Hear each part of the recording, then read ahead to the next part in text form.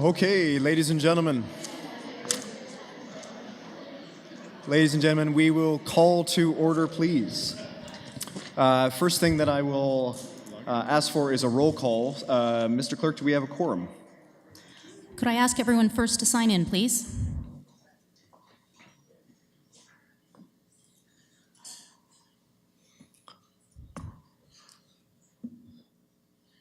Yes, Mayor Patterson, we have quorum. Okay, thank you. So moving along, we have nothing under closed meeting. We have no addeds. Are there any disclosures of potential pecuniary interest? Okay, seeing none, we will scroll right down then to Committee of the Whole. So the first thing that I will ask for is a motion to resolve into Committee of the Whole to consider the City of Kingston Workforce and Immigration Strategy, discounted fees for municipal programs and services, and public engagement framework update. Moved by Councillor Holland, seconded by Councillor McLaren, that Council resolve itself into the Committee of the Whole to consider the following items. The Council resolve into the Committee of the Whole to consider items 1A, 1B, 2A, and 2B of Report Number 51, received from the Chief Administrative Officer, recommend, with respect to the City of Kingston Workforce and In-Migration Strategy and discounted fees for municipal programs and services, and Information Report 1A and 1B Public Engagement Framework Update.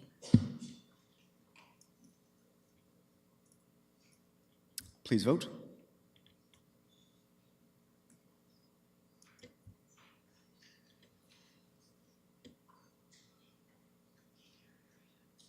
And that carries. So we will then move to the reports. So we do have a couple of items. With the consent of council, I'm going to ask if we can change the order to deal with number 2 first, and then we will circle back to number 1. So first off then for 2A is we will start with a briefing. So I'll ask Lanny Hurdle, Commissioner of Community Services, to provide introductory remarks.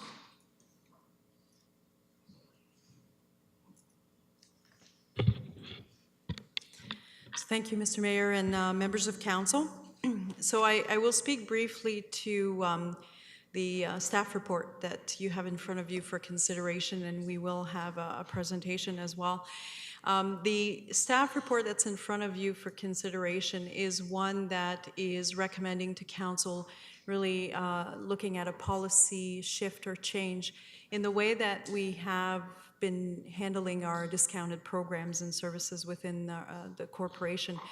So currently we have services within recreation and leisure, culture and transit mostly, that have discounts. Right now we have 2 different ways of applying those discounts. One is age-based, which is primarily applied to seniors as well as youth. And the other is based on income levels. And that goes through a regular process that we have through our social services office. And as we were looking at these various programs and how they're applied, we've started to do some research, and primarily Cheryl Itchen, who's unfortunately not here tonight, but good for her, she's away on vacation. And we started to look at how municipalities have been looking at different ways of addressing their discounted services. We know that there's an increased need in the community in terms of accessing some of these discounts in terms of the low-income population, and including our working low-income population. So we came across some of the work that had been done by Mr. Harry Kitchen, who was here tonight and will speak to you. Mr. Kitchen is an author and also a professor emeritus in economics at Trent University. And he's produced a report which is actually attached to the staff report. And it speaks to senior specials in particular, and looking at the impact, if you wish, of those types of discounts in the long term and with the changing demographics and population. So we did definitely review a lot of Mr. Kitchen's information. I know he's presented in a number of other municipalities across Ontario, Canada, and he's here tonight to talk to you about his findings in terms of his report, and just for council to understand that those findings and information have had obviously a significant impact or influence in terms of our work as staff and what we're bringing forward to you tonight as far as recommendation. And I will be pleased to answer any questions that you might have on the actual staff report following Mr. Kitchen's presentation. So I'd like to invite him to come up. Thank you.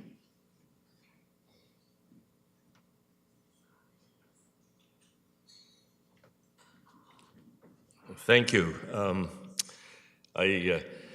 This is the first council meeting I've ever attended where I had a fellow economist in the room.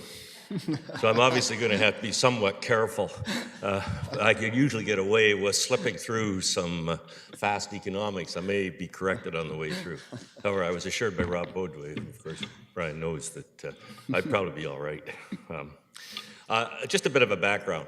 I met Cheryl at a conference a few years ago, and it was one that was organized in Toronto by the Institute for Research on Public Policy, and it was taking a look at basically seniors, the fact that we're getting more and more seniors, what kind of programs do we have to provide, and how should they be funded? And I got invited to attend the program, and I became a bit of an outlier in this entire exercise. Most of the comments and the presentations were that we have to look forward to the future, and we're going to have to provide a bunch of services for seniors. And as you can probably tell, I'm well into that seniors age category, regardless of what age you use. And one thing that was dramatically missing, however, in all this was how do we finance these services? And there was basically there were a number of assertions that were made, which actually bothered me quite a bit and caused me to go to the microphone a few times. But in this very large audience, I think I was also the only economist because I had virtually no support.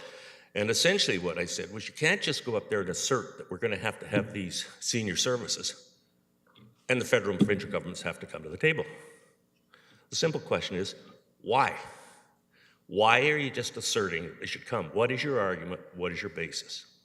And what is the argument for just simply saying, flat out, discounted services for seniors, full stop? So at that point, I was asked if I'd write a paper on financing cities as populations age. And so I wrote this piece for the Institute for Research and Public Policy, and it may be the piece that's attached. Is that the one that's attached? It had a really boring title, Financing City Services as Communities Age. Who's going to read that? It's going to go on the shelf and be stored. And I wrote in there, and I went through there, and I talked a lot about discounted services in there. I mean, a lot. It may have taken 2 or 3 pages in a 25-page report. And you know, quite frankly, it was a little bit boring. It was quite a boring and tedious report in many ways. I sent it into the IRPP, and I got a call from the lady who had asked me to do it one day and said, could we change the title? I said, what do you mean change the title? What are you talking about? And I don't have much imagination when it comes to titles. In fact, I have almost none. No more seniors discounts, financing cities as communities age. I said, well, I guess that's what it says. When they put the report out, it certainly generated a lot of interest, a lot of telephone calls and a lot of phone-in calls on radio stations from coast to coast. And as a result of that, it sparked, or I think, renewed my interest in this whole notion of how we finance government services, not only at the local level, but you could extend these arguments to provincial and federal services. And essentially, the view that comes out, the final and bottom line here is we should not be providing discounted services based on age. We should be doing it based on income. Now, with that in mind, I've given you the conclusion. Bear with me. I'd like to run through a few slides, and if you have questions on the way through, I'd appreciate if you raise them. I can usually respond better if people ask me questions. So just interrupt and we'll have a chat about it. Now, I often need my grandkids here to get me started. Where do I have to go here? That way? Oh, this way, sorry. First slide here, and they'll appear on your screen. And if anybody wants a copy of the slide deck, I'm sure you can get it from Laney after. The first slide here just makes a very simple distinction between 2 types of services that municipalities provide. And I'm going to make this distinction because I think it's important in terms of how you fund services.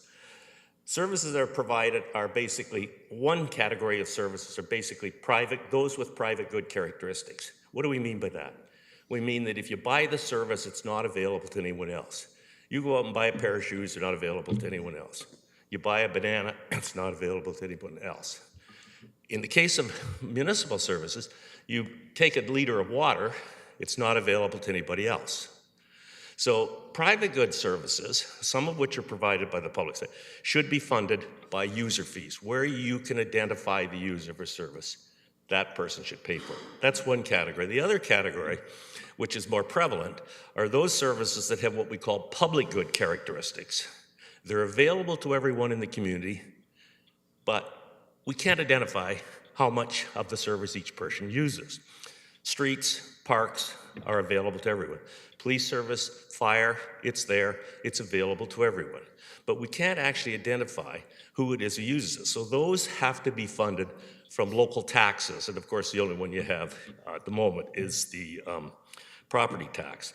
In some other work that I've been doing recently, and I'm going to be writing a paper on it this fall, I guess, I've been asked at least, is extended an argument where Gerard and I were involved in a project a few years ago that cities should have access to more revenue sources than they currently have.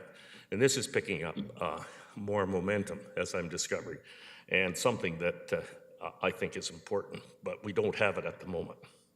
All right. The major criteria for finding city service is very simple. Quickly, they should be done on a fair basis. Fairness here is usually defined on the basis of benefits received. The more benefits you use, the more services you use, the more you should pay for it. Efficiency, they should be provided in an efficient manner. And of course, accountability and transparency. People should know where their money is being spent. What defines, now if we get down to the seniors, what is it that defines senior and why is it important? Well, obviously it's important because the lower the level for providing the cutoff for seniors means you got a higher proportion of your population in the certain age group. So the particular age used is going to define the number of people you have. But there really is no clear or magical number that I'm aware of. And I think this is one of the moves that, of course, the Liberals made was to shift, I think, the age for Social Security from 67 back to 65. In my view, a mistake, the wrong direction to go. Probably we'll have to change that before very long, because once again, there's going to be a fairly significant cost impact. What's happened in the last 40 years when we look at the demographics? Well, if we take a look at the data and the statistics on this, and Lars Osberg from Dalhousie University has done a lot of work on this over the past few years, and actually has been quite instrumental in making a lot of the same kind of arguments that are just made in the following. In 1976, Canada's elderly poverty rate was almost 37% of the elderly.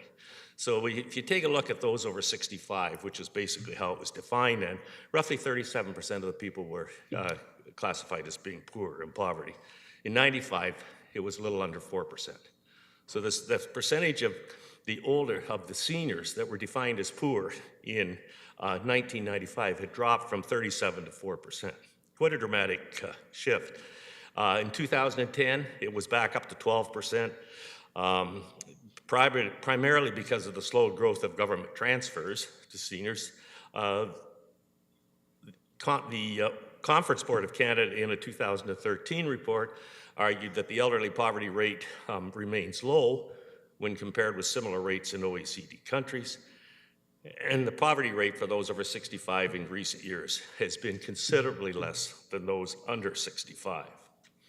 Well, if we fast forward a bit, from the CIBC report of June of last year, it was predicted that $750 billion will be transferred to the next generation in the next 10 years. That's from seniors to the generation coming up. It's a 50% jump from $500 billion transferred in the previous generation, and it's argued that it's going to be larger in the future. So this is an extremely large intergenerational transfer of wealth.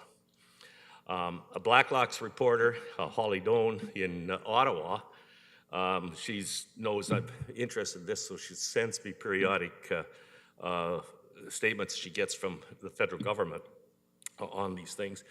And in February of last year, she made the point that she reported, I should say, that official figures grossly misrepresent the actual number of poor seniors in Canada. And this is from a confidential Department of Finance memo. The true number is about half, and possibly as little as a fifth of what Statistics Canada claims. So once again, the data, according to the some information, at least from StatsCan, suggests that the poverty rate in the senior level may be even overstated. In November 15th, we have another report came out. The family income for seniors is growing at double the pace of younger families, in a report from StatsCan. And this is a sequel to data indicating that Canadians typically have more wealth and less debt than younger people. And this is based on data. Now, if we just turn to Kingston, I just put up, there's a couple slides I've included in this presentation, and they're in the report that is presented to you, but I think it's useful to bring this in. And the reason for this was just to try and take a look at the percentage of seniors in the different age cohorts in Kingston, in the city of Kingston. And there are three different ways in which poverty is measured. These are ways in which Stats Canada does it, and we won't go into the definition here because, quite frankly, I'd probably get it wrong or mixed up. But there are three ways in which they define poverty rates. And you can see here that if you take a look at the percentage of the population with low income, obviously the 15 to the 22-year-old is the highest percentage of the population. But when you go to the 75 years and older, the percentage of people defined as poor is very low. And in the 65 to 74 years, it's not much higher. I'm trying to get my glasses out here so I can read these. And then if we take a look at the average and median individual income by age group in Kingston, once again, this is the average total income and the average median income. The average income is the average of all of the people in that age cohort, and the median is the midpoint. And you'll see the median here is lower because the average is often skewed by high numbers at the outer levels. But nevertheless, you can see where the average total income and average median income is still fairly high for those classified in the senior group. Well, what have been the general policies to combat poverty?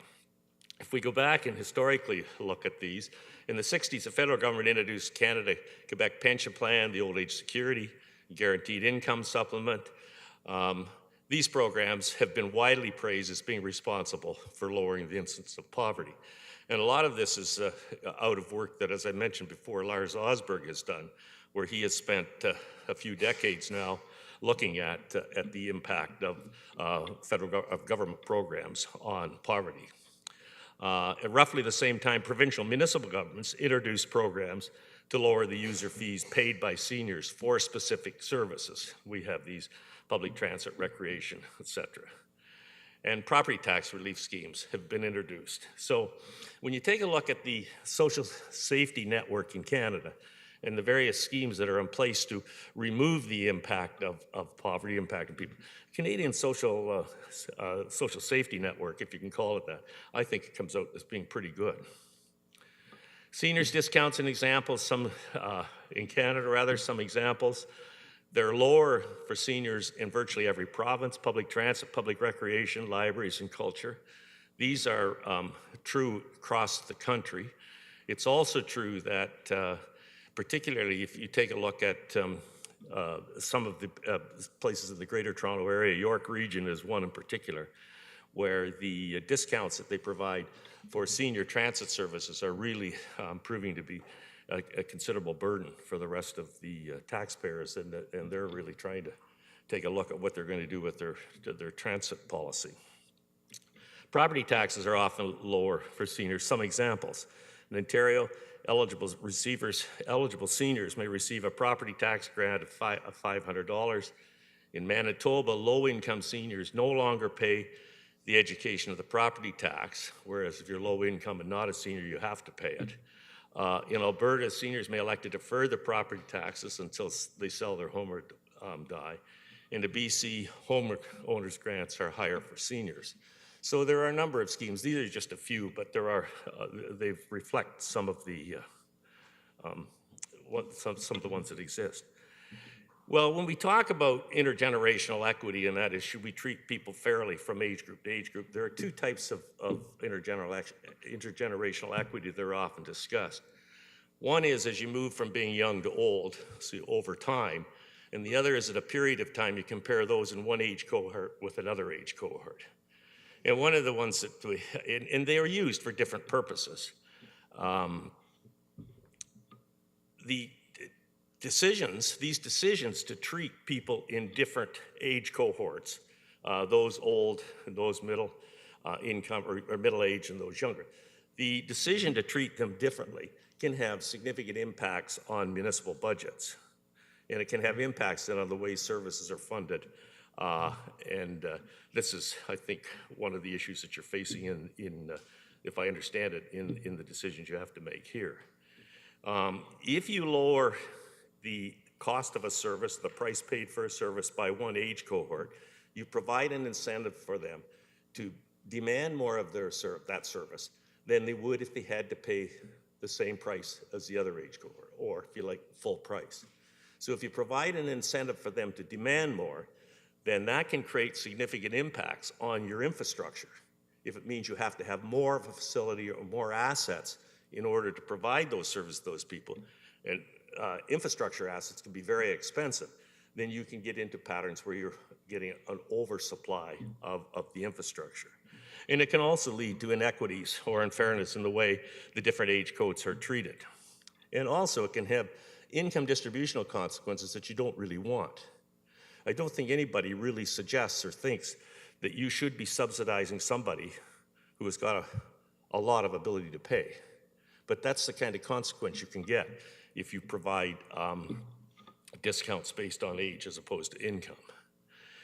The impact on fairness ground, well, if you have seniors, if you have discounts based on age, it's unfair to give richer, wealthier seniors the same subsidy as poorer seniors. You could also argue it's unfair to give rich, wealthy seniors access to lower fees or taxes while asking poorer non-seniors to pay higher fees or taxes for the same services. So there's an inequity involved in here between those who have the ability to pay and those don't. The implication on efficiency grounds, it's a bit of a repeat of what I mentioned a moment ago. Differential fees or taxes are based on age. They can lead to inefficient levels of output. If those who are underpaying demand more than they would otherwise demand, so now you're into providing a higher level of service than you should otherwise provide if people were paying the full price. The implications on accountability and transparency grounds, it may not be achieved if those who use the service are not paying for the full cost of the service. And of course, the impact on fiscal sustainability. Undercharging one age cohort and overcharging others can lead to fiscal sustainability concerns. As a percent of the total population, seniors as a group are rising. If discounts continue, this will lead to higher taxes and user fees on the non-senior cohort, with the potential of creating a fiscal challenge for financing public services. And if we go back to the Drummond report of 2012, user fees should be set to cover the full cost of service because this leads to more efficient levels of service. This was a point that Don Drummond was actually very clear on in the report that he produced. And he was not in favor of discounts based on age. What are some of the assertions you hear? Because this is what you people will face if you try to bring in policies that take away something that people are used to. I'm sure that's not, you would know better than I would about how difficult that can be. What are some of the assertions? Well, the one you often hear, user fees are regressive in their impact, and seniors as a group need special financial relief. Well, it's interesting. There are a couple of points in there. One is this notion of regressivity, and the way in which regressivity is always defined is everybody, when they define regressivity, tends to use as your common denominator ability to pay or income. So what they simply say, if you ask people to pay a full fee for a specific service, it's regressive because it takes a higher percentage of the low income earner's income than the high income earner's income. And that's generally how. But you know what? The price of milk is regressive. The price of a case of beer is regressive. Anytime you take the tax you pay for a service, the charge for service, and divide it by your income, it means the person who's got a lot of money, as a proportion, is going to pay a whole lot less than the person who's got very little money. So when it comes to user fees for services, I don't think the whole notion of regressivity should apply at all. There are other ways you can deal with that. You can provide income relief schemes. Municipalities do that through social services. You can have, in the case of water, there are what they call LIFO lines, low-income support lines. So the notion of regressivity is often thrown out. But in my view, I don't think that should be a factor in making a decision. Because if it really is hurting somebody, then obviously you have to help them. But the point here is that everything is regressive except for the income tax. The income tax is the only thing that's not regressive if you measure it as a base of income. So you're always going to get a regressive tax. But this is a common point that's often made. The other one that's, and I found this when I was responding to comments on these radio phone-in shows, seniors pay full taxes and fees when they're working and should get a break on both taxes and fees when they're retired. Well, you hear that quite common. I mean, I used to hear that from my parents. I hear it from my golfing buddies. After a beer or two, we have a little argument about that and get over it. But this is interesting. I don't think there's a lot of substance to this, because what you have to do is say, well, what are these taxes and what are these user fees for? Well, each year you fund a range of services for the people who live in Kingston. And you have to raise money to fund those services that year. So you have to raise taxes that year, you have to charge people user fees to fund all your services. So the charges you're making this year are funding the services this year. So when you're 55, you're paying your taxes and these charges to fund services that year. When you're 60, you're doing the same thing because there's services available that year. When you're 70, they're doing the same thing. You're paying for the services that year.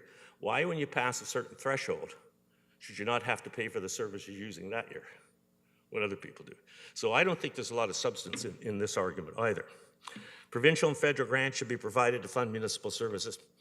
I don't think you can rely on that, and I don't really even think that that's a strong justification. If the municipality itself is generally short of income, then it seems you have an argument for what we call an equalization type of grant. But just to assert that federal and provincial grants should be provided doesn't hold a lot of water with me either. Seniors should not have to pay school property taxes. You hear this quite often.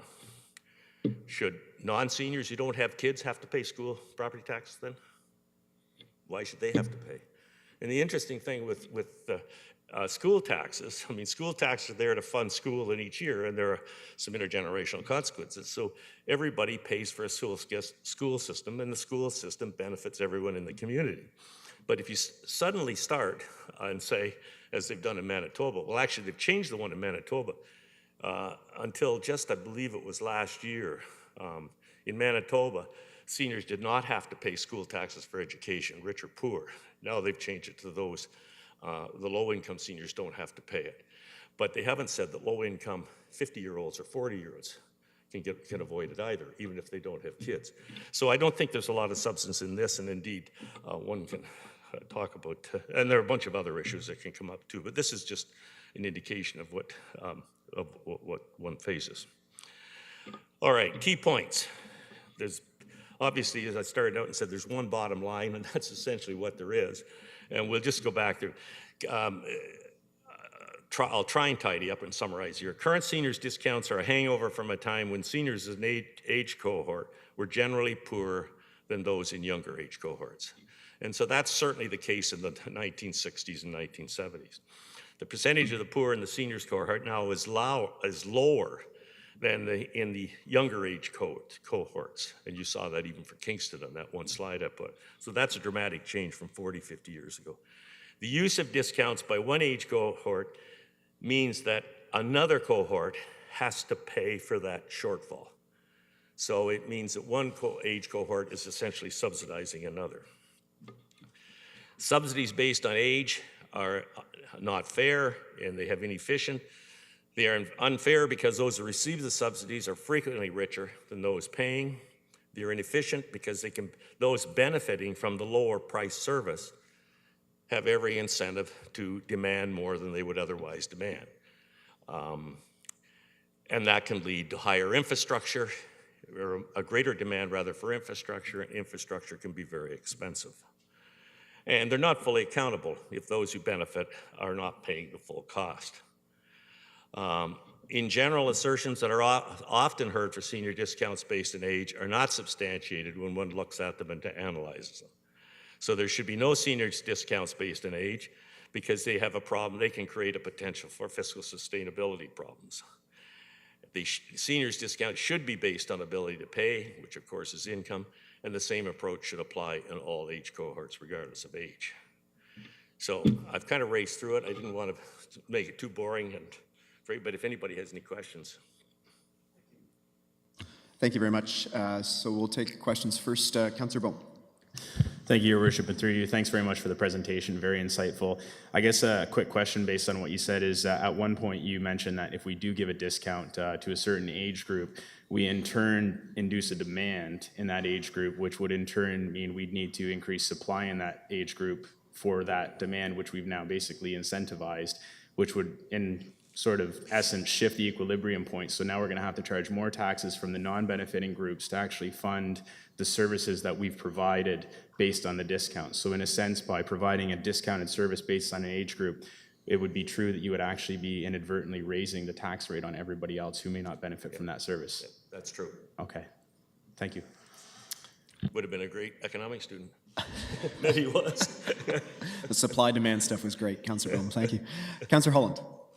Thank you, Your Worship, and thank you for the presentation. The one thing that comes to mind, well, a couple things, I guess. First of all, I'll start with one of the arguments that is made sometimes to justify discounts for seniors or programming for seniors or subsidized programming, whatever the case may be, has to do not so much with ability to pay, but specific needs associated with being in that age cohort. So, for example, seniors living alone who may not have access to family members nearby, or have been widowed, or who are living in a sort of a stage of social isolation in that period of their life, that there would be benefits associated with perhaps providing them with subsidized rates for recreation or transit that we're not exactly capturing when we look at the fee, the cost and the fee associated with that service. So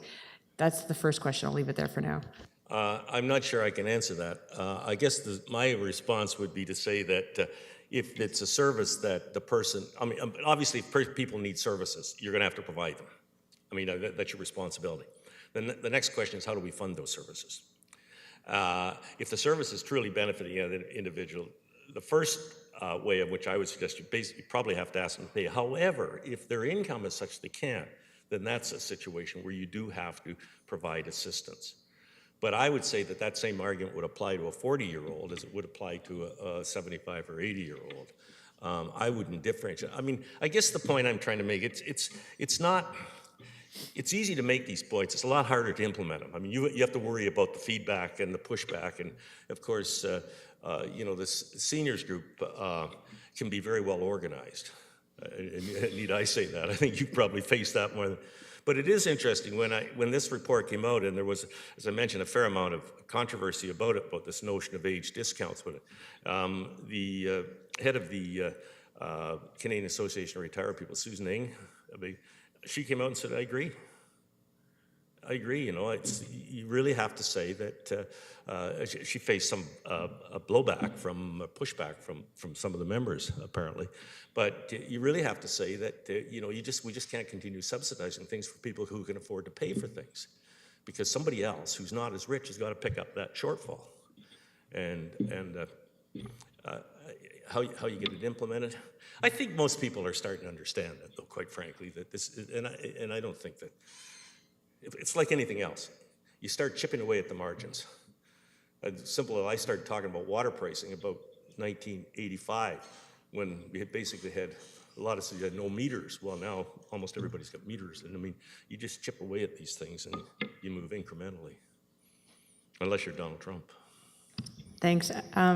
You've touched on it quite a bit, but in terms of implementation, I guess, have you received any feedback from other jurisdictions in terms of whether or not, how this would be implemented, or whether or not there would be substantial pushback? Because I think, as you've alluded to, we do know that seniors vote, and we know that other groups, perhaps low-income groups or youth, are not as are not as well represented in our current political system. So have you seen a way to deal with that politically? No. York Region is going through a process now, and I did a presentation to their council, I think it was a year ago, and the City of Toronto, I met with them but before Christmas at a presentation, and they're both working through strategies to, and all I could say is I don't know what the state of the strategies are, but perhaps contacting, I think I gave, Cheryl's not here actually, but I think I gave Cheryl the contact for the, Commissioner Hurdle. some time ago. So. Thank you, and through you, Mr. Mayor. So what we are hoping for tonight is get some kind of direction from council in terms of looking at this policy shift and bringing back information to council in the fall, one on how this can be implemented. Obviously, we know it would have to be implemented over time, and I know that the focus of the conversation has been on seniors, but we would be looking at those youth discounts as well at the same time, because if we're truly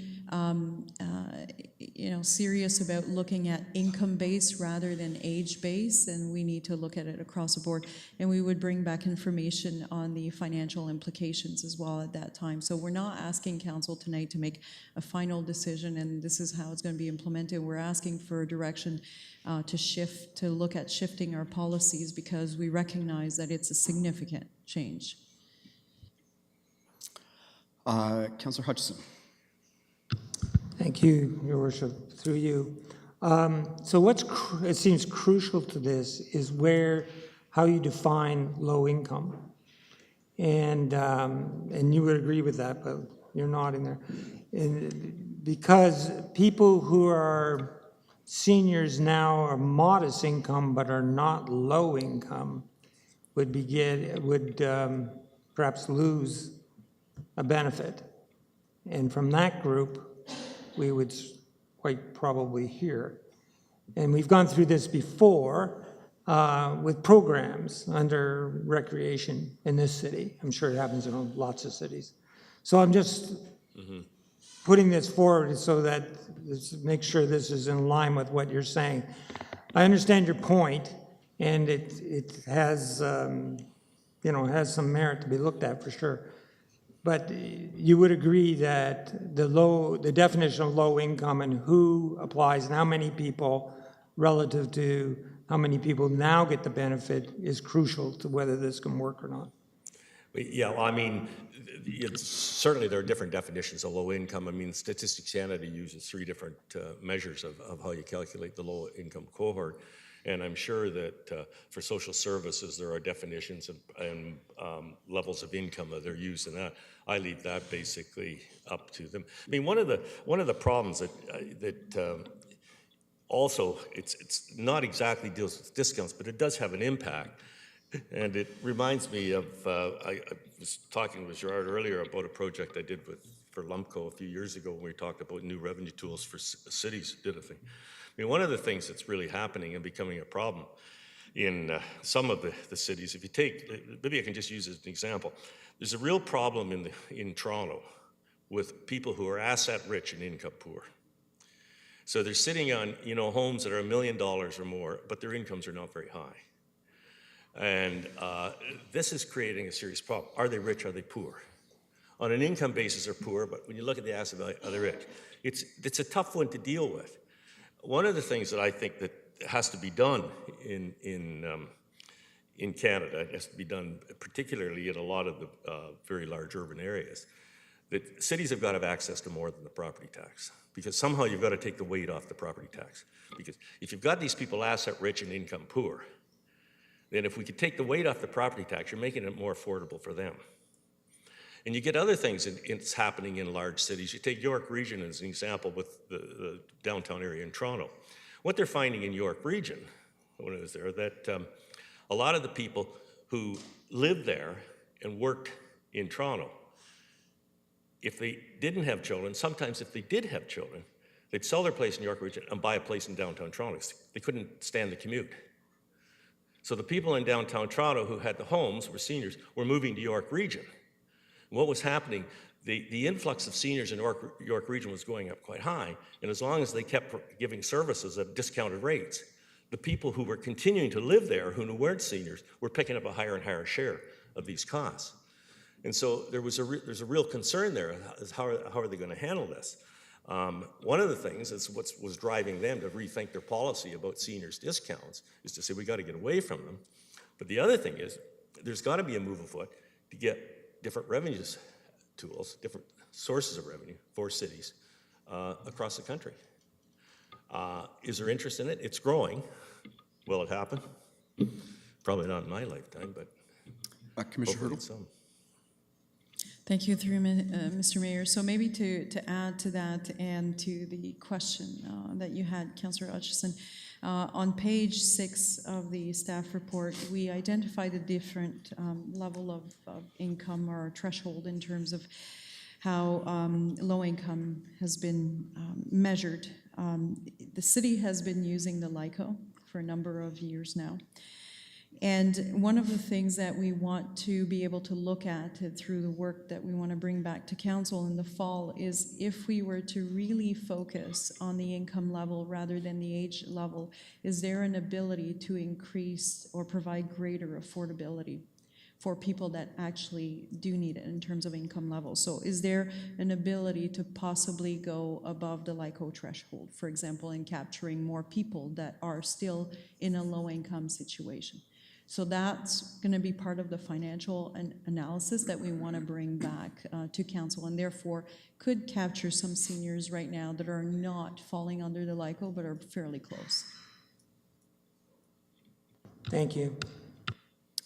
Deputy Mayor Neal. Thank you.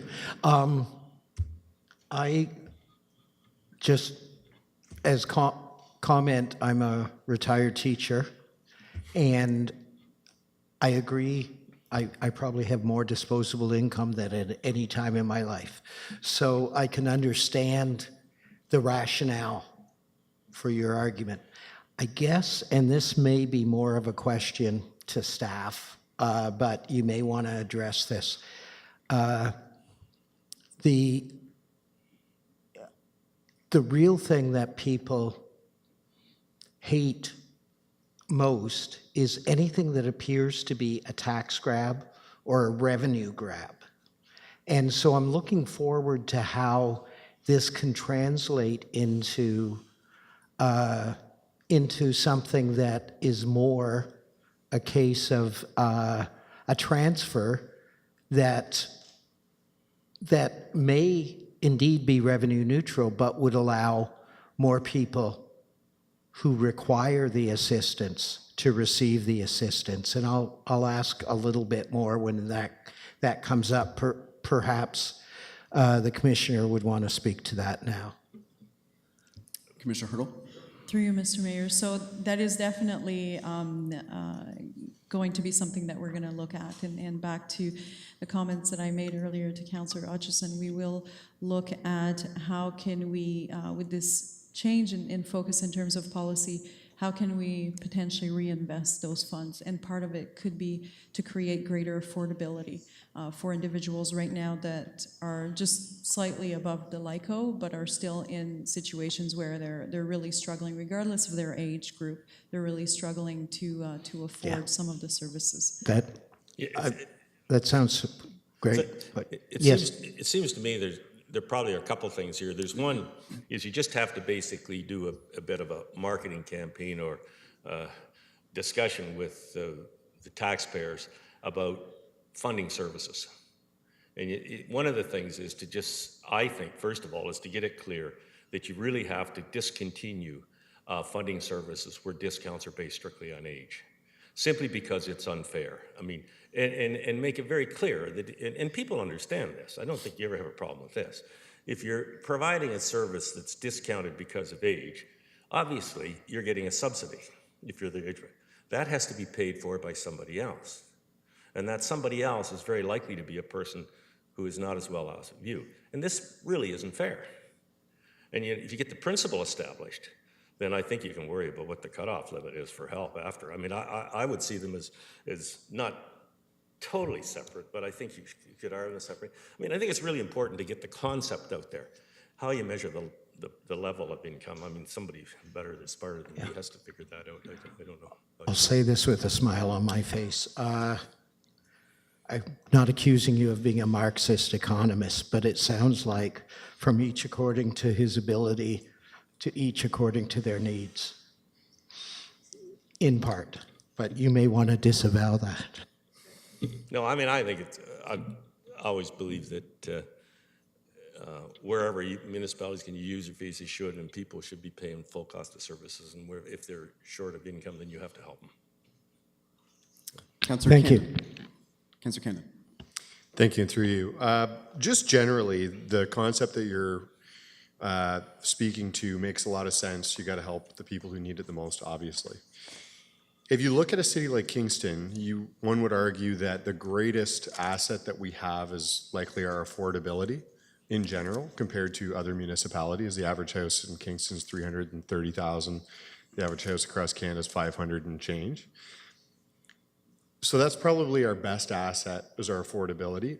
Likely one of our negative aspects is that our taxes are deemed to be high compared to some other larger municipalities. So this recommendation may be suggesting our taxes may go up and our affordability goes down for others, but we're kind of pushing our taxes up, which are already reasonably high as they are, and our affordability is actually one of our greatest assets. So what would be your response to that? Well, most of the services I think you're talking about when you talk about transit and recreation are essentially ones you could fund with specific charges on people user fees. So not likely to affect the property tax as much. Right. Because you're just simply saying, you know, instead of you getting a discount on your transit fare just because you're old, if your income is high enough, you don't get the discount. So I would separate them out and say, one, you're funding things from a set of user fees, and the other from taxes. On the affordability issue, I mean, I don't know what's affordable and what isn't affordable. Your property taxes as a percent, if housing prices are low here, your property taxes as a percent of the property tax on a piece of property as a percent of the market value or the assessed value is probably fairly high. If you go to Toronto, for example, downtown Toronto, and you look at that, do that calculation, take the assessed value of the house or the market value, take the taxes that are paid in that. When you divide one by the other, the tax rate is really low. I live in Peterborough. If you do that same comparison, our tax rate is way higher than in Toronto. Why is it higher? Well, the services we provide don't cost a heck of a lot. The cost is a heck of a lot different than in Toronto. And the tax, but our property values aren't nearly as high as in Toronto, but our taxes could be roughly the same. I have a colleague I do a lot of work with from U of T, and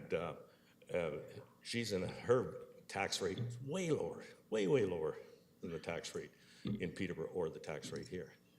The level of tax she pays may not be much higher than ours either, but the value of the property is so much higher, so the tax rate is low. So I mean, on the affordability, you have to provide a range of services for the people who live here. You got to provide them, and you're going to have to fund them some way. You got to fund them out of your property taxes or your user fees. Council has to make that decision as to how you're going to divide that up and how you're going to charge for them. I don't think I can offer any comments on really.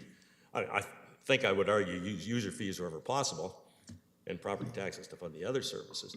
But how you reach that point or what the level would be, it would depend on the cost. Fair enough. So, Professor Kitchen, I have a follow-up on that. So it seems to me that there's a couple of issues. One is that if we eliminate senior-based discounts, then that would free up dollars that we could then divert to an income-based assistance.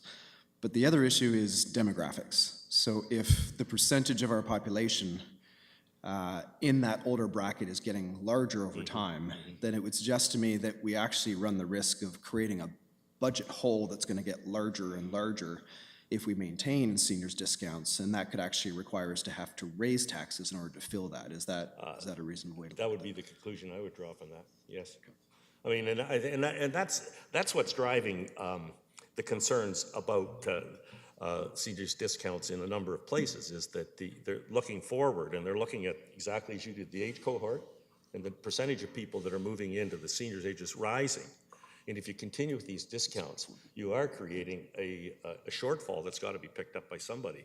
And the impact or the burden of that on the younger age group could become quite significant. Thank you. Councillor Bowman.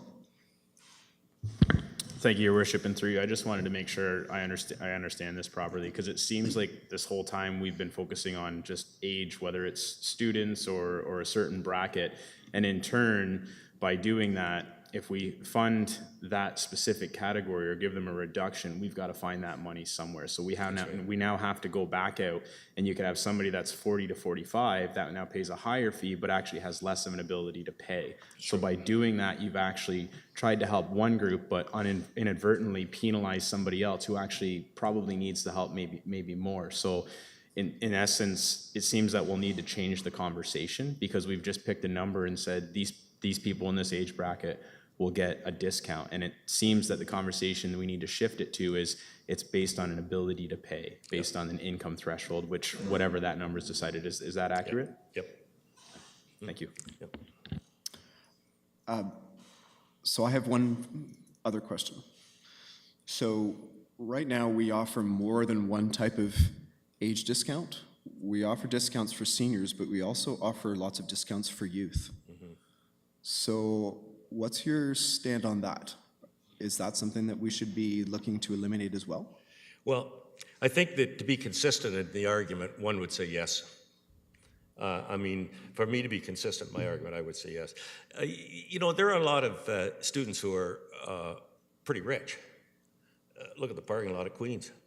So there are a lot of students who are pretty rich, and they come from families who are fairly rich. And I think if you're going to provide discounts, it doesn't matter what the age is. If you provide them on the basis of age, one group is being subsidized by someone else. And from a simple economic basis, I don't think there's a lot of justification for funding, for providing discounts based on age at any age level. Commissioner Hurdle? So thank you, Mr. Mayor, and I would just like to add that our staff recommendation does look at all age-based discounts, so youth and seniors.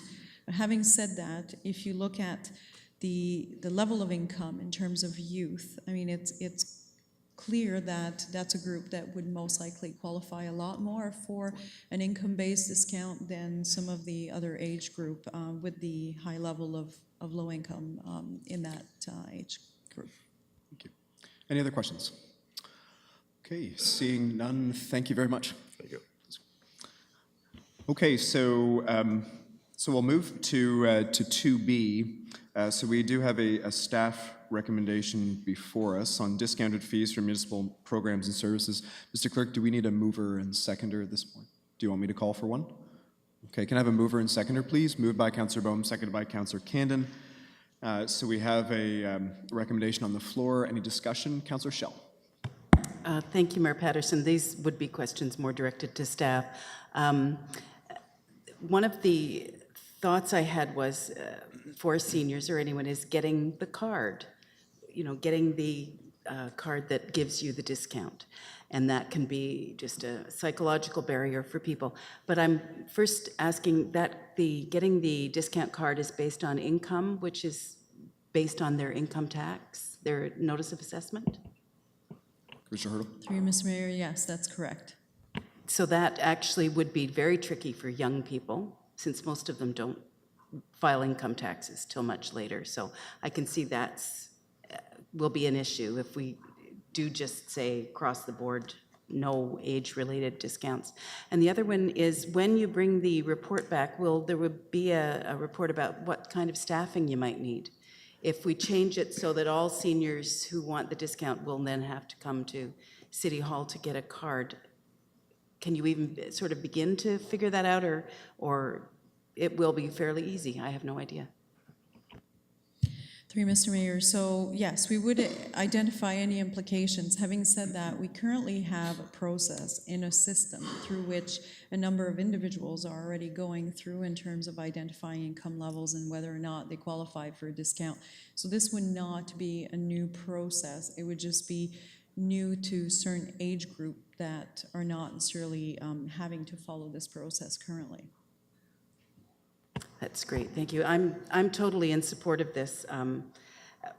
Being involved with housing and homelessness, one of the biggest changes that happens to many people is when they reach 65, they suddenly have more income than they've had for 20 years. We really do have a good system, and we do have a whole system of people who are now with defined pension benefits that is since the 70s. I mean, it's been amazing. I also can imagine that in 20 years we'll have to revisit it because defined pensions are disappearing.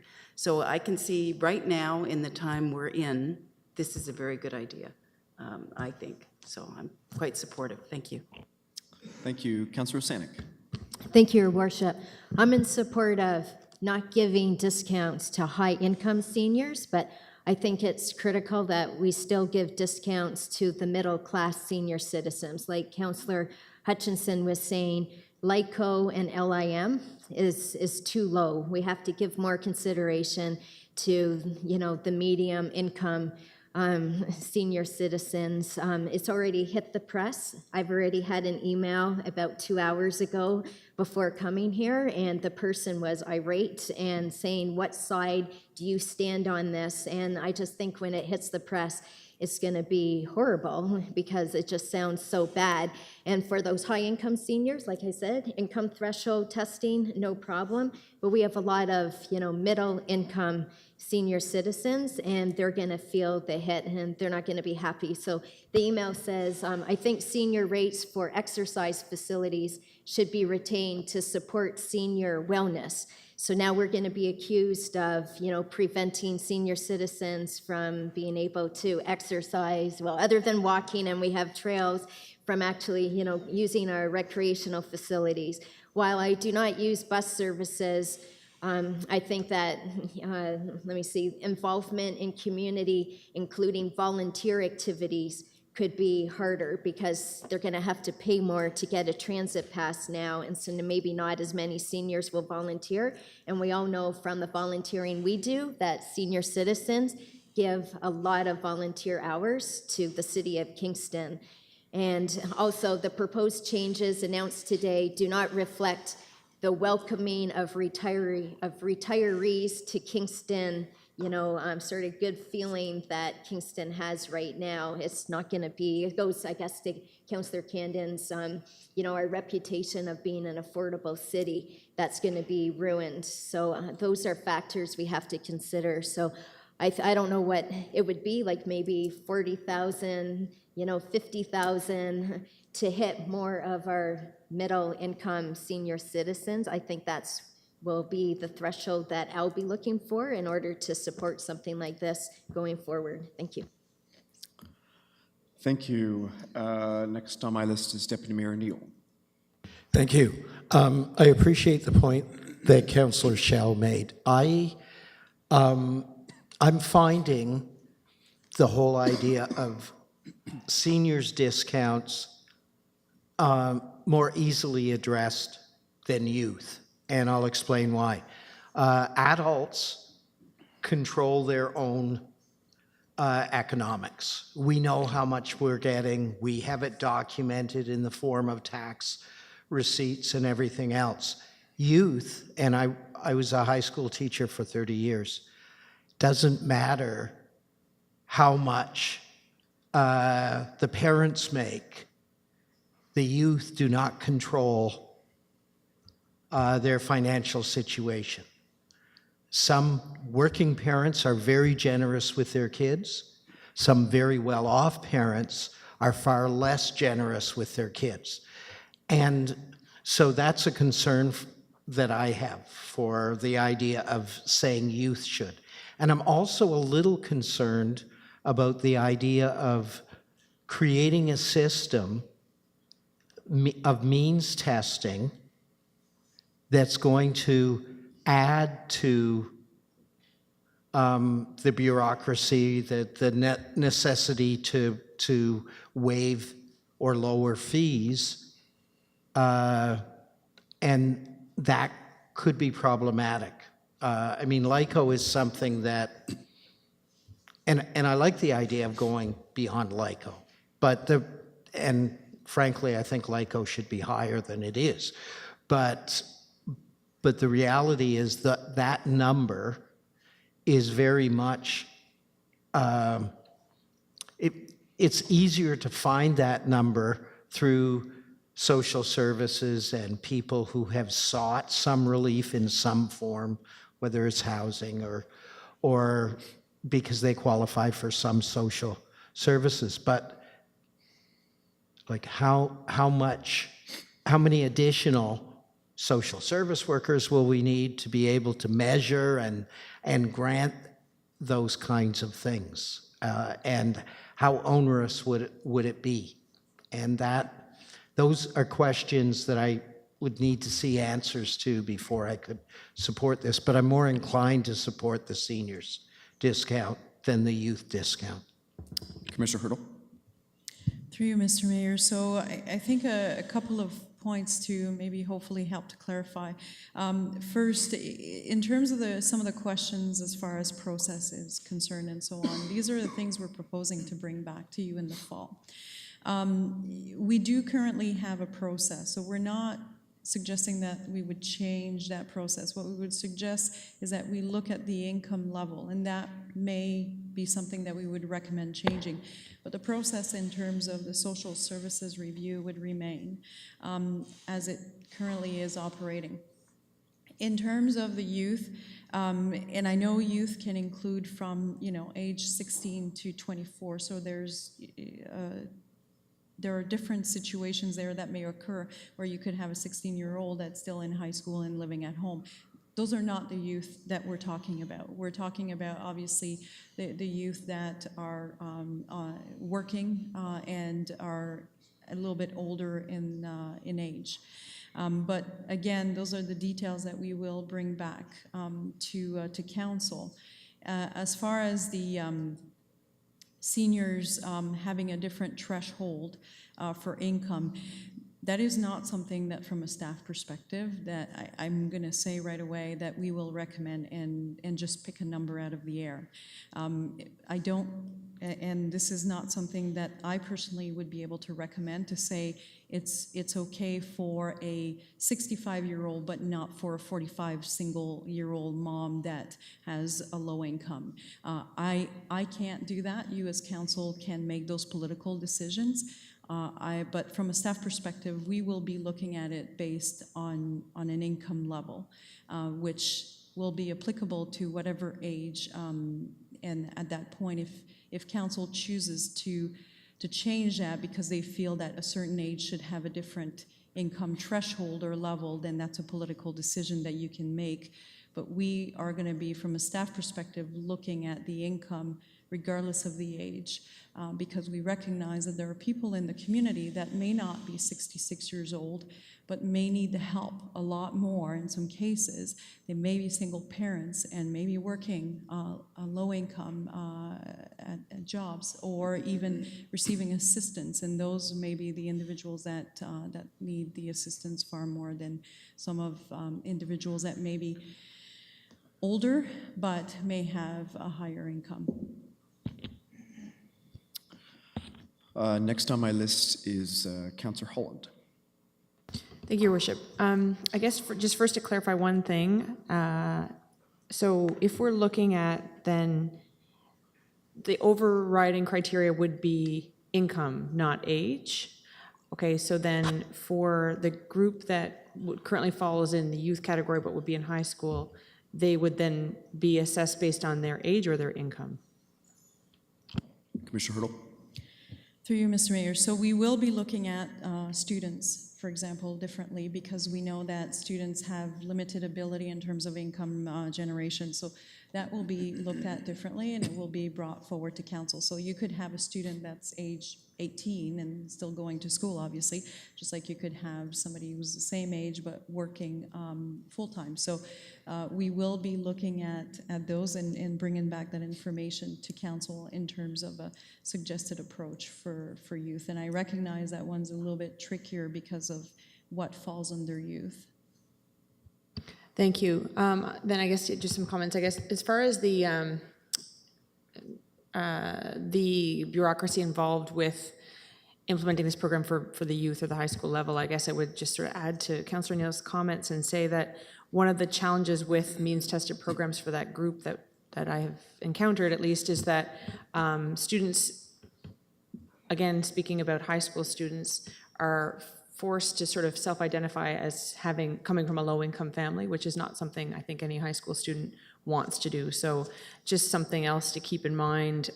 Not only do they not have the control over the funds, they also are perhaps negatively impacted in their lives based on their family situation financially. And then just generally, I do support this. Looking forward to seeing more in terms of recommendations. I understand that a lot of it will be left to us because we will be the ones who will have to really make a solid pitch here. But one final comment or thought on that is that going back to my earlier comments related to age groups, while we know that perhaps, again, using the example of seniors, they may have the ability to pay, there is, based on my basic knowledge of economics, also the sort of incentive or that comes with a service that is free, that engages more people in that activity, which we would like to see.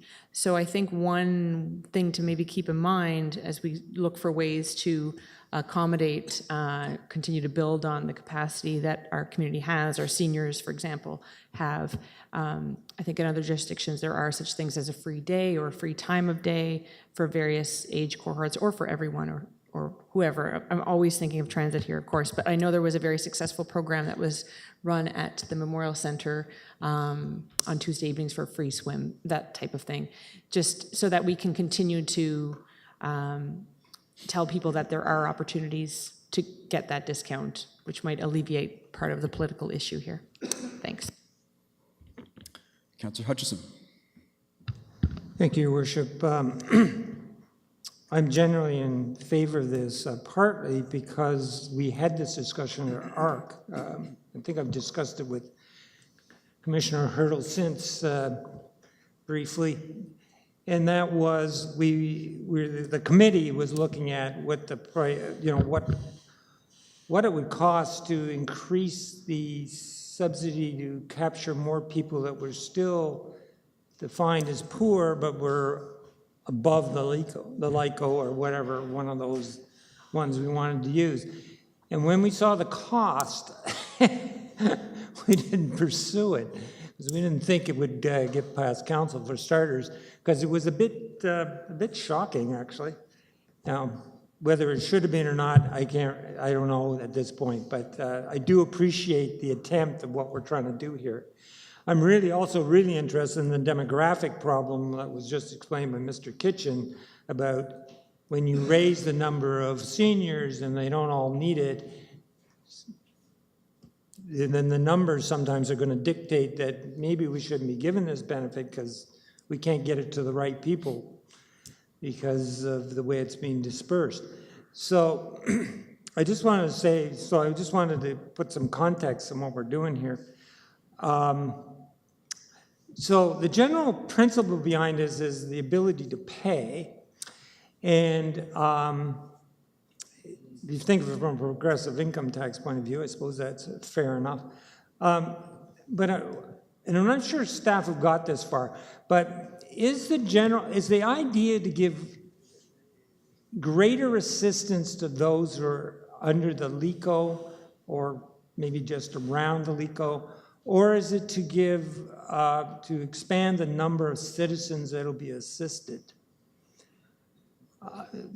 Well, it could be both, but the point is, I'm just wondering how staff are thinking about it, where we're going here. Okay, so let's just pause. Commissioner Hurdle, do you have an answer? Sure, thanks. Thank you, and through you, Mr. Mayor. So we will be looking at both in terms of the LICO itself and in terms of number of individuals that we could serve. So we will be reporting back on both. So the idea I get is you want to crunch the numbers more, granulate the numbers a whole lot more than we have now. I appreciate some of the other comments from other councillors. I think that there's two things. There's also a demographic thing going on, and I've talked to Commissioner Hurdle about this a couple times too, is when we looked at the report on poverty for 2013, which I think is the last time we really looked at it, it was very evident from the schedule they produced on incomes over time that the middle is hollowing out. So more people are dropping down. So if anybody thinks we're going to save a lot of money over time that way, because we have this relatively well-off seniors cohort, I think might be dreaming, because I think more people are dropping towards that very, very modest middle income group. And you could see it if you looked at the deciles in the income demographic. So I think staff should look at that, because that'll project out over maybe as much as as close as the next 5 years, but probably certainly the next 10, next couple of censuses anyway. So that said, I'm also interested in seeing how that might project out on certain programs. For instance, if seniors get a break, well, I don't think they get a break on transit, do they? All seniors? Okay. So will that affect ridership? How will that affect the popularity of that program?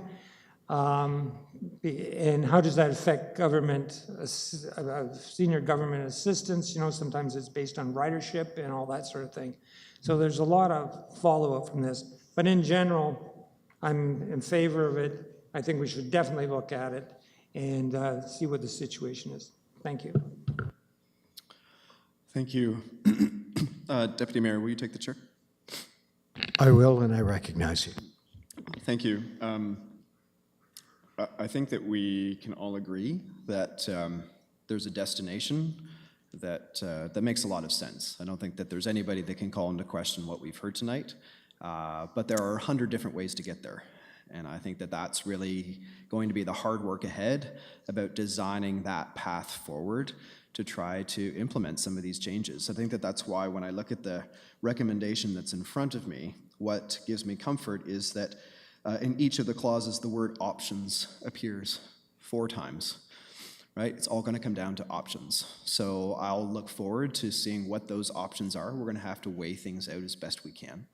But I think that there's a couple of things that we should note. First of all, there's going to be a consultation process. So let's have that discussion with the community, right? At the end of the day, that's really what we're deciding tonight is let's have the conversation. Let's reach out. Let's hear what people have to say. And then we'll make decisions from there. The other thing that I think that we should point out is that we are not the only city having this conversation right now. So we already know that there are other cities and other communities, and if they're not having the conversation yet, they're going to have to in the months and years to come. So we're not alone. And to be honest, this is really frontline stuff. So we need to get ahead of this. We need to have the discussion now before we're under the budget gun. Otherwise, we'll be forced into a decision that probably will be politically difficult. So I think that this is the right way to go, and certainly happy to support this, but we'll be really looking forward to seeing what the Administrative Policies Committee is able to crunch out along with staff on this. So thank you. Thank you, and I return the chair and raise my hand. Okay, thank you. So just before I go back to Deputy Mayor Neal, is there anybody else that wishes to speak on the first round? Deputy Mayor Neal, you have the floor. Yes, very quickly. I'm going to be right up front when I say this. We also have to consider other potential intents of our policy. I'm thinking of the fact that children now ride for free on public transit, and we don't do means testing, and that high school students ride for free as well. Both very, very popular programs, and programs that have benefited public transit, I believe, and we're creating generations, I hope, to come of people who are comfortable riding public transit rather than private vehicles. So sometimes we have to weigh other intentions and benefits with those kinds of policies. Commissioner Hurdle?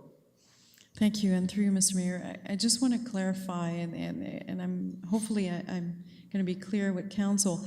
This is not going to include children, so we're not talking about here doing means testing on a 11-year-old child here. And it's not going to include students either. So, you know, you're a student, you're 17 years old, you're in high school, you're not going to be included in these potentially policy changes. But when we say youth, what we're talking about is up to the age of 24. So we may have some youth that are working, that are 23. Let's pick a 23-year-old that is currently working, is making, let's say, $40,000 a year, and currently would receive a discount based on age alone because they fall within that youth category. So the intent here is to look at those youth that are of that age and working, not in school, not the children, not the students, but those ones, should they qualify for a discount? And chances are, based on our level of income for youth, that they would. Because if you've looked at the graphics, you see that a lot of our youth are actually below the LICO. So chances are that they would qualify and they would receive the discount because their income level tends to be low in Kingston. But I just want to make sure that it was clear that we're not in any way here targeting children or students in high school.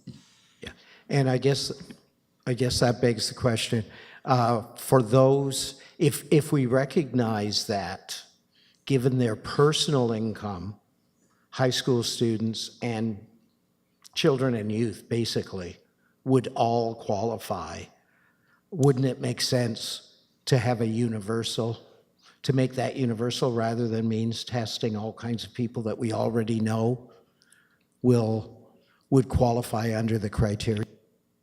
Commissioner Hurdle? So through you, Mr. Mayor, we will review that, and I'm sure going to be an age threshold, which we're going to say that shouldn't apply because, you know, if you're in high school and so on.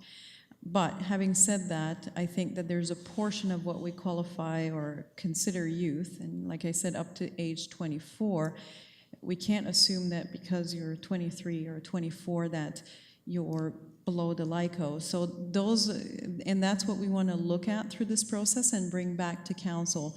But we want to make sure that we do a thorough review and that I'm not just giving you answers tonight, but that we actually go through that process. But I can assure you that children and students, high school students, are not part of that process. Yeah, I think the definition of youth has morphed and keeps getting older and older these days. Up to age 18 and attending school, I think is a good definition, working definition for youth in my mind. So I appreciate that. And I will echo what the mayor said. I like the idea that this would be a really good policy to test our new public consultation protocol with. Okay, thank you. So we will call the vote on the recommendation. Please vote.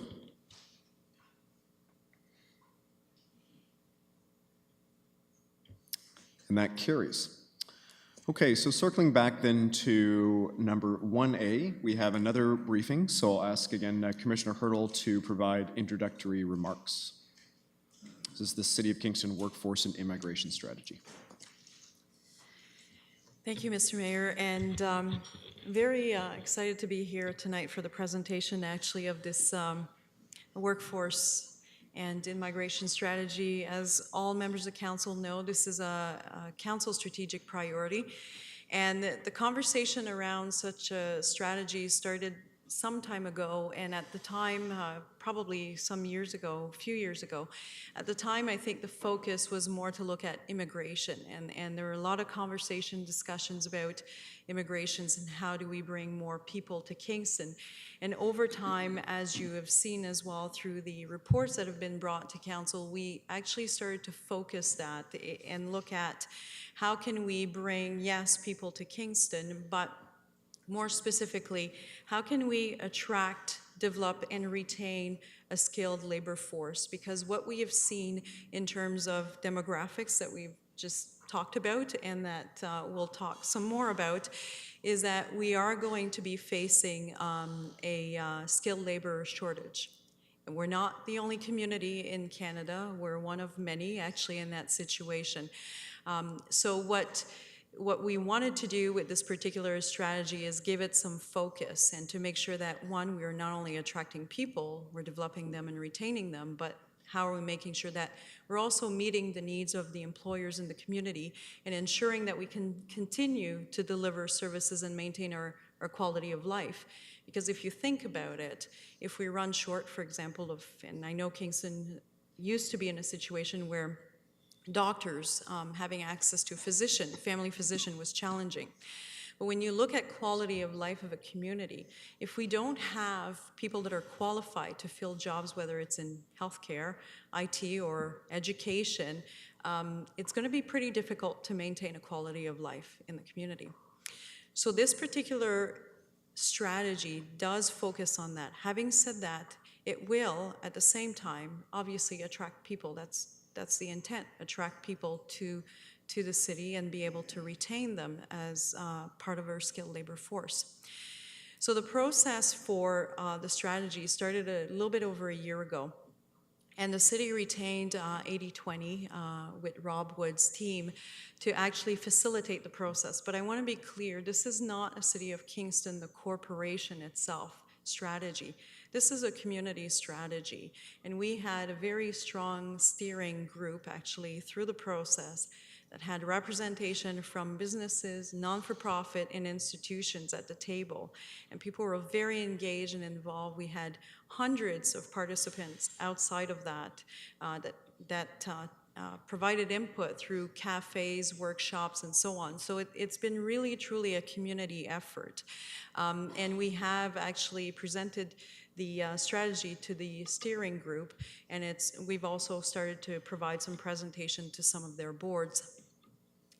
The other piece that I want to make sure that I emphasize, and I know Mr. Rob Wood will do the same, is that this is not just a strategy to go through each of the action and say, okay, it's done, it's done, it's done. It's really a change in culture. And when I say a change in culture, I mean it will require a change in the way that we, the corporation, and our partners as a community, we recruit, we retain employees. And that can include more flexible work hours. It could include things like doing joint recruitment. So when we talk about, I'll give an example, nurses, for example. Why would we as a city do a recruitment as a standalone for Rideau Crest when we need nurses? Why couldn't we not partner with KGH, other long-term care facility? Because the reality is right now, we're pretty much stealing nurses from each other. So we get them from other long-term care facilities, and we have some that leave Rideau Crest and go to other long-term care facilities. So then how do we work collectively to maybe target nurses that are outside of our community and bring them to this community to ensure that we have the talent pool that we need? So those are some of the examples of things that we are going to have to start thinking and doing differently. And it will mean a huge change in culture. There's no doubt about that, because we're very used to doing things in our own ways and within our own silos, and that has worked in the past, but we know in some sectors we already have some pressure points. Healthcare, I can tell you, that is already feeling it, and as the person responsible for Rideau Crest, I can tell you that recruiting RNs has become more and more difficult over the years. And that's something that's felt through the healthcare system as well and our partners. So when I say a change in culture, of course, it needs all of us in the community to work together to do that. The strategy is also taken into consideration other work that either the city or other partners have been doing. So for example, the youth employment strategy was taken into consideration. So this particular workforce strategy complements the youth strategy. It doesn't try to duplicate it or replace it. The other piece to this that I think I want to emphasize has to do with the actual staff recommendation. So you do have the strategy, and we're requesting that council endorses it as one of the partners. But one of the things that we are recommending is that the city plays a lead role in terms of the implementation of this strategy. And the first piece to lead to the implementation is the what we call the implementation office. All of our partners are very dedicated, and they all have endorsed this in principle. But the reality is, when we all go back to each of our day-to-day work, everybody's very busy, whether they work in healthcare or IT or some other sector. We're all very busy, and if there's nobody dedicated to actually take a lead role on this and push it within the community, unfortunately, I don't think we're going to be successful in terms of its implementation. It will be a great document to put on a shelf, but that's not what we want to do. We want to actually move to implementation, and that is why we're proposing that the city plays that role in terms of facilitating and continuing to do that work in the community. And we're recommending that an investment of up to $200,000 be made to initiate that. We have been and will continue to apply for grants in terms of supporting this initiative. And we know that this is something that I think all levels of government are starting to look at, and the critical piece of the workforce. And I believe obviously that part of it has to do with when newcomers come to the country and their equivalency and all of these things. And I know that resides with the federal government, but they're all important pieces that we need to work together on. So with that, I'll just add one thing before I pass it over to Rob here, is that the partners have all, as I said, endorsed this in principle. They've all come forward and either identified the possibility of providing time, so dedicating time to the implementation, in-kind resources, and in some cases, financial resources. So we're not alone in this, and we have support from the community, and the city is a key partner to make this happen. So I'll pass it over to Robin, and then we can answer questions. Thank you.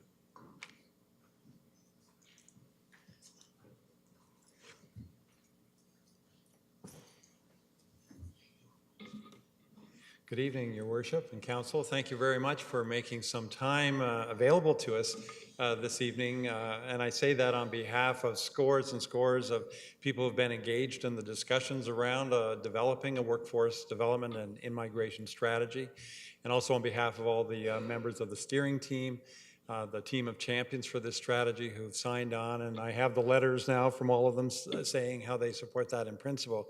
And so I look forward tonight to having a bit of a discussion about this. I'll try not to take too much time to walk you through. I think you had 400 pages to read for tonight, so I'll try to hit the highlights from our piece, and look forward to having the conversation. It's been a process where actually when we began, I didn't fully appreciate the kind of the level of initiative and vision that you had in starting this whole process. But as we got into it and we started to discover where the community was at and following how the conversation has moved forward, as we talked to scores of people, we're really getting out or trying to get out in front of a big issue, a fundamental issue for the community. I wanted to also mention that some people, when they started into dialogue with us, they said, oh, well, what's your study going to do? And I emphasized, we aren't bringing you a study. We aren't bringing you a master plan. We aren't bringing you kind of the industrial model of analyze and then put a plan and then execute. It's not that kind of a plan. It is a strategy. It's an adaptive set of strategies that we're looking at, and the strategy always involves making some choices, setting some priorities, and focusing on action. Commissioner Hurdle from the beginning has said, make sure that we can take some action on these things. And so where we saw other members of the community doing great work, we didn't try to replicate what they were doing, but we did try to focus and say, how can we take some action on this? So the report has been structured with, I think, about 11 real initiatives that we want to, as a community, move forward with. And each of those, there are several appendices where we started to think through what might we do on the ground to make this happen. So I'd like to just walk you through some of those highlight strategies, and certainly welcome your questions either as we go or at the end. There's a fundamental kind of mindset that will kind of keep popping up through these notes tonight. And that is the challenge for us to develop a kind of a new mindset, a new way of thinking, a new way of practice when it comes to our strategic resources, the people and the skills in our community. And we've had along a very effective system where we've kind of had institutions and programs that fed people into our talent pool. And then it's like going to the store for a loaf of bread. When you have a vacancy, you go and you get your loaf of bread. And we're facing a time now when we go there, the loaf of bread may not be there. And so as you look at this, as you imagine, there's so much potential talent being trained and coming out, but not always here. And if you imagine, as Commissioner Hurdle has mentioned about nurses, and it's a good example because not only is that a high level, but it crosses over the community. Not only would there be Rideau Crest, but there's Providence Manor, there's KGH, there's Providence Care, there's public health, there are the family health teams, there are all kinds of groups just in one category, let alone RPNs and all kinds of other systems. So what happens when we go to hire the next nurse that we really need, and that person isn't available? It's not a case really of recruitment. It's just saying if they are not in our talent pool, how can we bring them in? But there are other types of jobs. It could be that you're looking for, you're a small business trying to go digital, and you're looking for that IT specialist. It may be that you're post-secondary education looking for a star faculty member or researcher. It could be that you're a nonprofit that's looking for that skilled person to lead your team in really important services. And when you go out and recruit that person, they aren't there for us. It's that slow, soft kind of softening and increasing difficulty that we have to be careful of. When we've looked at this, we found that it was at very different levels. So, for instance, people, at the beginning we said we don't think that servers in restaurants are probably going to be a problem. Aside from having 30,000 students in town, that's probably not it. But when we talk to those kinds of businesses, they would say things like, it's not the servers, it's the chef, it's the high-end kitchen staff we have. Or if it's in tourism, they'd say it's not the housekeeping staff, that may be an income issue, but where we're having real trouble is finding captains for the ships that we have, for the tour guides. Stonemasons, when we talked about that, 150 different trades, and they said, you know, in 5 years it'll be a problem. We're okay now in many areas, but stonemasons were really hurting for. And we had a major institution that's been waiting 2 years, has the budget, and can't get the skilled labor to do the construction work at their educational institution. So whether you're a municipality looking for a planner, if you're a school board that's trying to find someone who's at a clerk level in finance to move up, not quite to the CA level, but in between, there are these pinpoints of pain that are emerging. And when we talk about what surveys we've seen with chambers of commerce and with the labor force board, typically 60% or more are saying they're having trouble hiring. Some of that may be a talent match, but as we look at the demographics coming, we know that we'll just be short people. Where will they come from? What would it mean if an entrepreneur has to move to Toronto to find staff? What does it mean when we can't find a nurse? So these are all issues that have come up, and the key thing that I'd like to mention is that these are not problems we can solve alone. A talent deficit is not something that an individual employer, no matter how large, can go out and do by themselves. And we'll see that as we go through. So let's take a look at some of the issues. So our general goal that's emerged through the process of all these conversations, interviews, focus groups, design groups, and a World Cafe, it's all been focused on building a productive, resilient community for the future. That combines a working life, it combines a living life, it combines all kinds of social elements, and a lot of factors that lead to that, including economic development and job availability, as long as services in the community. And I wanted to mention that it falls into the strategy category of a wicked problem. A wicked problem is not that kind of plan, do, execute kind of thing. A wicked problem is something that, one, we don't all agree on what the problem is. Two, there are many different players who may all see different kinds of solutions coming forward, and it's all kind of interconnected. And on top of that, this is an area where it's very hard to predict what the future will be. And so the best strategy when you face a wicked problem is to start, is to do something. See what changes and moves, do the next thing. It's a more entrepreneurial kind of way of approaching some of these issues as we go forward. The next thing, therefore, is to be proactive, responsive, and adaptive as we go forward. We'll see that. And as the Deputy CAO has mentioned, culture change will be critical as we go along. So what I'd like to do for you tonight is just briefly review the 11 initiatives and 3 structural things, 1 principle that we have in our plan. They generally fall into the 4 categories. One is around leadership. That's become more important as we see the level of culture and culture change that's going to be needed. We need champions for this. There's the element of what employers do to make their workplaces really appealing. We believe in performance before publicity, and so what can we do as employers and to support employers in talent development, diversity, inclusivity, and being more strategic? There's the systems part where the whole community comes together. Job seekers, career seekers, community systems, technology, and employers. And finally, putting our best foot forward in the marketing aspect. How do we make people aware? What does this community stand for? So the strategies that have emerged are a set that come together in that kind of nexus. So the Deputy CAO has mentioned about the steering team launch. We've done interviews, consultations, design sessions.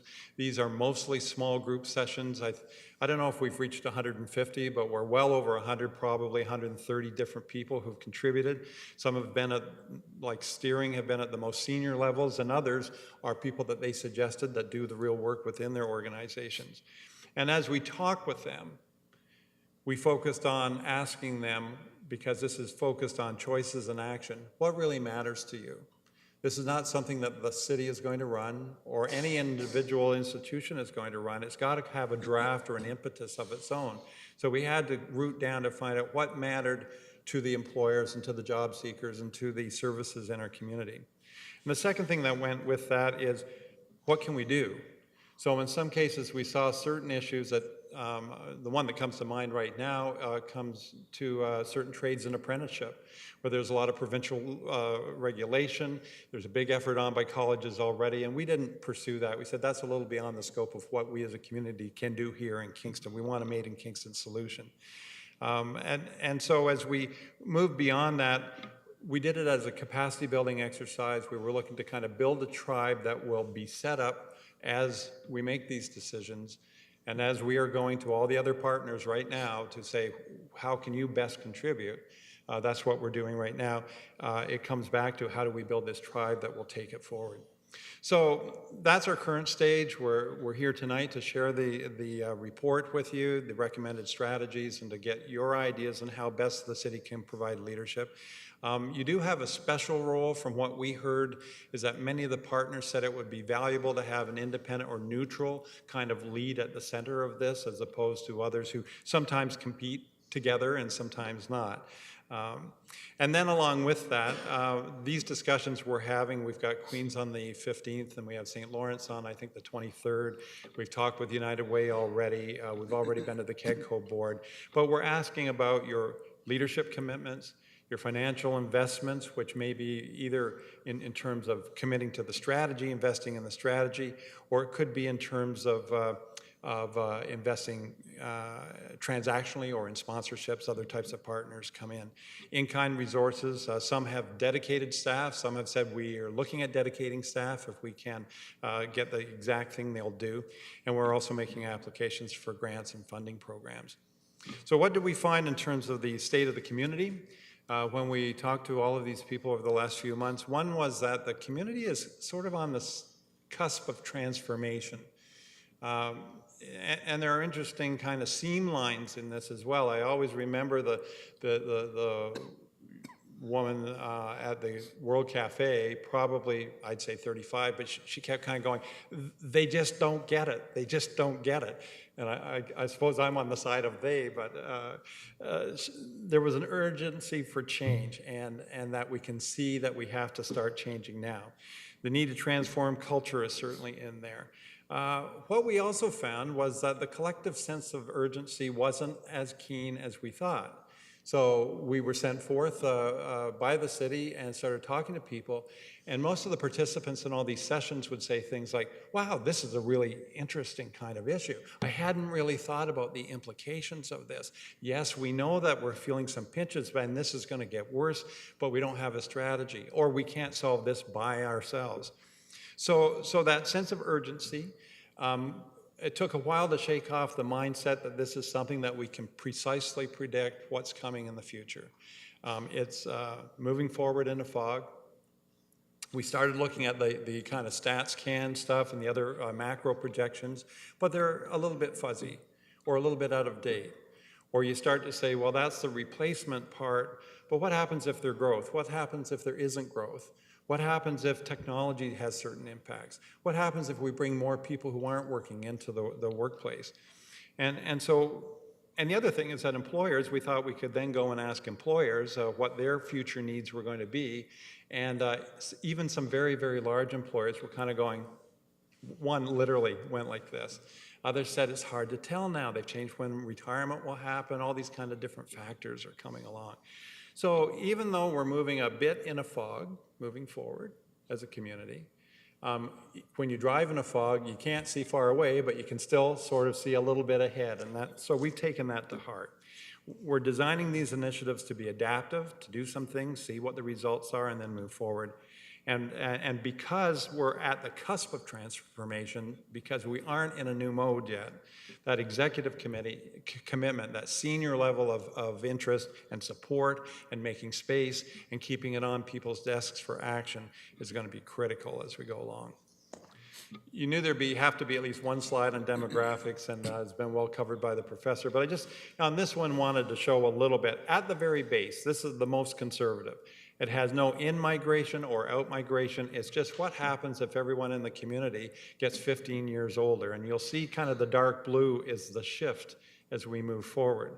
We'll have the ones under 15 starting to come into our workforce, and you'll see on the right-hand side of that chart the surplus of older workers. Now, some of them may continue to work if we adapt and make it easier for them. They don't all want to work 50-hour weeks. Some would like to work shorter hours, but they bring a great deal of expertise to it. But that's the kind of shift that you can see that we're facing. By one estimate, talking with Peter Kirkham and others, it's hard to get a hard estimate, but we think maybe we'll be short 9,000 people over the next 15 years. It could be that large, depending on many, many factors. The other part I wanted to help with the understanding is when we looked into it, we saw that the categories of work are really broad and small. So when you go through number by number, you'll find 200 people in this kind of work, 300 in another, 500 in another. You'll see the tall spike on the right, that's educational services. We have something like 12,000 people working in that area when you take, and we had pretty much all their bosses on our steering team for that. You'll see government administration, food services, you'll see trade contractors, but a lot of the other sectors are small. And so whenever we start saying, how can we deal with this issue, it's going to be granular. There's also this effect. We came in thinking, oh, there's probably some sectors that are most in harm's way, and so these could be sectors, but when we talked to people, we found that there were very particular types of gaps opening up. So, for instance, when we talk to the school boards, they have a surplus of teachers.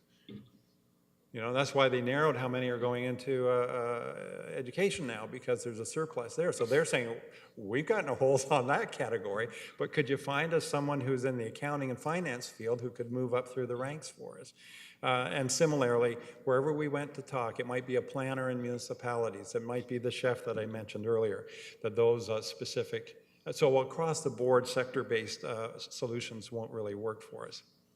So of the 11 suggestions that we have that are being adopted by the steering team, the first one was about wiring up a nervous system and basing it on analytics. So whenever we started to look at the analytics, I mentioned that we looked at the macro, we went to the micro with employers, we found that they weren't really sure what happened. When we talked further, we found there is some information, but it's all in silos. Often the data integrity isn't that clean, it can't be shared. And as some said, some with the most information said, we don't really spend any time really giving some analysis to pop it out.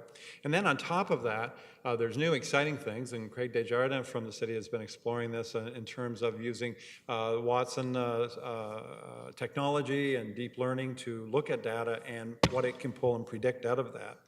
So all of this is to say that we need a good analytical system that can operate in a more timely fashion so that we can know where the holes are opening up, where we have to respond, how we can inform our educational institutions so they can train, so that our corporate trainers and our individual companies and employers can start to be adapting to that. And the data and the communications drive that. So good data would be something we could do and we can work on. And it's been widely endorsed in all the design groups that worked on it. A second thing is chartering an integrated workforce navigation hub. This came up independently in 3 different design groups on their own.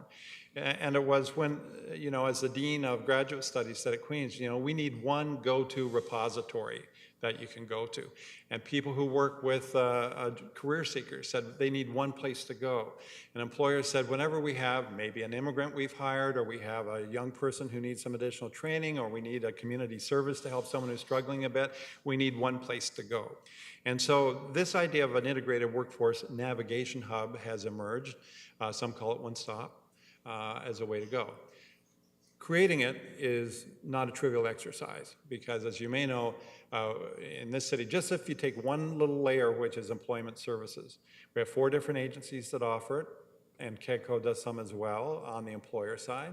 The funding encourages them to, in a way, compete for who will help someone into a job. There's a scoring system for that. And each of their approaches use that funding in a strategic way. So if you're with ACFOME, then you're using it on behalf of Francophones. And if you are involved with Restart, it's on the populations they serve. If you're at St. Lawrence College with their program, that's leveraged around with employers and with their students as we go along. And then we have Keys, which is dedicated to the workforce development. So all of these things are layered. They have levels of competition. They have levels of cooperation. What we're saying here is let's find a way to charter that, and then let's align the various types of technology around it, and let's not be isolated around just job boards, because people seeking work say, we need to know more. We need to know services, we need to know careers, we need to know more than just a job. So the second one was bringing them together, negotiating a kind of a charter, and then implementing some integration around that. There's something like 100+ job boards in the area if you're looking for a job.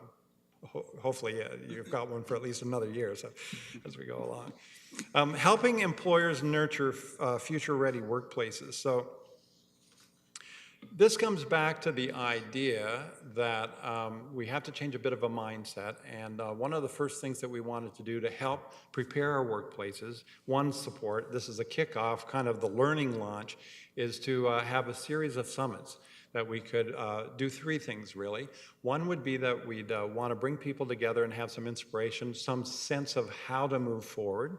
A second part in it is to bring people together around communities of interest. And the third one is to get some action out of it. And so one idea that's been discussed that United Way has talked about, for instance, they've seen an example I think in the US, where IT people working in the field were brought together with young people who were wondering if they could get into it. And they sit together and they talk about that. And then out of that, along with key speakers that inspire them, they get to talk about the real business. And sometimes people, when they know what it's really like, they choose it, and sometimes they choose to go somewhere else. That saves them half a lifetime trying to find their way. And then along that, teaming up to take action. So we have 2 or 3 of those anticipated for the first year. That will kind of kickstart and give this some profile, and we'll learn as we go along. Also, another way to work with employers is we see this need to get out of that filling the job vacancy approach and into more of working strategically. And there are a number of different ways that, that we can look at that. One of the very first things that we're looking to do is to develop a sort of a turnkey workshop, that any employer who wants to get ahead of this issue, and we have many right on steering, that they'd be able to just kind of call and have this, bring their key people together. We found, for instance, that HR people are busy filling the vacancies and dealing with the benefits and doing that work, but then the marketing people are off doing something else, but this is a marketing issue to attract employees. Then you have the tech people who are doing things that involve the job boards and other stuff, and you have the CEOs who are worrying about it but need to bring the team together. We're saying, as a first step, and see where it goes, let's have a turnkey thing that would be easy for a CEO to say, I'm bringing my team together, we're going to look at this new way, more strategic way of working. And this plays out in a lot of different ways, which you'll see in the subsequent initiatives. One of the elements here is about excelling at diverse and inclusive workplaces. That, as you might think, was clearly spoken to by the Kingston Immigration Partnership and others on that. This is a big issue for Queens. But as we went through it, we realized that the idea of making people not only welcome but included in their workplaces is an issue that transcends any narrow single category like immigrants. You could be a student who needs entree. You could be an older person who's looking for a different way to tie in. You could be someone of varied abilities, and the abilities workforce, that is another initiative. All these people who are kind of on the outside who would like to come in to our talent pool, but they have little hiccups, little difficulties in doing that. And some of that starts with having a really great workplace to come to. It's also true in how we do recruiting. So if you think of someone who's graduated from here, they've gone off to the big smoke, they've developed their skills, they've advanced their careers, but they'd like to come back, waiting for a job ad to pop up with 2 weeks closure is not how they're going to move their whole life back to Kingston. And so when we look at how do we make it inclusive and welcoming for them, when we tie it in terms of our HR practices, as simple a thing as acknowledging that we received your application. We heard stories, especially those of an immigrant type of a background who, after hearing nothing after applying for several jobs, kind of wonder, is it me? And some of them pack up and go back to Toronto. So we think that we can do a lot in this area. There is work going on by other partners and organizations, but we think this is an important thing to keep. And the HR directors all kind of said this is a very important issue. We need tactics to tap into streams of potential talent. So all of those groups I just mentioned, how do we bring them into play? We don't have very good pathways sometimes. They may not be aware. If you're a newcomer to town, how do you find out? If you didn't go to high school here or have a mother-in-law who's telling you how to negotiate the city, a lot of employers are kind of, it goes by word of mouth. Not for nepotism's sake, but just that's the way word gets around. So how can we raise that up? How can we welcome them? How can we provide supports where may be necessary as we go along? So there are many of these different elements that we can tap in. The first one that was identified really was around students. And part of that is a targeting issue. You know, much has been made of only 3 or 4% of Queen's students stay here, but that's no different than Harvard or Stanford or other major universities. We have many college students who do. It's the same thing in the US as well. What we need to do is to find those students who graduate and would really like to stay in a place like Kingston. When we talked to the director of Ministry of Health here, you know, she said when they take MPA students, they'll find that the ones who stay are not the ones who want to live in Vancouver or Toronto or Montreal. They're the ones who came from St. Catharines or Regina or the smaller towns who really, really love this kind of town. So we need to focus and tap in the right way and have the mechanisms. If we use just the 200,000 alumni that are stay connected with our educational institutions, and we just had a way to keep them aware of opportunities, for them to put up their hands and say, I'd love to come back, and to have a channel of communication so they can develop and talk about what would my partner would work, where will my kids go to school, all those kinds of dialogues that our current systems are not set up to really handle. We need also to, kind of roaring ahead here, but placing priority on talent development and learning. So there are a couple reasons why this comes to the fore. One is that we see that, generally speaking, history or the artifacts of past traditions have not encouraged us to really invest in training. We've seen that as a job for others to do for us, and then we go to the store and get the loaf of bread and put them in our slot. Here it is that this will occur in many different ways. One is, if we're going to bring younger people into our workforce, we need to invest, and they look for that. We have the impact of technology, and that's changing for different types of workforce. To the point even where like, you know, if computers can write sports stories, our lawyers far behind. It's kind of the way that people talk about that. So how can we start to seeing people as a real asset and investment to invest in, as opposed to bodies to fill slots? So there are proposals to support this strategy. Some of them are around experiential learning opportunities. We had partners saying, but we've got this program. How do we connect with the other side, whether it's business with educators or educators with business? We saw great examples. One was with Queens called a major map, where they look at, if you're going into mechanical engineering, year 1, year 2, year 3, year 4, here's what you need. And we saw that after all these conversations and said, but what about the employer side? How many opportunities are there if you go into mechanical engineering in our community? Who are those groups? And could we do a placement there, an internship or a first job there, so we can extend and integrate that type of thing? There's also the problem of investment dynamics. So if you're in the business of hiring trades, are you prepared to spend $40,000 and maybe lose that person to a competitor after? So there are many tricky issues in this one, but everyone says that we have to pursue that. It will need a change of mindset. Here's an interesting sector recommendation that came up. This was opening up pathways to launch careers in Kingston. So one of the things is, how do you get across to an employer and connect with that employer? And how do you get first work? And the city is doing work about looking at barriers to entry level jobs, and that will spread through the other institutions. But one of the proposals here to start, and we have a community partner to lead it, and we have, I think, a funder interested in funding part of it, is to look at ways that we could patch students, graduating students, through into the nonprofit sector. They're known to be good mentors. They need talent. They have a turnover quite often. And nonprofits are larger than manufacturing in our community in terms of employment. So if we could have nonprofits work not only for their own benefit, but as sort of a farm team for the community that people will circulate through, maybe we can open up these pathways and make it clear. We've looked at other things further down the road. A key manager who's progressing and stuck, could they do a secondment with another partner to advance their career and come back later as it goes? There are many ideas in this area. We'd like to start something with nonprofits to begin. And I think I just went the wrong way.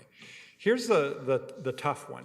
So everybody we talked to in major employers were all saying that the hardest nut to crack for us is spousal employment, finding a career, not just a job, but finding a career for my partner. Others call that trailing spouses. And often it goes to the extent of the whole family. But the fact is, almost by definition, an individual employer cannot hire both partners. And so we need to have this integrated way to work together. We think it's a keystone initiative, meaning that if we can solve this one, it will solve a lot of other problems.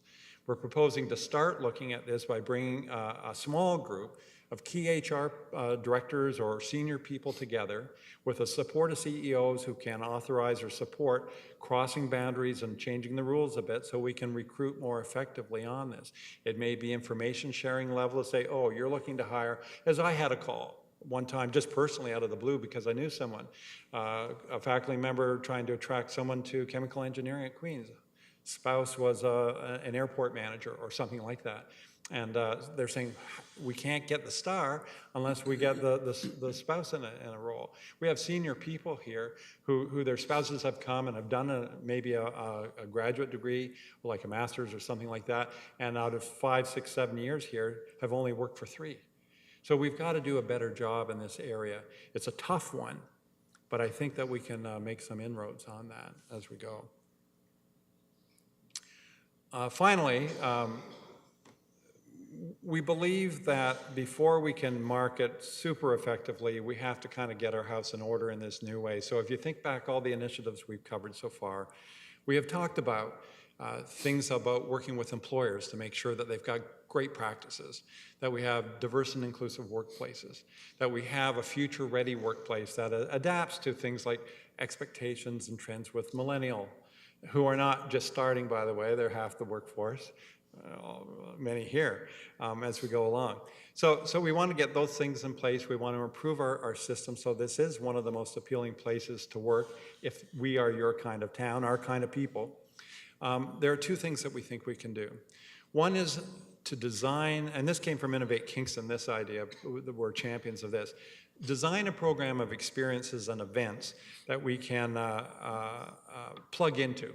So it could be on two levels. One is a way to create experiences that get especially students out of the campus bubble and connected with our community.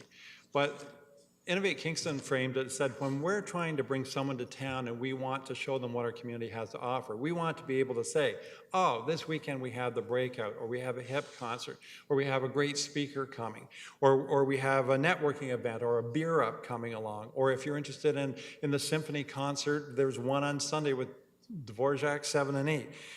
It may be the social life. We've discovered that for, not so much for families, but for young professionals, if I can use that generally, is that if you're kind of a single young professional, it's hard to plug into a life. You can have challenging work, but where's the life that goes with it? And we've taken that up with Downtown Kingston Marketing and other groups for that. So designing experiences that make living and working in Kingston memorable is one piece. That's a strong piece. And then the second part is about promoting what it means to work here. And so one idea was having something kind of equivalent to what CAP, the Kingston Accommodation Partners, does, where the employers get together and they've found a way to promote Kingston as a destination. But if we had the employers, all on behalf of the talent pool, come together and invest in how we tell our story about it. If we have a well-oiled system, how do we take that further? So marketing people have all been involved in the process. I think we have to make sure that it's a priority for them because they have a lot of other competing priorities. We need to look at content, what's bang on target to promote us. And along with that, there's some translation because we're seen often as kind of a quaint, backwoods, provincial, staid, pick your word.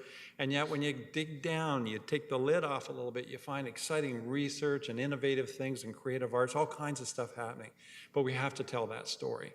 So the part of the designed experiences, memorable experiences, always something going on. You can come into town and plug and play, and then promoting what it means to work here in Kingston far and wide.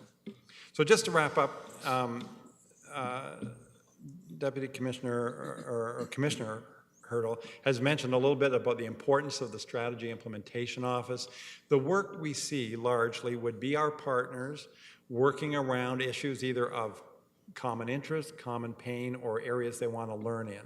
So for instance, if you were involved, like Queens or St. Lawrence and others, who use PeopleSoft technology and have trouble attracting IT people with that specialty to town, it might make sense for you to come together around a project. So partners would be there. But as we know, with every volunteer project, it needs someone to push a little bit to manage the project, and we need admin support to get people together. And we're saying this implementation office would be it. We aren't saying it's a bureaucracy. Probably needs a couple of people anyway. Could have contracted expertise as may be required by a project. Could have dedicated partner staff who are brought into it. And then the guidance is provided by that foundation of a steering team, the team of champions, that would articulate consistently a community-wide vision to keep us all working together to solve these wicked problems that we face. We've organized this a little bit in terms of projects. This is as much for illustration, but you'll see we have it in the top part are kind of 3 or 4 that are based around helping employers prepare for the workplaces of the future. We have a number of systems initiatives that I've mentioned, everything from the analytics through to the integrated hub. And then we have the marketing pieces, all supported at the bottom by the oversight and the office.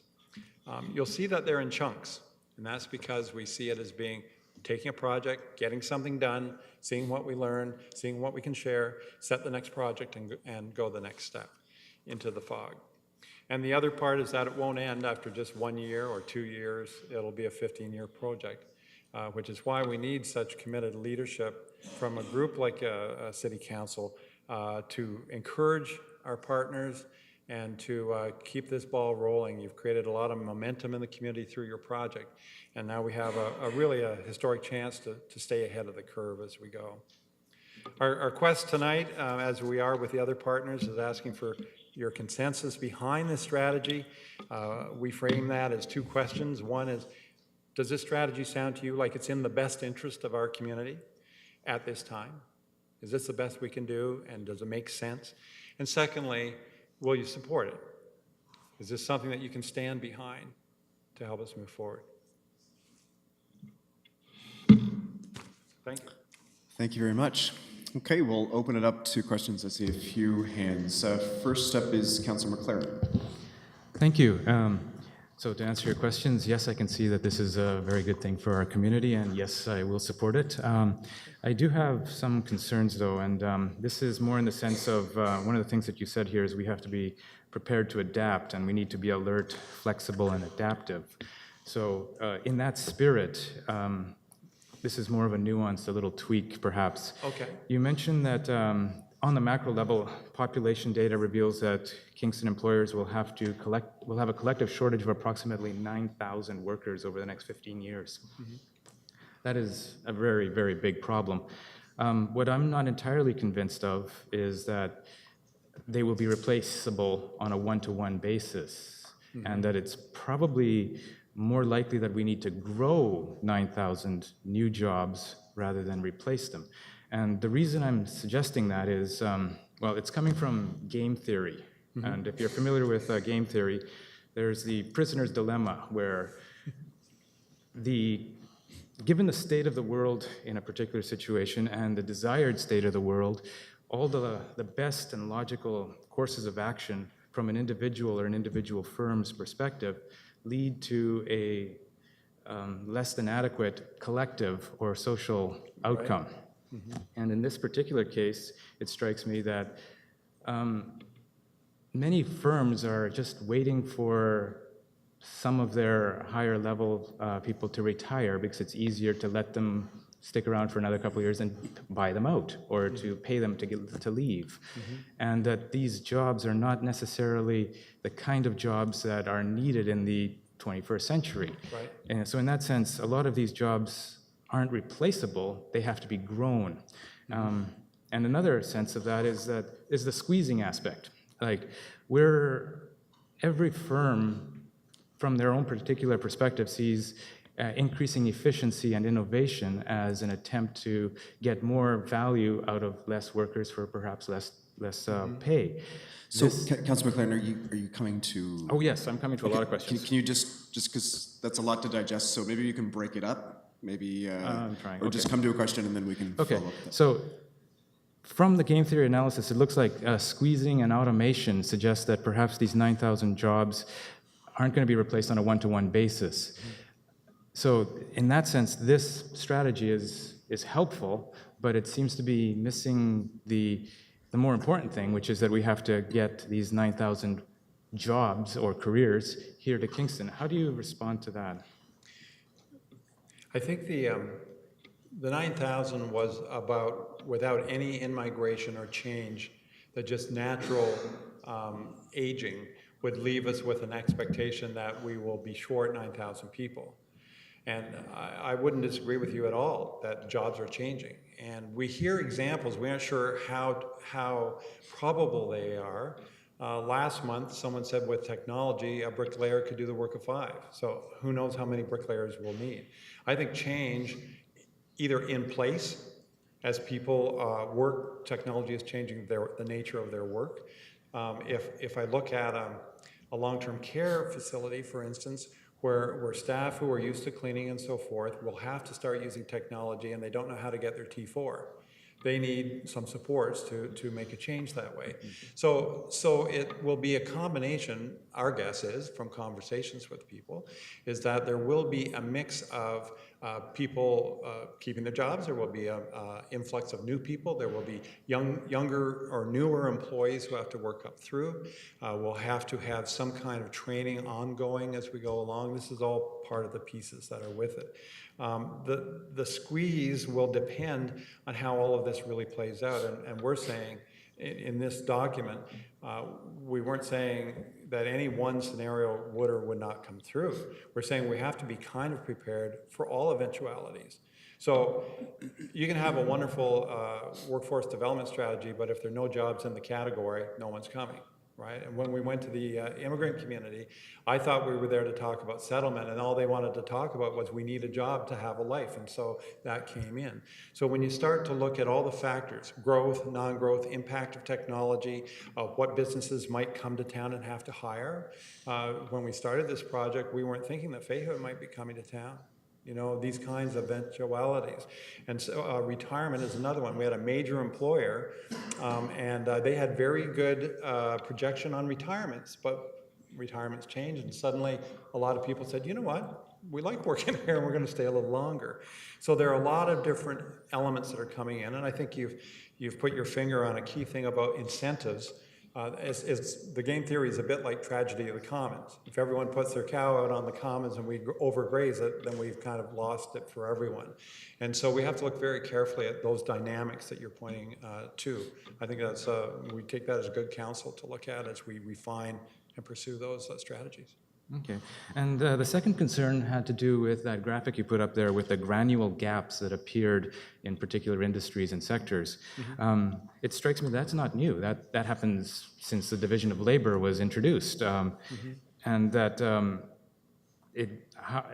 the market should take care of that. Like anytime there's a signal in the market because there's an increasing demand for a particular thing, wages tend to go up, people tend to go into that direction. And so it strikes me that if that's the way it's always been, how is it different now that we need to do something proactively where the market would normally send the proper signals and people would react that way?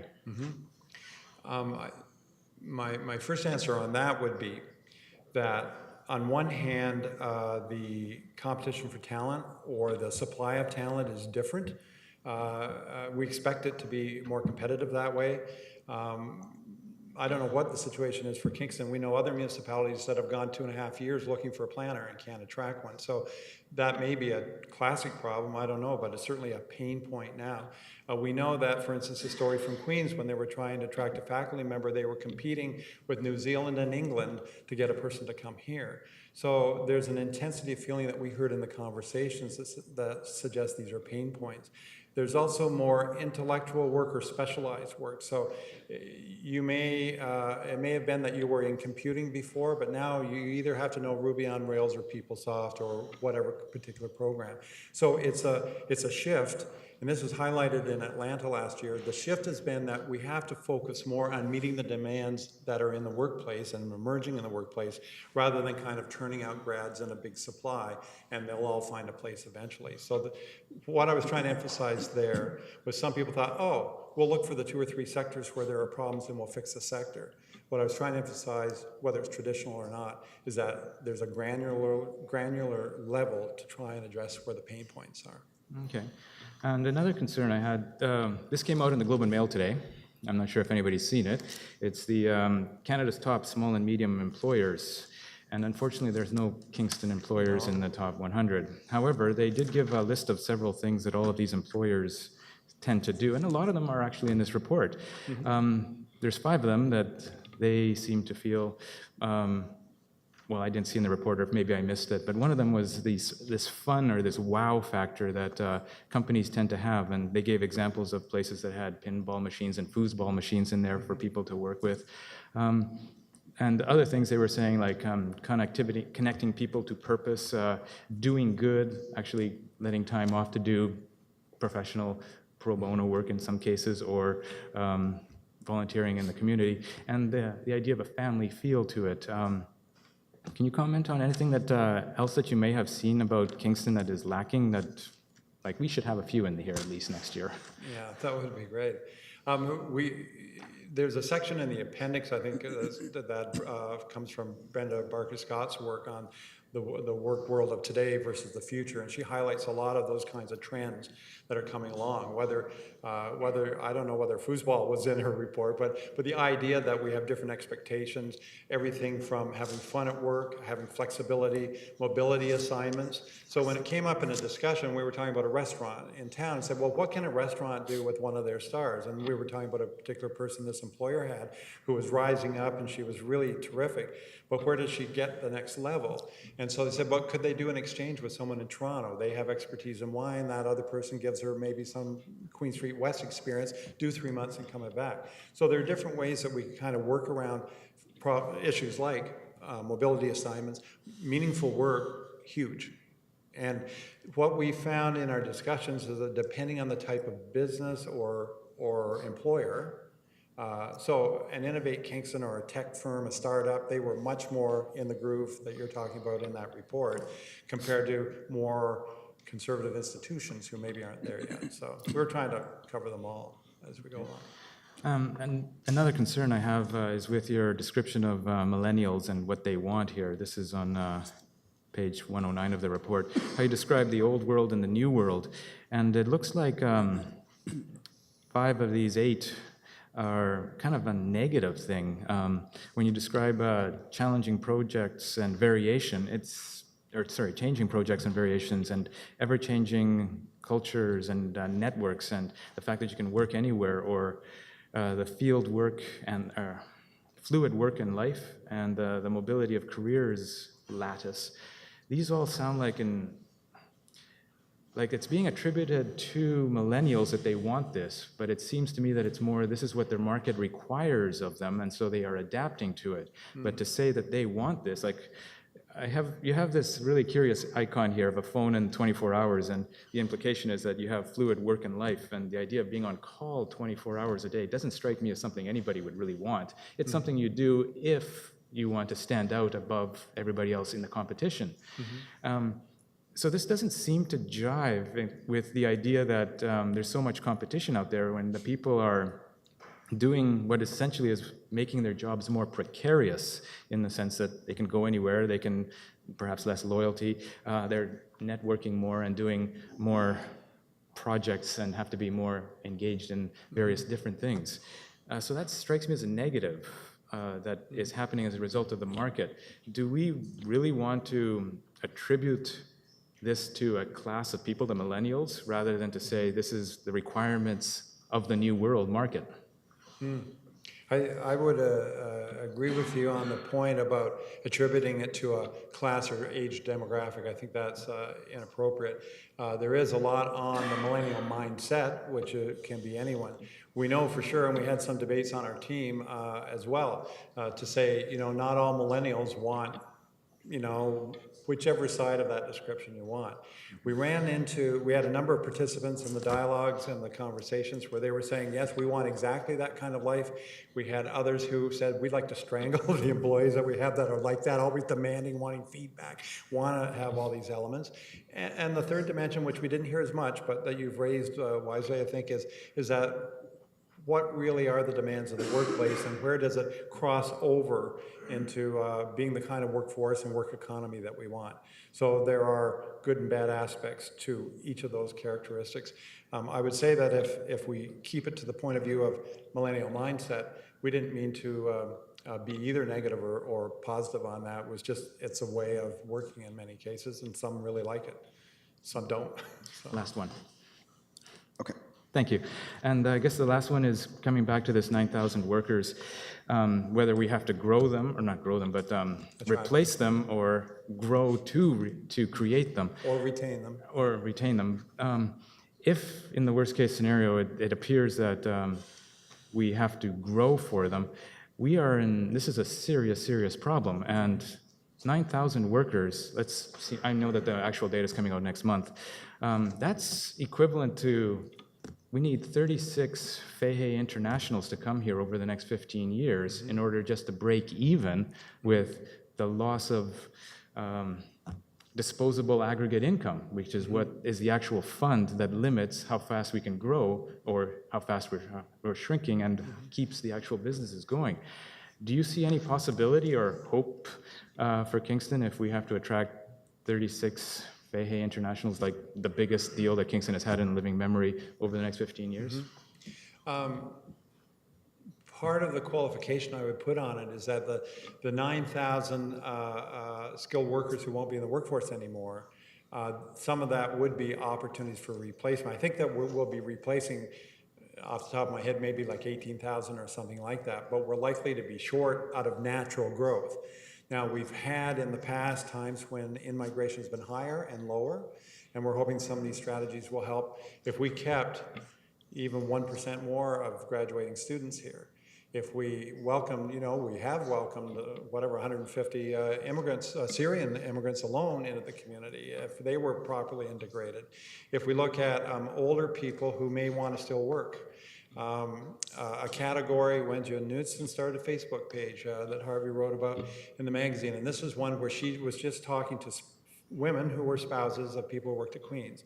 And when she got in touch with me, she had about 16 people on her little Facebook group trying to find work and whatever. These are educated women who have masters or others. Some are working at Walmart, some have none.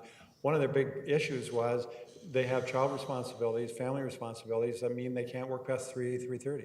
And so they cannot take a lot of these jobs. Within the space of 2 months, roughly, that Facebook group grew to over 200 women signed on. So we know that there is, we call that stranded talent. We know that there's talent out there able. And Craig was talking one day also about how our participation rate could be higher if we could get more people to participate. So we have people like Jamie Burton, for instance, who came to town. She's worked in Waterloo area with people with disabilities. She has a great employee as a quadriplegic working in her tech firm. So there are opportunities, but these are kind of the outsiders where the strategies around tapping into talent, building the career pathways, all these kinds of techniques, making them inclusive workplaces will help us attract. I don't deny that it'll be a significant challenge. I'm with you on that. But I think this gives us a way to start the practices and the culture that will allow us to survive as well as any in Ontario. So, Thank you. Thank you, Councillor Bowman. Thank you, Your Worship, and through you. I guess my question would be, we have CFB Kingston, which is obviously one of the largest employers, I believe it is the largest employer in the city of Kingston. And one of the things that I'm constantly hearing is exactly to do with spouses that are coming in. The comments are typically around, how do I find work, where do I go? So you did mention that we have 4 or 5 kind of different employment agencies and probably a couple hundred job boards or something like that. So how would this specifically address that? Because it seems to me that the whole purpose of this is simply to try to connect people and to get them where the information is. Because there's obviously a need. We know we have a gap, but how do you get the right people to find that information to fill that gap? So I guess if you could summarize that a little bit as to how this plan would sort of do that. In terms of that employer or that workforce in particular, there are 3 or 4 different issues that were involved. One was a communications issue, an awareness issue, that people think that postings change as rapidly as they used to 10 years ago, and they don't. There has also been, we've had some great examples with individual employers, Empire is one, who has worked with them directly. Sometimes you'll have a real need like Francophone speaking employees, and that's generally a need in the community, and yet you have people who maybe just need a little practice or a little support to get there, and so those programs, so in that case, the Francophone Immigrant Coordinator has worked with those, with the support of the base commander and others to take initiative. So they've been cases of targeted kind of seeing where the barriers are, seeing how we can match them up, and then the other strategies will all help with that. Both the base commander and commandant of RMC were both, they weren't on the steering committee, but they both were through extensive interviews to understand. And they've given us some good pointers too, because on the sworn side, they know exactly where you're going to be posted and when, but they employ half for civies. And so their projection for who might retire when and whatever, those are kind of up in the air. The other discussion we had with them was the number who retire and how many of them still have productive careers ahead. And so to Councillor McLaren's point, there's a bridge that we can do, building on some models that are already in place. So it's a great point. Okay, thank you. And just quickly, you mentioned at one point kind of the implementation of this and how that would move forward. And I guess my question here is, do we see the city, because I can think of different organizations, some are charities and other types that use sort of a loaned rep. So if there's a group of organizations, companies perhaps, that all have the same need. So whether it's, you mentioned something like PeopleSoft, or, there's a group of organizations that need to find a certain employee or a certain type of skill level or talent level. Is there a way to get them, I guess, because they're going to benefit from it. They're already spending money trying to find it. So it's pooling the resources. And in essence, the city would act almost as a facilitator to that need, sort of leading the way, but you could have one person or a few people at the city leading multiple projects. Is that kind of part of the view of this going forward, so that the city wouldn't necessarily be doing the work, but they would be facilitating it and kind of managing some of these groups that would be looking for that? The community partners, I think, very much see that it's the drive has to come from the partners with the most stake in the game. But we know, and we check with partners because we've seen other projects that have sort of stumbled or failed or especially just lost steam. And when we said, what was the success, what makes the difference, they said it's by one, commitment from the executives, secondly, having a plan of work so that people get it on their calendars early, and then there's got to be someone, usually two, one that's a project manager level who will push and say, let's keep this moving forward, not directing it, but advancing it, helping the partners advance, and then someone to take care of the logistics. Who's booking the room? When will we meet? Who got the minutes out there or notes out, that kind of thing. We looked at different kinds of techniques.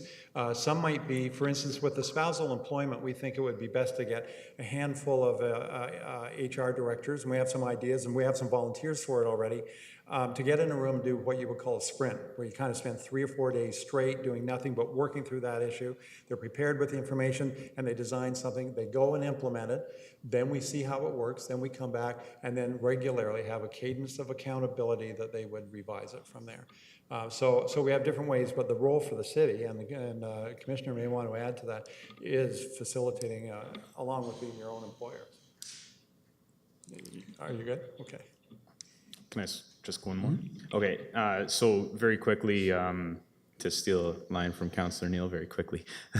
And so essentially another question would be, I can remember one of my own experiences, which was standing in a room and being told in the field that I had gone to school with at St. Lawrence that there was an employment rate of about 85% upon graduation. So in reference to a previous question, sometimes we can wait for the market and the demand to kind of, sort of meet up. I guess the way that I see this, and if this is the case, is this is more like a preemptive sort of approach, whereas some fields, it may take 8 years for that person to become a professional or a journey person or what have you.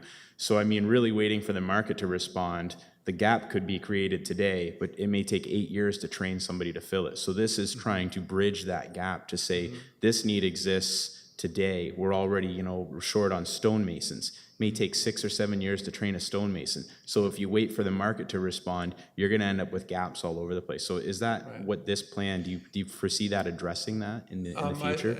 As best you can predict an unpredictable thing, I would say yes. One of the discussions we had, for instance, with St. Lawrence, they have several hundred people from industry and various sectors who sit on their program advisory councils. It also happens that 52% of St. Lawrence programs are involved with the healthcare sector. And so there's a real good fit there. And so we have said to them, they haven't answered me yet, but we said, if you're getting this input from all of these people in the field, as best they can see the future, how can we tighten the, from start to finish, how can we tighten that? Some just take a long time. Going into neuroscience will take a long time. But other things we could be more responsive to. I haven't heard if they have a program on goat farming yet, but we need a fast cycle. And so we've asked different groups, similarly with the employment service agencies, we've said, is there some way that we can kind of make the information that you have that isn't analyzed, plug that in and make it more electric so that it's a nervous system so we know sooner. If we know earlier, we can react faster. And then streamline the partnerships to achieve that. That's kind of our goal, and we think it's probably the best we can aim at this point. So with that, have you found that placements lead to more retention in the end then? Like when you can actually connect somebody upon graduation or in their final year with an employer, is the likelihood higher that they're going to stick around because they've actually got that work experience as well? pretty much universally, I'd say most people said getting together with an employer is good. It doesn't always lead to employment. Sometimes you get into it and you say, I don't really want to do that. And so, but that's good. There are programs, for instance, for high school students, 50% end up dropping out of what they first go into university or college for because they don't know what that field is really all about. So we think that connecting those is a great idea. Everyone seems to want to do it. They just they're on two sides, on two different hills, and they aren't connecting in the middle to create those pathways and connections. Perfect. But yeah, sure, I think that would be a great way to do it. Thank you very much. Thank you. Deputy Mayor Neal. Thank you. First of all, I'm going to preface by saying I have 2 degrees at Queen's, so like all Queen's graduates, I can be critical. The reality is that Queen's has never been accused of being an early innovator in a lot of things, and I recognize now they're starting to look at more co-op placements and that kind of thing. And I know that you mentioned that, and I applaud that. I mean, my youngest son went to Guelph for Bachelor of Commerce, had 3 different co-op placements, and chose to become a chartered accountant as a result of those experiences. How possible is it to have both formal co-op but also informal mentorship partnerships that can go on with many of those Queen's or St. Lawrence or RMC graduates that we're hoping to retain? Certainly is possible. One of the issues are particularly around co-op, as typically described and typically characterized as the Waterloo model, is that it takes a ton of people to make that work. If you don't do it completely right, you end up with people training and then getting a placement that isn't quite in line with their study or vice versa. So that can be an issue. But we think that there's a big potential for the mentoring. When you have a gulf between, let's say, private sector and educators who don't know how to bring people together just because they lack context and they live in their silos, I think there's ample opportunity. Separately, we did some work for McMaster on mentoring, and we found that there are different levels. Some are like life counseling, some are career specific, some are entree, open the door. But I think all of those things can be matched. There's a lot of interest among those we talked to about creating both those kinds of things. To give you an idea, though, if you think of the number of international students that we have come, just with the Limestone Board, they have 10 people working on that. And so when you think of taking thousands of students and saying, how do we design an effective, well-matched co-op program to dovetail with that, it will take more. I think the past with Queen's, I don't want to speak out of turn for them, but I've had the sense that sometimes the placements have been the wrong length. They're either too short and the employers go, too much work for me to get any benefit, and students sometimes feel there's not enough continuity. So getting it right-sized is another issue. But can we do it? Councillor Neal, I think we can. Yeah. Thank you. My next question has to do with, I know that the focus of both the speakers, both the commissioner and yourself, have been about skilled trades and professions. Mm-hmm. And I know that that's the focus of a lot of the in-migration. Mm-hmm. But I guess I'm wondering what, if we have too exclusive a focus on that segment, are we doing a disservice? I'm thinking of the hundreds of thousands of people in the last few years who came to Canada on temporary work permits. Mm-hmm. My grandfather came with a road to immigration at the time. And so I guess I'm curious about how narrow a focus we're keeping. And you mentioned the Syrian refugees, recent Syrian refugees, and they are a very entrepreneurial people. And the number of successful startups that have happened from their own initiative, and they might not have ever, if you had a point system and we're looking for skilled and professional, they might never have fit into those categories. So how broad are we able to kind of put the net of in migration? Because I think we're going to need a lot more than just professional and skilled people, which we clearly need, but that tens of thousands of people retiring are not all of that in those categories. That type of background. Yeah, I think that we've designed or recommended strategies here that will be adaptive, and we've tried to respond to where we've heard expressed needs for various types of background and talent. One of the interesting discussions we had, for instance, was with Utilities Kingston, and whenever they talked about, 30 years ago, it used to be a very physical job going up and down poles and electric trades, and schools kind of parted the ways for people at that time. But today, you have as much technology, you have a cherry picker, to lift you up. So the roles change in that, for one thing. The second part, I think, has been that it comes back to the idea of Richard Florida, where he said, even if you have all the high-tech coders, you still need someone to bring you pizza at 3 in the morning. So there's a mix of jobs, and we're saying, where are the pressure points? And so if the pressure point is a certain type of person, if we were short servers in restaurants, it would be on our list, right? We talked to the CEO of a hospital who has a long-term care facility, and she said, yeah, but bedpans and wound care in beds in seniors' homes are kind of always been the same.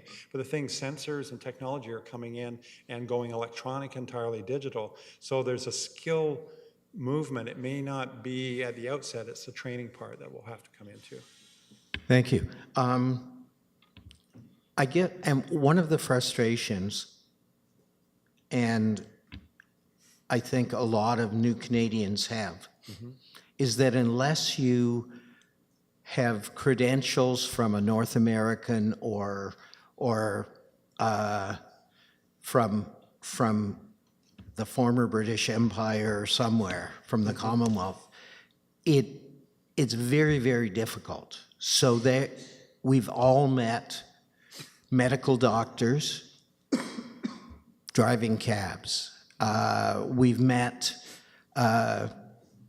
trained nurses working in housekeeping because and I'll lay the blame at the professional organizations.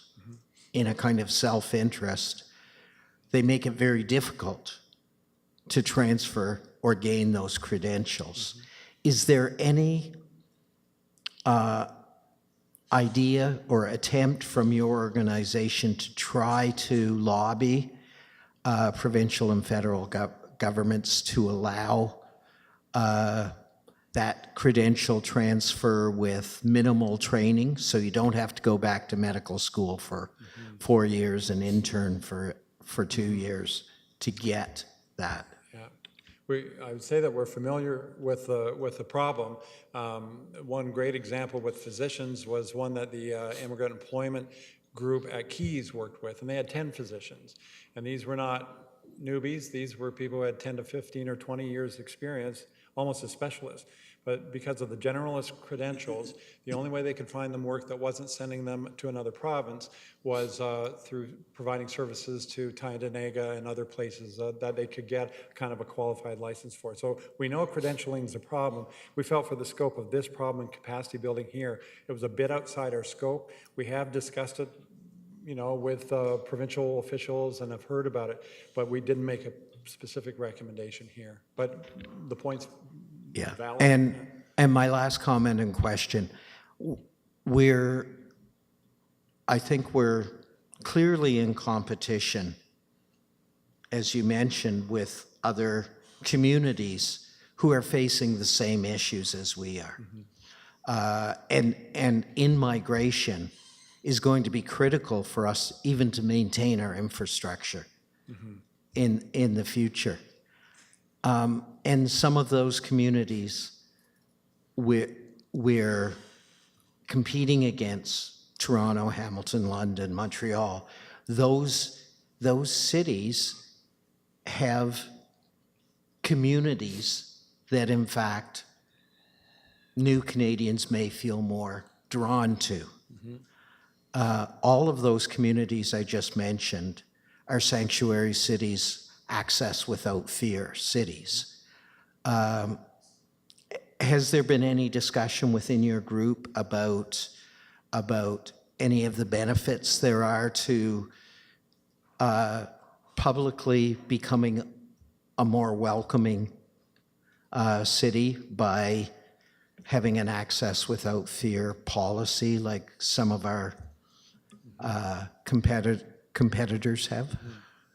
The sanctuary city concept came along partway through the process, and we didn't specifically address that at all.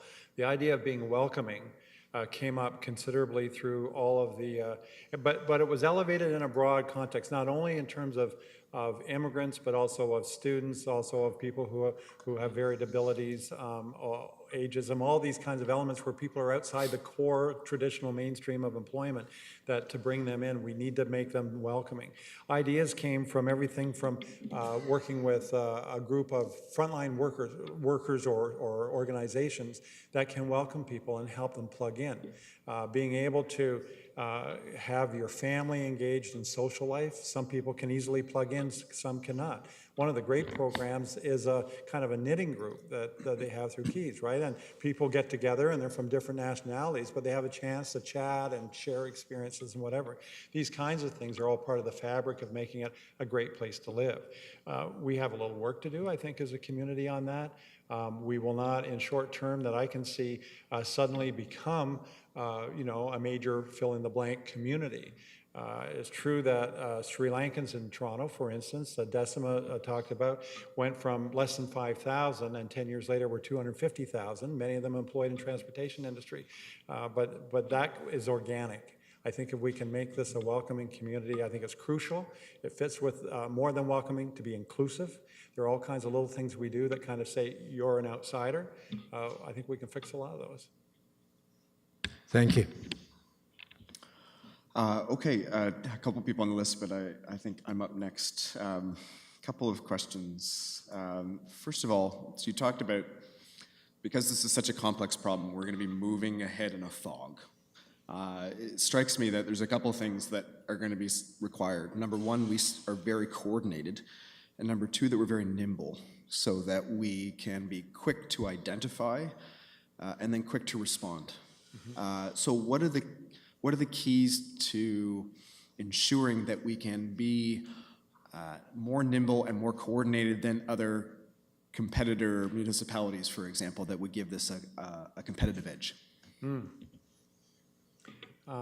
If I could offer a quick comment about the competitive municipalities, that's a broad thing. I wouldn't want us to think Kingston only, because we have a very regional workforce here with 10,000 or so commuting inside every day, so we have to take that. But to become more nimble, the very first thing that comes to my mind was an example where we convened a group of about 8 major HR, these were VP level HR people from major employers, both public sector and private sector. And I thought it would be like old home week, and we had to introduce most of the people to each other. So when we've seen Kingston achieve big successes as a global-oriented city in the past, it's been because we've had relationships we could plug together and get something done on short notice.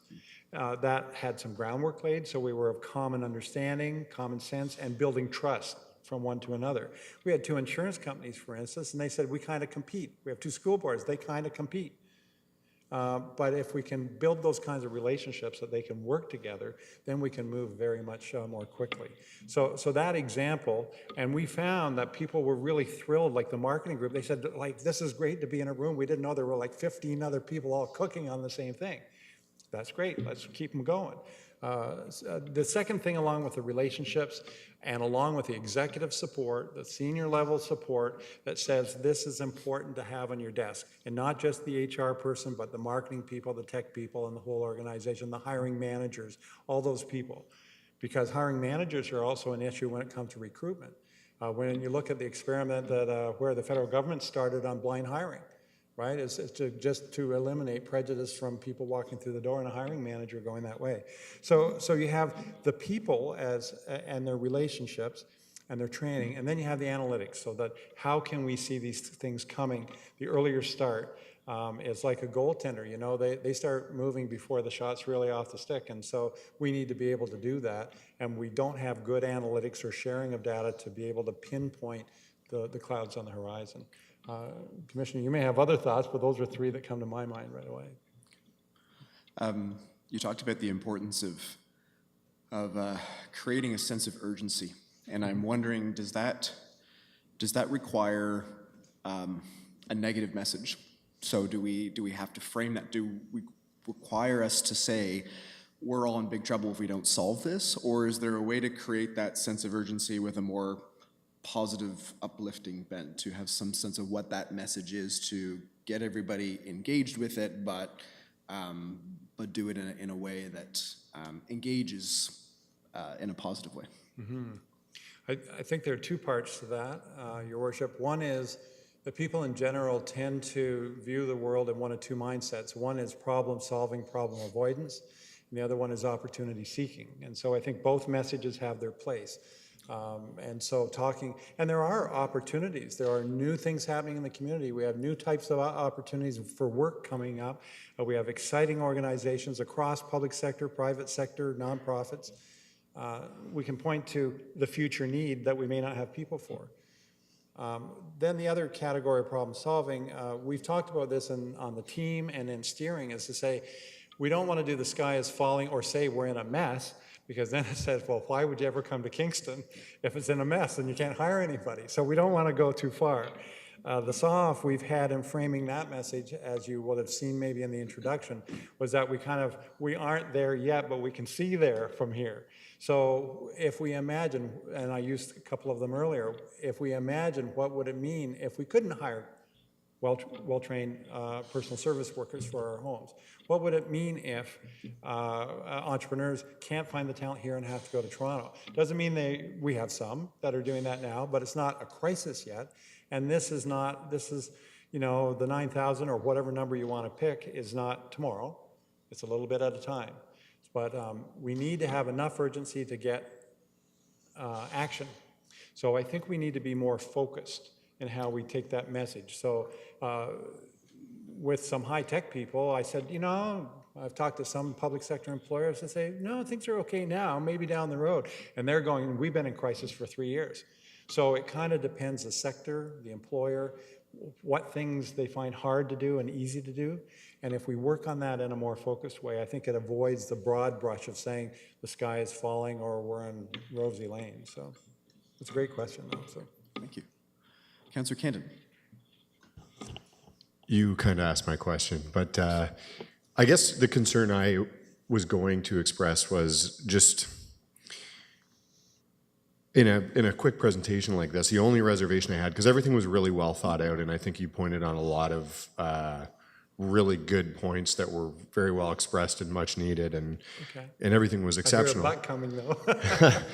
The only thing I'm worried about, or was worried about, was kind of the whole status quo thing, but I do think that I do think it was covered in kind of the whole culture change aspect, because I do feel like, for example, over the course of my life, if as I graduated university, a lot of my friends stayed in Waterloo where I went, and some went to Alberta to seek opportunity for employment, stuff like that. And I feel like a lot of times people don't necessarily see Kingston as the place where opportunity lives. So I think that culture change needs to really go in that direction, where people say Kingston is a place with great opportunity, because right now I think if you go to other cities, that may not be the consensus. So I think you may have touched on it there, but maybe not as precisely as I would have liked. Because the one thing I do feel as a city councillor is that we don't necessarily have that sense of urgency that we're actually competing with other cities. If we don't do something to move the city forward, someone else is, and people are going to migrate to that specific direction, whether we like it or we don't. Or, so I feel like we need to realize we're in a very competitive environment, and I think you may have touched on it lightly with the whole culture change, but maybe you could expand on that, because I feel like the sense of urgency is like making me want to jump out of my seat at times, because it's really taking a long and slow process in Kingston. I think that we create change very slowly. In other cities that embrace change, I lived in Waterloo when it exploded. It was very cool. It was very exciting. And Waterloo is not that nice of a city. It's kind of not nice at all. But people go there because there's opportunity and they embrace change. So the culture change, I think, could be a bigger emphasis, because at the end of the day, people go to opportunity, just in general. And I think that that's kind of the biggest thing out of this. But I don't know if you want to expand on the culture change, because I think that's like the most important thing from what I can see. Yeah, I think there's two or three things immediately I'd like to add on your comments. A culture change discussion easily goes to a kind of a blah, blah, blah. Yeah, we got to change your color and culture, and there's no way to get at it. And it's certainly true that opportunity drives. We've seen that in the reversal of immigration patterns based on what's happening out west, right? Whenever some of those job opportunities ended, the flow has changed. When you look at what's happening here, I think one is telling our story better. So we have wins. A second one, and many people that were involved in the process said, don't blah, blah. If we don't have opportunities, don't say we do. So it's a case of being authentic about that. And there are some kinds of disciplines, while there's urgency and competition, we will never be able to compete in those areas. We don't have the opportunities really to offer. So to be more focused in one way, and then to drive it, because taking action is a combination usually of culture changes on 4 levels. One would be on the idea of levels of ideas, which we're talking right here. A second level is on the level of the values that we bring, which is kind of a Kingston culture, and some of those will take many years beyond my lifetime to change. A third thing is on our practices, and that's what all the parts about the employer practices was about, changing how we go about recruitment, how we approach that. But ultimately, in this report, the issue about culture change was about the mindset and the way we work together. The current culture is one of, for the most part, is one of working independently, looking after your own needs, posting your jobs, filling the vacancies, and do another. And we're saying here is, you won't be able to just advertise and fill your positions. You will have to fill the pool, and the only way you can do that is by working with others. That's a harder way to go, but we think that that's what will elevate us if we can get this right, if we put our shoulder to it. The only way that we'll pursue it, though, the change, is if there's real need. So that's why I talk about pain or common interest, and I use the example of PeopleSoft IT, or you can pick whatever. Could be in your industry or anybody's background, and say, this is where we're really hurting, this is where we're threatened, this is where we need to work. That will give it the gusto for change. We just have to feed and support that as we go along. Commissioner Hurdle? So thank you, and through you, Mr. Mayor. I think maybe just to add to that, in terms of the culture change, and I'm not sure, Councillor Camden, if you were thinking more about culture change or how people from the external perceive Kingston. So if I'm a young professional in Kitchener, do I want to come and work in Kingston? And I'm not sure if that's what you were also referring to when you were talking about how do we change that that culture in terms of how the city might be perceived from the exterior, and being able to attract people to come to Kingston. So there is a section, and we went over it, that talked about how do we build the employment brand. So how do we tell the Kingston stories? Because there are a lot of cool things that are happening in this city. But you're right, we've heard a lot of comments throughout the different sessions about how Kingston is seen as a retirement community, and not necessarily one where there's a lot of innovation that's going on. So we need to change that, and we need to tell those stories of those things that are happening within our community, so that it does make it maybe far more appealing for some of the professionals that we're trying to attract, or people that we're trying to attract to our city. The other thing of culture change as well involves creating the experiences that are involved too, because people really remember that. So if people came for the hip night, they think of Kingston very differently than if they've, not been engaged at that. CEO Hunt. So I just want to add that, we've been talking a lot about filling employment gaps, but what we're also talking about is investment to the community. So in your report, there's in the staff report, there's a section in there that talks about the employment land sales that we've seen in the last number of years, and that's an indication that people are prepared to invest here. We have quality of life. We have life to offer. We have changes or circumstances will be different, and it's an alternative to living in Toronto or other large cities. And so it's not a matter of identifying what the gaps are and how we're going to fill them, but it's also encouraging that investment to and to have an available talent pool here in the community that investors know that talent pool will be developed here. So I often like to think about it as though I think the statistics are 3% of the graduates of Queen's actually stay in this community. If we could move that mark to 4% as an example, that's a substantial increase.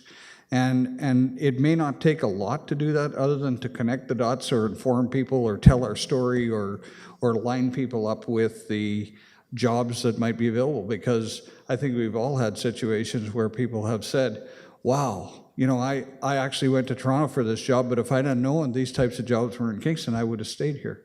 So a lot of it has to do with the fact that we have created the way we've worked, and that's multiple institutions and businesses, small businesses included, as a certain style or approach or culture to the way we've tried to retain and attract employees.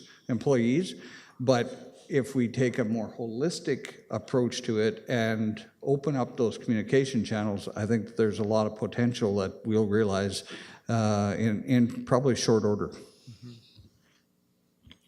Thank you. Councillor Schell. Thank you, Mayor Patterson. One of the, when you get something this big and this broad, and with the timelines, what I've put back to myself is reporting back. We don't sort of have timelines on reporting back, and we don't have a baseline. I've heard like 9,000 people, but I don't know what our baseline is when we're going to put money into this strategy. So I'm wondering about that sort of thing. What will be the baselines? How will the group be able to report back to council on the changes that have been happening, so that we can understand how the investment has been working? Playing out. Do you want CEO Hunt. So, Councillor, part of the implementation office to introduce this is to gain some appreciation for the types of things that are going on and to gain some traction on some of these initiatives.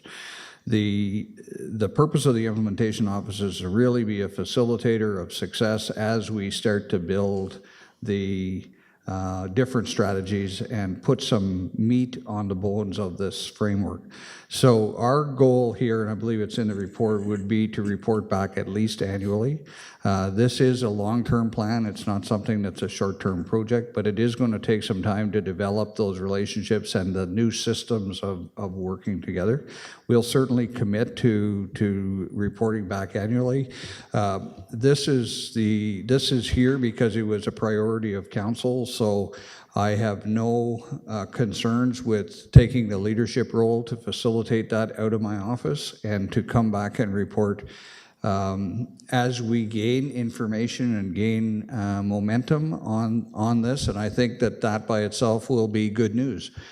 So it may be in the early going more frequently than annually, but I think that certainly we want to have the opportunity to begin to dissect some of these initiatives and put some new operational approaches in place as it relates to the overall collective approach across the community. if I could add just a quick comment, is that there's also a fair amount of peer accountability built in as well through the steering committee and through that office. We hope that you will take the lead on that, as the CAO has mentioned. But in the appendices, it also identifies a certain, we call it a cadence of accountability. What we've learned from some of our partners is that when it's only quarterly, I think the youth employment strategy was one where quarterly didn't seem to be fast enough for them to account to their partners, so it might have to be faster. But we're just at the stage now where we're seeing what the partners will commit to in leading this forward. We have commitment and principle from everyone. Discussions like this with Queens, with St. Lawrence, with United Way, with KECO, all of these groups, as we firm that up, then we can put stricter accountabilities on there for reporting back. So it's a key point. We're just not quite there yet. So. Thank you. That helps. I've sort of been making notes to myself in that we've had a lot of the anecdotal things about what individual organizations are doing, and I certainly know, reading some of the names, what those people sort of specialize in, maybe spousal employment through Queens. So what I'm trying to figure out is the overarching picture that we're looking to get buy-in from employers, in that Queens doesn't really care who stays here or who doesn't, because they need the students, you know, rolling in and rolling out. Is it sort of, we as a city are asking for buy-in from employers on behalf of the city of Kingston? Like, we're trying to get employers to understand the city has a need that's beyond their individual organizations. Do you mean the city as a community? The city as a community. Yeah. Yeah. Yeah. To try So, to. so an issue like spousal employment, for example, while Queens may be trying to hire and can hire their person themselves very well, except for that roadblock, which is a career for the spouse, which requires something in the community. So there's a trade-off in those kinds of areas. When you go to an organization like St. Lawrence College, it's a very big deal that they can find work for their graduates, and that they have the analytics, which when they sit with parents to say, come to St. Lawrence, they need to know what the opportunities are. So there's a lot of trade-off. We've had private sector employers saying, I know we compete, but we're going to have to get beyond that. We're going to have to get beyond territorialism, or else we're all going to, it's the tragedy of the commons thing that Councillor McLaren has mentioned, we'll all have problems if we don't work together. That's a hard thing to do, but we've already made some progress on it, so we'll see. Okay, Commissioner Hurdle. Thank you. I just want to add that, I mean, when we started the process, the city obviously is facilitating the process, but we didn't have to convince the employer. So whether the employer was Queens or it was school boards or whichever other employers were, corrections, or some of the smaller businesses at the table or non-for-profit, that they had challenge, or they were foreseeing challenges in terms of their employment situation. So all of them came to the table with, in some cases, different challenges and differences of opinion, which was actually a very good process to go through. But we didn't have to go out there and sell it to them and convince them of that. They came to the table, obviously very committed and very convinced that this was something that the community needed. And not all aspects of the strategy has an impact for all employers within the community, but there are definitely elements that do impact different employers.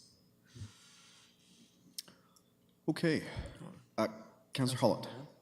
Thank you, Your Worship. Sorry, I missed it on part of the presentation, and this may have been covered, but I'm just looking at recommendation 2.3, which has to do with diversity in the workplace, and the various elements that are addressed, the 3 points, mostly look at employment sort of for the employee, employer, once the person has, let's say the applicant has gotten through the door. And I've, in a previous life, have had experience working in employment service and developing resumes with clients who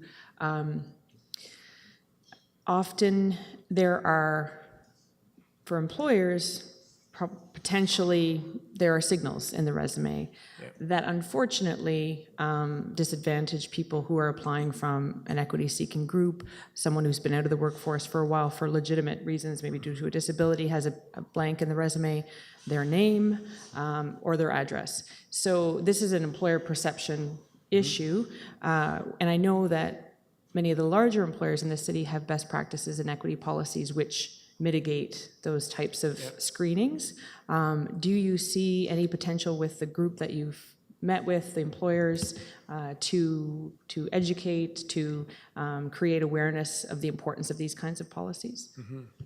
I would say very much so. In both in the appendix, there are 4 different options, I think, included for ways to advance diversity and inclusion as an initiative.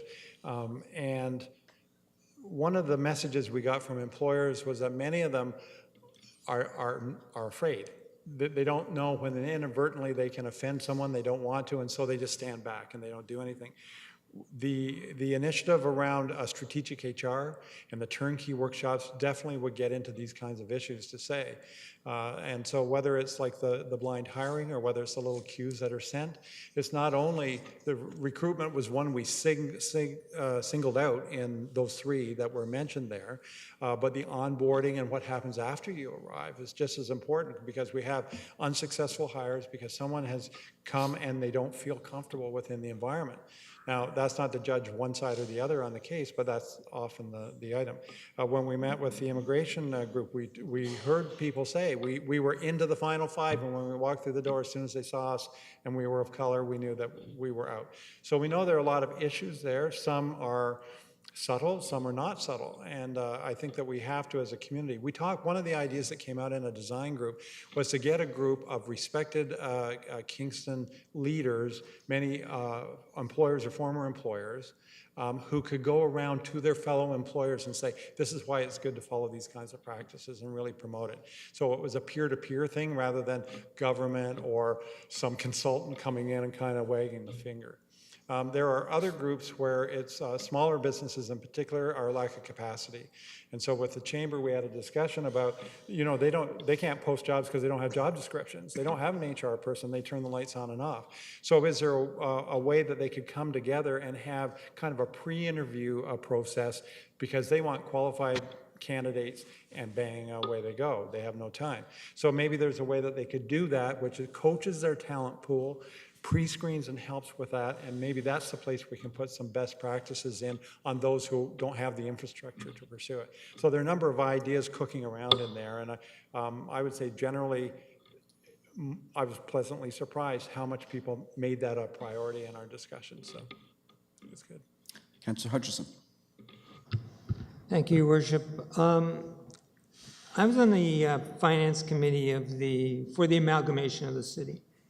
And part of that whole process was to look at Kingston as a retirement residence city. We heard a demographer from Queens say, that's not true, that basically people will tend to retire where they live. And where their families are. And where their families are. And Kingston will be no different than anywhere else. So my question is, what is this, 20 years on?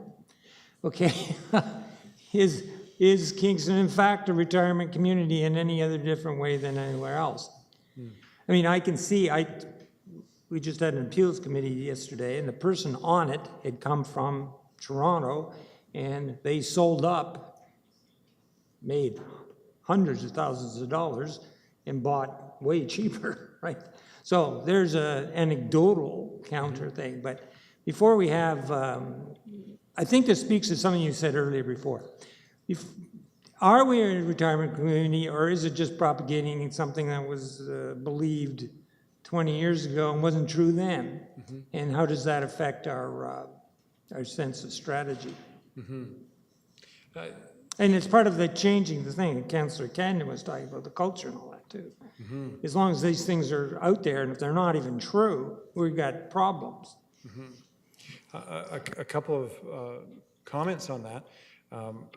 One is that I don't think in this report anywhere did we say that we want to promote being a retirement community. It may be a good strategy for some people, but overall, for what we see as the workforce development needs, we aren't promoting that part. It has an indirect effect, of course, but generally our tone through the report has been, if it's good for one particular side group, is it good for more? Same way that we said for inclusion. If it's good for an immigrant, is it also good for someone coming back 10 years later? Is it also good for a student? Is it also good for someone who has varied abilities? So we look at this a bit the same way. The strengths that we have as a community may very well fit with a retiree, if you want to call it, or it could be a retiree who's 50 and still has 15 or 20 years left of work life, or it could be someone else. But equally, if you want to give up your 3 hours commute in Toronto and $1 million home and live here, then what's the difference between a 30-year-old and a 70-year-old? It's the same kinds of factors. I don't think that we can really change too much of what we are in the near term.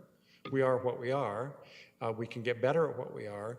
And then it comes down to what do we promote.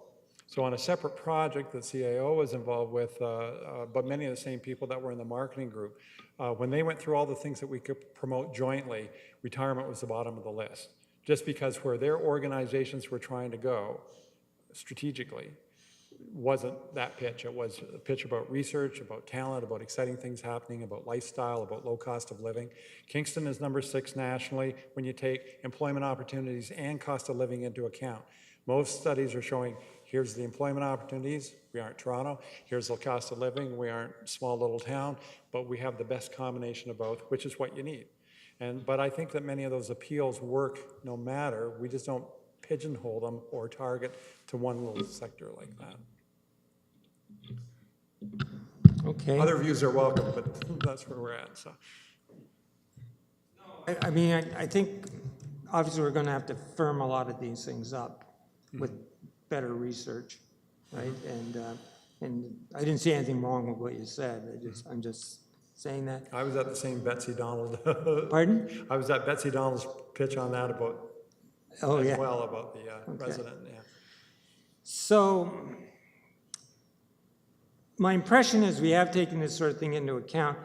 We had a thing on the night economy last night, and at the same time, in this report, you talk to the fact that, or the situation where if we're attracting people, they tend to be from small towns or smaller cities who see the benefits or the attraction of a slightly bigger city, right?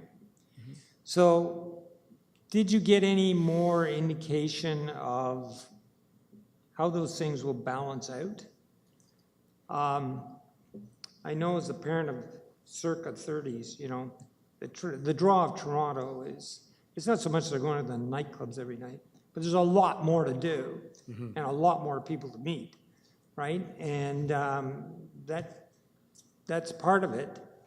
And I was trying to talk to someone, well, to Peter Kirkham actually, and say, you know, this actually counts, Peter, not to you and me, but to millennials it counts, right?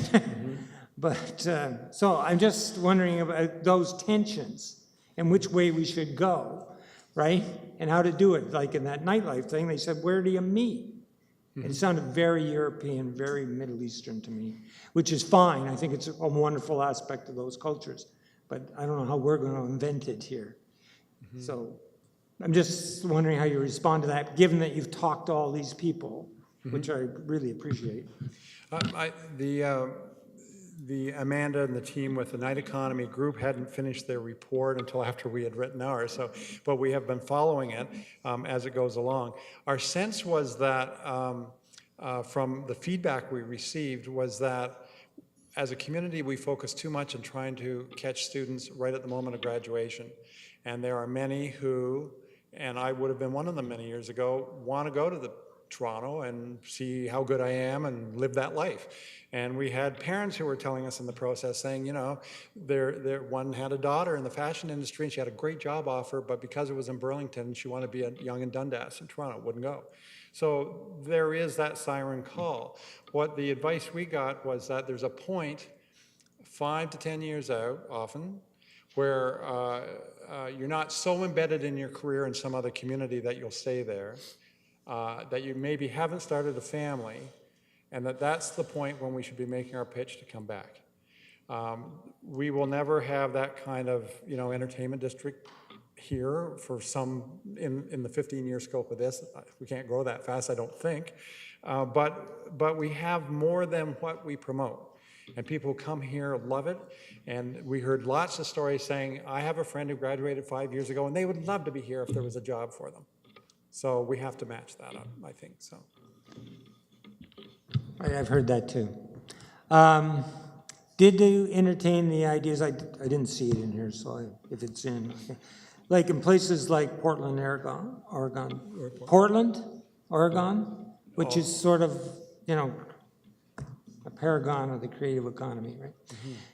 Where they actually offer low rents to students and other types of things to keep the nascent creative economy coming into their, they do a lot more than that, but into their community is one of the things they do. Mm-hmm. Do people talk about that at all?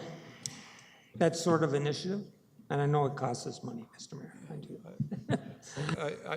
I would say that there were references to the quality of life in the community and the signals that it sends. So the idea of decisions that you make about that influence the kind of community that we have, or planning decisions, things like that, they all send signals. I'm not going to get into all those issues that you have, but they did come up, and we'd have people would ask, oh, I understand that the city decided this. Do they not want millennials here? Or that kind of comment would come. It raises a point that when we were doing this strategy about workforce development and immigration, it touches all the time on the other pieces that go with it. So what's the quality of life here? So if you're a mountain biker or whatever, that is equally important. If what's the quality of the work here, the career here? So we got into the thin economy. The first draft had a lot on thin economy.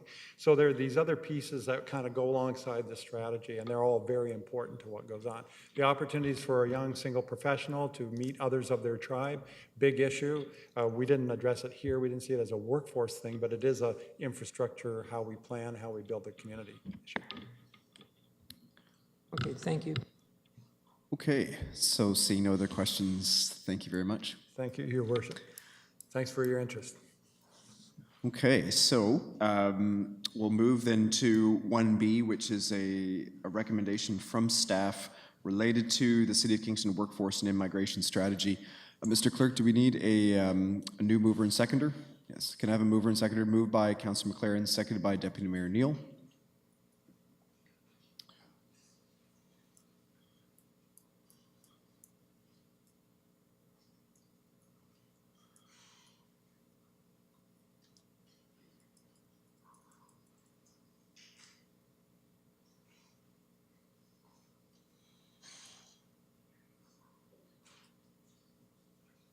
Yep, so we'll call the vote, please. Okay, so it's on the floor. We can't have discussion. I just want to remind council, it is almost 9:30. We still have another item on our agenda. So with that said, Councilor Hutchison, you have the floor. Yeah, I just wanted to say that that I think we should, the staff should think about reporting back sooner than in a year, which is what I heard earlier. One way to get people to feel there's urgency is to move as quickly as you reasonably can. So I'm thinking more like 6 months to 8 months, just to see where we're at. And then we will maybe be able to transmit to other people the urgency of what we see. I mean, we're talking 2021, and the effects actually start way sooner than that. So I know that there's high workloads and all that, so I'm appreciative of that. But I think as a city, we got to move on. And from my point of view, I've been talking about, and a couple of other councilors, since my first term. So here we are. It's like 7 or 8 years later, and we're finally getting our teeth into this. And I don't mean that as a criticism. I just mean things have a tendency to get bogged down in all kinds of other things. So hopefully, I'm not going to make a motion or anything. Hopefully staff will take that into account. The other point I wanted to say is somewhat like Councillor Neal, I wanted to support that we should be trying to maximize and not forget the bulk of our workforce. There's a tendency in this to look at professionals and maybe high technical and skilled labor force, not even the skilled labor force, particularly if you're talking electricians and plumbers and people that we're still going to need. So I think we should try to focus on that as well, because we've had this focus on professionals, but they're actually a pretty small portion of our population, and we have underutilized workforce as well. So that's I just want to quickly say those two things. Thank you. Thank you. We will call the vote.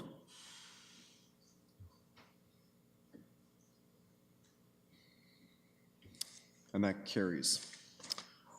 Okay, on to our information reports. So again, we will start with a briefing. So we'll ask CIO Hunt to provide introductory remarks and brief council on Clause 1B, information report with respect to the public engagement framework update.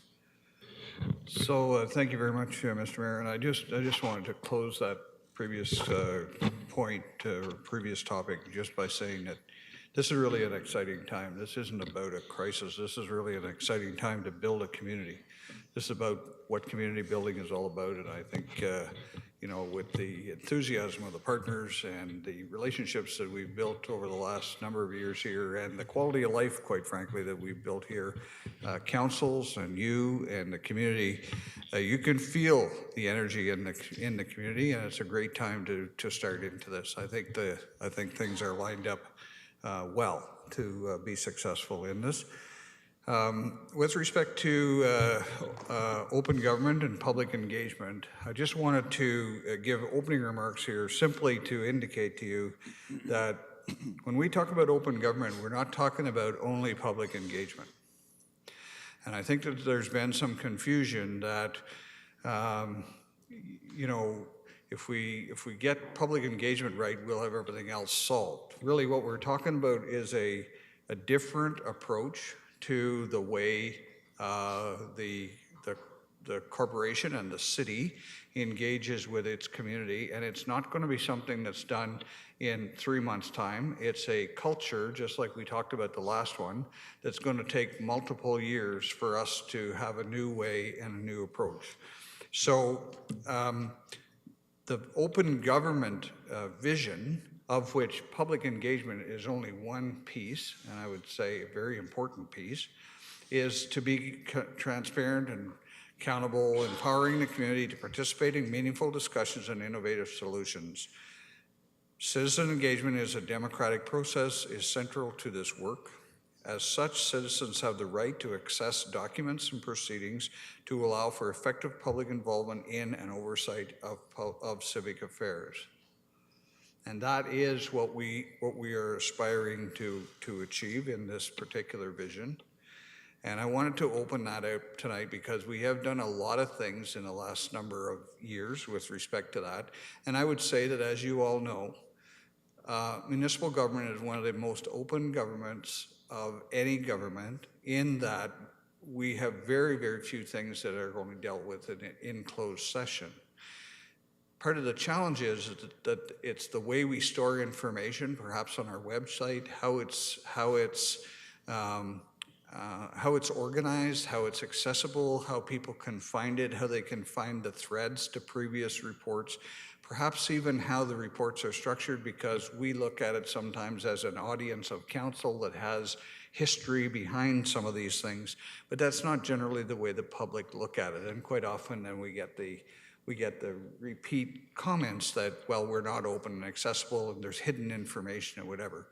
But I think we all understand that that is not the case, and we're trying to strive to get better. And we're spending a lot of energy and time trying to devote immediate responses to fixing very minor things on our website, as an example, or on our KingNet solution. We need to react immediately to those things to get them fixed. And they're small initiatives that'll pay huge dividends in this whole process. So I want to turn this over tonight to Dave Johnson. Dave has been part and parcel of the reporting and the architect of much of the stuff that we have been doing, and I want to thank Dave for his work on this.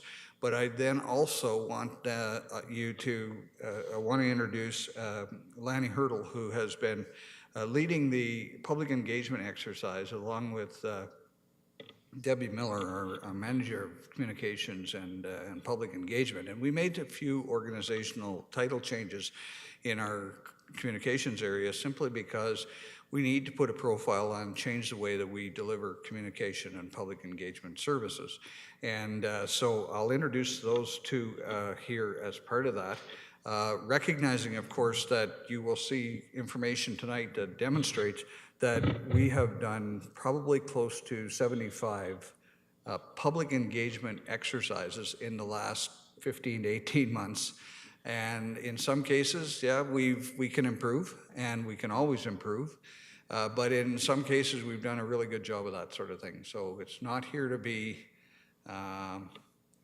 to be defending the way we do our work. We're trying to learn and grow and be better at it every day. So, Dave.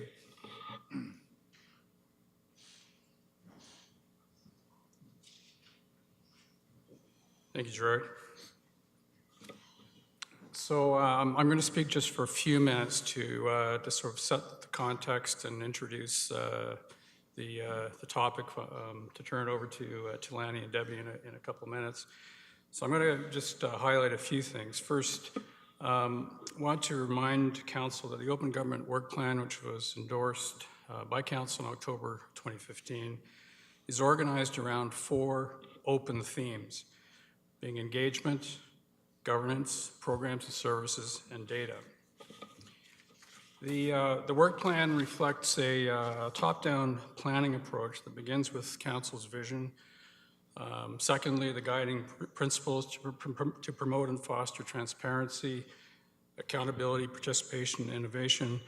And finally, a series of desired outcomes that are focusing on the issues of inclusion and ownership, collaboration, greater understanding and awareness of activities of council, improving participation in civic affairs, and lastly, leveraging technology to share information and data, support collaboration, citizen engagement, obtain and share feedback, and improve the responsiveness of city services.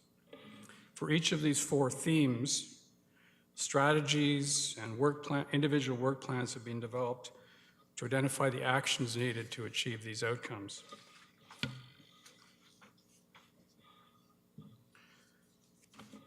Very quickly, some of the highlights and the key accomplishments to date were included in the report, but I want to highlight a few of them in particular.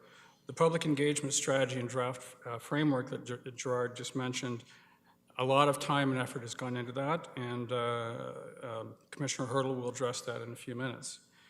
But we've also we put a lot of effort into events that encourage participation in civic affairs, such as Beyond the Classroom, Escape from City Hall, youth forums, council meetings in the community, and expanded use of technology for web streaming and on-demand video of council and committee meetings that are now available on our YouTube channel. We've also seen a significant growth of the city's social media presence on Facebook and Twitter. We have a customer experience strategy with associated principles and guidelines to ensure a consistent, responsive, and customer-centric approach to service interactions with the city. We have a new information management strategy which establishes principles such as digital as a standard, information as a public asset that is open and accessible yet secure. And finally, an open data pilot project and soft launch of an open data catalog with an initial 20 data sets on the city's website. Looking forward, our intent is to continue to engage with the community on the activities of council and civic affairs generally. And with respect to customer service, we'll adopt and publish new customer service principles, guidelines, and standards. We'll expand our city service offerings and capabilities at select facilities. We'll select and launch a customer relationship management or CRM system to manage and report on customer interactions from initial contact through to resolution. We'll enhance our digital tools, such as mobile apps and changes to the city website to provide service improvements and further engagement opportunities. With respect to information and data, our intention is to amend and update the information records management policy and bylaw to reflect that digital-first strategy, to address open access and support for data-driven decision-making, and to apply data analytics to drive customer service decisions and to measure progress towards our realization of Council's vision for open government. And formally, we will launch formally an open data portal with expanded data sets and certainly including transit real-time data feeds. But finally, with respect to open engagement, we'll finalize and apply the public engagement framework, which is mentioned, which I believe is arguably the cornerstone or flagship which embodies the principle of open government. And with that, I'd like to turn the podium over to Commissioner Hurdle to provide the update on the public engagement framework.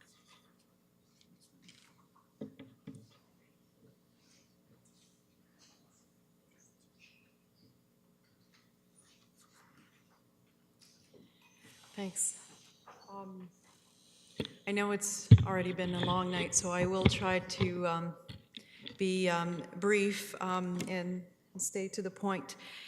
And what I'd like to do tonight, obviously this is for information purpose, and it's to update Council on the public engagement framework in terms of where we're at, what we've heard from the public so far, and what are some of the next steps and where we're going. And what I'm really hoping is that we'll also hear from councillors in terms of either things that you feel we might be missing or that we should be considering, because this is a good time to do it as we're still in the process of amending the framework and going back to the community. So very briefly, some background information. The work around the public engagement framework started back in 2015. There were various initiatives, workshops that took place to collect input, feedback from the public, to look at things like key principles around the public engagement framework. We then also reviewed best practices, and in the staff report, you have a list of municipalities that we have reviewed, which is quite extensive, both within Ontario and Canada. We did issue a draft public engagement framework in February of 2017, and then held focus groups, surveys, and we had open house as well as one-on-one meetings with members of the community that requested it. I want to point out that even though the city hasn't had an actual engagement framework, we have done a number of public engagement activities in the past years, and Mr. Hunt referred to some of them. You have the numbers for various years on the slide here, and I'm not saying that those were done, they didn't need improvement. Obviously, we're here because we're trying to improve in terms of how we do our public engagement, but I just want to point out that public engagement is something that the city has been doing for some time. So in terms of what's included in the framework, I want to touch on two things before I get into the public input and feedback. The first is around the level of engagement, so the continuum. And basically, any public engagement will start with information. And what we've heard, obviously, is that that's key for the public to have as much information as possible, as early on as possible in the process. And this particular level of engagement or continuum here is something that is also used by the International Association for Public Participation. So that's also, if you look at other municipalities and their framework, you'll find that common trend across, I think probably all of them are using this engagement continuum. And what it means is that different initiatives or projects may actually, fall within different categories in terms of engagement. So not everything, for example, would be a level of engagement of empowering. So I'll give you some examples where we would have empower. Your by-elections coming up would be empowering, where the final vote of citizens make the decision. You would have appeals committee or a committee of adjustment. Those kinds of things would be empowering as well, where people are actually making decisions, and these are not necessarily coming to council, they're final decisions. You have other processes in between inform and empower that we have been using more and more recently. And I'm going to use collaborate as an example. Waterfront master plan. So we had members of the community that worked on the master plan, were quite engaged, involved, and had a direct influence on what was being recommended in terms of prioritizing projects and so on at the end of the day. So that was very much a situation where we used a collaborate level of engagement. And you're probably seeing more and more working group type things coming to council. Again, working groups are that kind of involvement where we have a collaboration, where people are very engaged. The school property working group that we had recently, and we brought a report to council that reflected the input of members of the working group. So we do have involve and consult, and of course, again, it depends on the initiative. Sometimes we'll have much smaller initiatives or impacting fewer people. And at that point, we may choose to select something like a consult or an involve level of engagement. I do want to point out that currently, as it's set up in the framework, the level of engagement is primarily determined by staff with we have a number of questions that staff go through to actually try to select the proper engagement level. And those questions are laid out in the framework and in the worksheets. I also wanted to touch on the techniques because a lot of people sometimes confuse the level of engagement with the actual techniques. These are not all the techniques. This is one example of a technique that can be utilized. The techniques are listed in the worksheets, and I think we have over 30 techniques that are identified in there. And they could include open houses, public meetings. In this case, I've selected this one, which is tours. So going back to the level of engagement, you'll see what we've tried to do is we've tried to match up basically the level of engagement. So when would you utilize tours as a technique for your public engagement? Well, you could in this case if you're trying to inform, consult, involve, or collaborate. Some you'll find as you go through the worksheets, you will find that some techniques are actually very limited in terms of the type of engagement or the level of engagement that you're trying to target. So I'll give you an example. If you pick a level of engagement that's to collaborate, you're obviously not going to select just an open house as your engagement technique. You want to have a lot more variety, and you want to have people that are able to actually participate in the process. Open houses only provide so much participation possibilities. And I understand that's a lot of information, so if you want to come back to that later and ask questions, I'm fine with that. But I will move on to some of the feedback, which I think is what I want to focus on. Some of the feedback we've heard so far through all the sessions we've heard and some of the next steps we're looking at.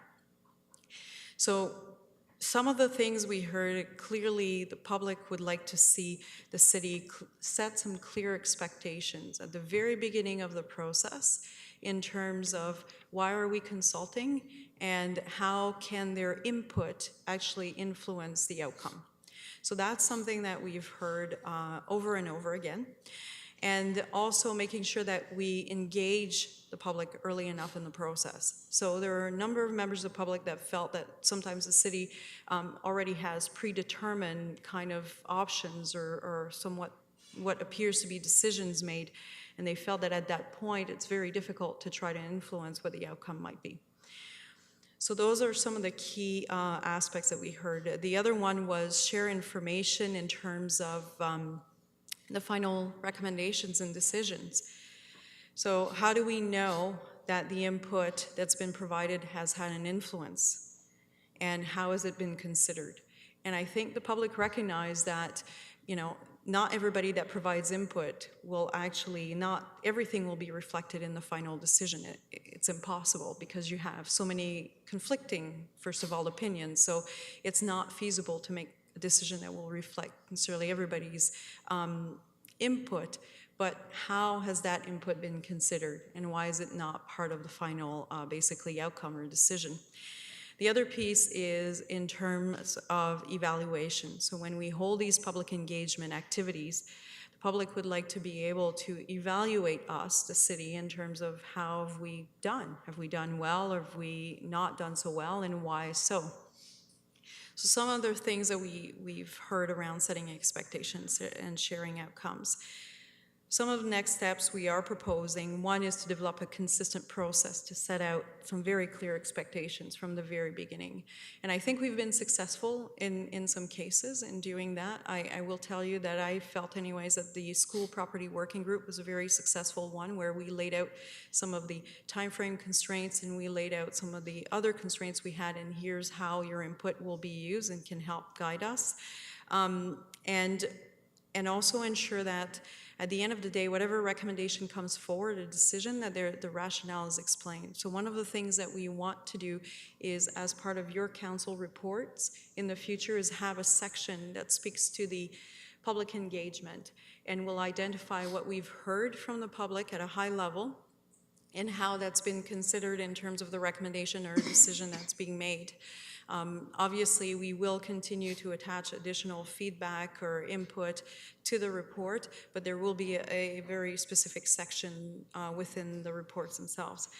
And we are going to review the evaluation process to see how we can make sure that we can integrate some public input in there. So rules of engagement was a very interesting one. We heard a lot from the public on that. The public felt that it was generally the tone was very negative. I'll put it this way, that's what the public definitely felt. We were definitely told that expressing passion or emotion doesn't mean somebody is disrespectful, and we completely agree with that. But on the other hand, it was interesting because we also heard from a number of people that said it's important to have some kind of rules that are set out at the beginning of the meeting, because people that are not necessarily used to attending meetings and are not necessarily comfortable in speaking in public can be easily intimidated. And if there's no set structure, and if people can interrupt you while you're speaking, for example, or people are not kept to their time frame and you're not allowed to speak because you don't have time anymore, that's not very helpful for people that are also trying to be engaged.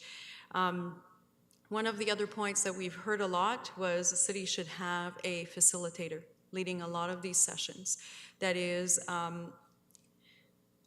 I would say separated from the content. You still need your content experts at the meeting because you need to have people that can provide answers to questions. But in terms of leading the conversation with the community, there were a lot of comments about having an external and separated facilitator.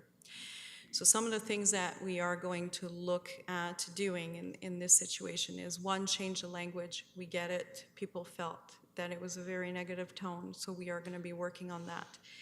We are planning on maintaining something in the document that speaks to some kind of structure and whatever they're called guidelines of participation. You'll probably recall that council had passed a motion to actually direct us to include something along those lines within the public engagement framework. So unless we were to get a completely different direction, we do intend to maintain that, and I think some of the public input also indicated that we should have something.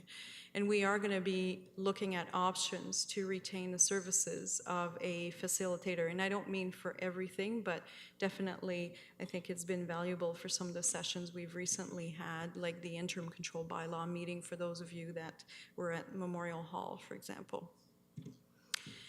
Roles and responsibilities. So we heard a lot from the public that this is a very city administration-driven framework, and it is. And the reason why it is primarily, it's because we are trying to give city staff a tool that they can work with. That was, one of the main intent, obviously, to having a framework. We are also trying to make sure that there's consistency in the process. So you don't have one department doing public engagement a certain way and then another one doing things completely different. And then you're hearing from members of the public saying, well, why can't so-and-so do it like so-and-so because they did it so well? So we're trying to bring some consistency and some understanding in terms of for the city to have a tool, city staff to have a tool. We heard a lot about empowering the public to solve problems bring ideas forward, issues, and so on. And we agree that the engagement framework that we have currently does not address a whole lot of that perspective. There is a role for the public, but it's not in that context, and it's fairly limited there. And we've heard quite a lot in terms of council's involvement being limited. So again, I will point out that the framework's purpose is primarily to help and guide city staff. The idea here was not necessarily to guide how each and every member of council chooses to engage with its own constituents. So some of the next steps that we have here, one is we want to review options for community engagement and including a charter, and I believe it's Burlington that's done that. Actually, they've included a charter and looking at ways of how we can strengthen the relationship with some of our community groups, association, in terms of really encouraging more dialogue at an earlier stage between the city and the community. We have started already to look at options for online platforms. When we heard from the public that they want ways to be able to bring their ideas forward and to share some of their thoughts, online platforms are actually being used in different municipalities right now to do exactly that. Some municipalities are even using them to do some voting on some topics to get a sense of what's the support for a certain topic and where does the community see itself going. And that feedback, of course, is brought back to staff and council through the online platform. The councillor public engagement option. So we don't, and I'm going to be quite frank here, from a staff perspective, we don't intend to write in the framework how councillors should engage with their own constituents. You have your own ways of doing that and to determine what works best for you. What we would like to do, though, is to hear from you in terms of how can we help you do that better. So if there are things you would like to do differently or improve on, and if there are ways from a city perspective and administration perspective that we could help you do that, we would be happy to hear from you and see how we can integrate that and support that. The other area we heard a lot is around removing barriers, and those are not necessarily elements that will fit into the framework itself, but they will actually complement the work that we're trying to do on open government and the framework. We've heard a lot about trying to reach out to different groups within the community. That we heard that it seems to be a lot of the same people that, for example, show up at meetings. A lot of same faces and same people that are involved over and over again. So how can we really reach out to people that we're not typically seeing at meetings or are not that involved? Definitely we heard about considering various meeting times and location. That was a very important thing that people mentioned because not everybody's available either during the day or in the evening, so make sure we have various times, location. Engagement process should be flexible to enable more parents with children to take part in those process. So we heard that, and a huge need to change culture and provide education and training. And I want to point out that when the comment was made about changing culture and provide education, it was made for staff, council, and the community at large. So it wasn't just staff need to change their culture, it was overall. Because we are all in this together, we need to change our culture and we need some education. So some of the next steps that we are looking at, one would be the possibility of having a citizen-based group that could provide us advice on public engagement processes and how to reach out to different target groups that we are typically not capturing in some of our engagement process. Definitely, we've started meetings at various times, location, we'll continue that, but looking at expanding on engagement options. So we had a lot of people coming forward and saying public meetings are not the end-all be-all, and there shouldn't be. Some people can't attend or don't want to attend, but they still want to provide their input. And Online is obviously one of the easy ways that people can do that from their own home, in the comfort of their home. They don't have to leave. So make sure that you build on that and include more and more of those options. So that's part of what we're doing through the online engagement platforms that we're looking at. We are looking at services for children at public meetings. So that doesn't necessarily mean, and I'm going to be clear, doesn't necessarily mean childcare, because childcare is quite complex when you get into that business. But there are different things that we could look at doing, or some services that we could look at providing for certain types of meetings that we have started to look at and drafting out those options. And of course, providing training education for everyone, meaning staff, council, and the community. And we are working on trying to identify some sessions that we could offer to everybody that, or anybody that might be interested. So some of the next steps. So everything that I've talked about right now in terms of our what we're looking at as far as the next steps are going to be included in our either amendments or response to comment sometime in May, so that the public will have access to all of those, and we'll be consulted again on all of those throughout May and June. And we understand people go away on vacation around the end of June, so we're not going to hold sessions at the end of June. We know that. But there is a time frame between mid to late May until probably mid-June, which will reach out again to the public. We felt the focus groups worked fairly well through the first round, so we will most likely reach out and set up some focus group. It did enable a lot of dialogue between people, which was great. Final draft, our intents to bring final draft to Administrative Policies Committee in September. And should that then be endorsed by a committee and council, we would move into the implementation process or portion of this. We will have a training plan, implementation plan included in the final report that will make its way to the Administrative Policies Committee in September. The communications team, communication customer experience team will be leading the implementation for this framework.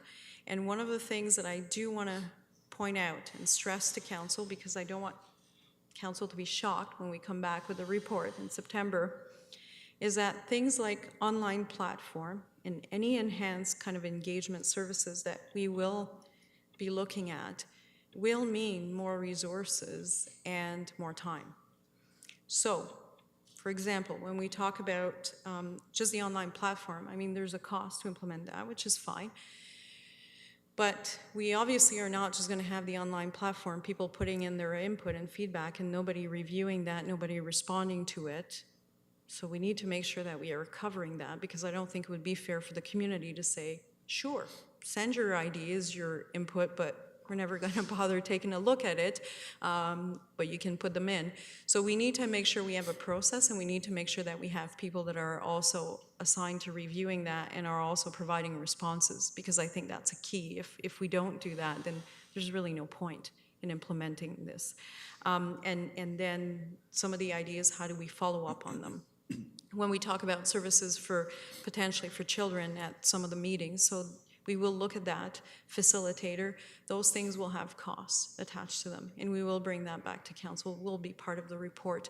But also time as well, because when we do look at engagement, and I appreciate that we want to do better engagement, better doesn't always mean more, but better engagement, sometimes it will mean more time. So some projects may take a longer period of time than initially anticipated. I would say a very good example of that was when we started the update to the official plan. We had a time frame, and that, I think, probably that time frame doubled. But at the end of the day, I think for the most part, the public felt that they had a chance to be involved and engage. And that's it. Thank you. So, so we'll take questions, but based on your earlier comment about how you're looking for feedback from councillors as well, I'll relax a little bit So questions, and then if you just want to throw out different thoughts or comments that staff can kind of take note, then I'll allow that as well.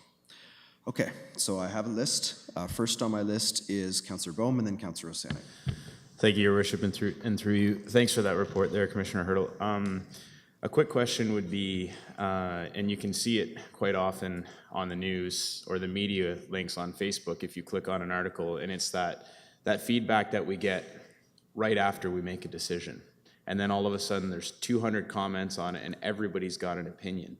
But yet somehow before we've come to that decision, we almost didn't hear from anybody other than maybe 30 or 35 people. So it seems that it's almost like the way to get people to pay attention is to say, hey, we made a decision, but oh, we really didn't, now we want to hear from you. And so is there a way in this report, because it seems that for some reason, people don't seem to engage until almost after the decision's been made, which at that point, it's very hard to incorporate their feedback. So how would we plan to address this going forward? So, Sorry, continue. through you, Mr. Mayor.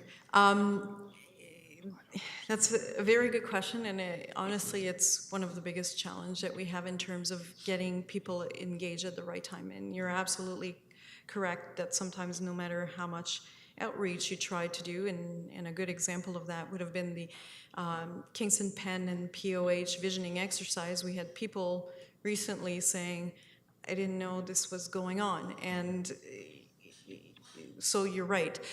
So we do have to look at a combination, I think, of different ways that we do outreach. One of the things that we have found recently that's worked fairly well and people seem to have been paying somewhat attention to has been some of the signage that we've installed in parks or at different locations.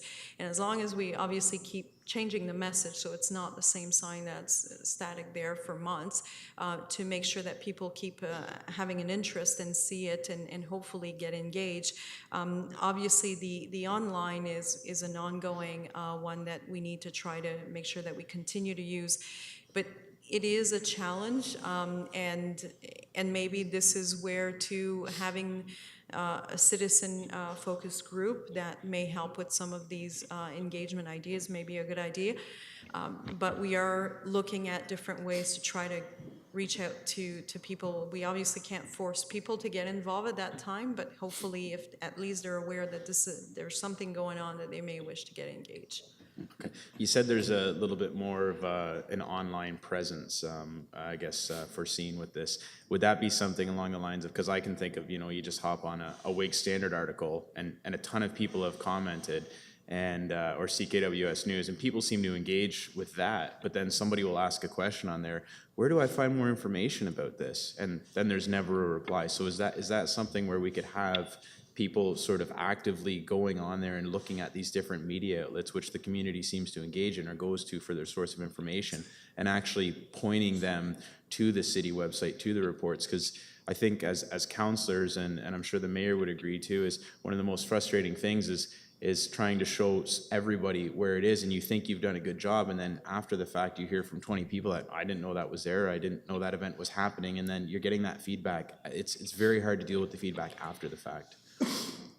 So through you, Mr. Mayor, yes, so the online is one of the ways, and it's one of the ways we need to improve on, and the website, for example. So how do we create something on our website that's far more visual and people can easily get to in terms of how they can get engaged? Right now, we seem to have to navigate through a few things to get there. So it's not necessarily obvious to all. Definitely the online, we're hoping that the online platform, which is also being used in other communities quite extensively, can also help with some of that. But I think in terms of trying to reach out to people, we need to target different means or different ways to do that. So online is one of them.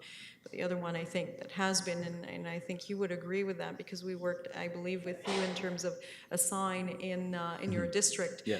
As people are driving by along Highway 15, we're noticing it, and that's how a number of people found out about it. So I think we need to use a different number of approach to get the message out to the public as early as possible. Okay, and just one final one there. So basically, as far as adding, I think it's great to add the public consultation and the outreach to the council reports.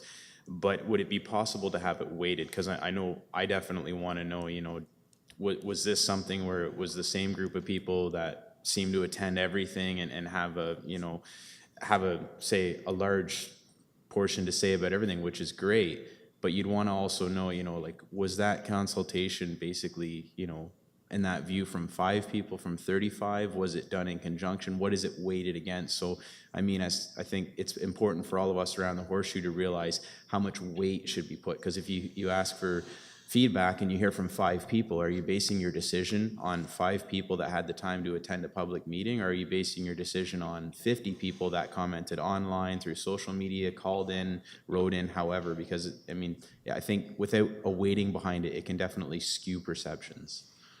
So through you, Mr. Mayor, the intent will be to not only provide council with basically a summary of the input or comments from the public, but to also provide council with information as far as did the input come through a public meeting or was it online, a combination of, and how many people attended and responded.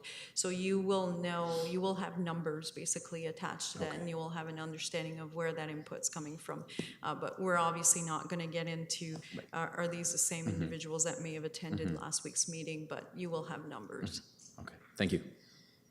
Councillor Senek.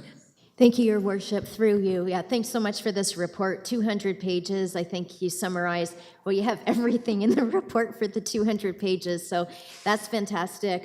Just like Councillor Bohm was saying, one thing that jumped out was our website, that people are still finding it difficult, and I know it's City Hall /get involved, and I've seen it on the Kingston this week, like on our city newspaper page, and if that could continue, just keep promoting it. We'll try to promote that as well.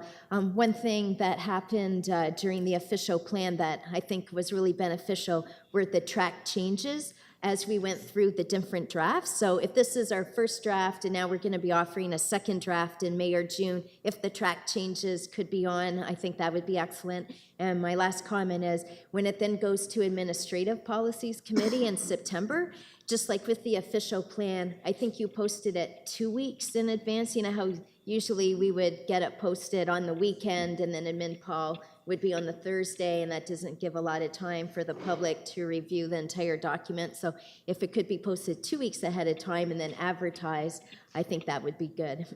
Thank you.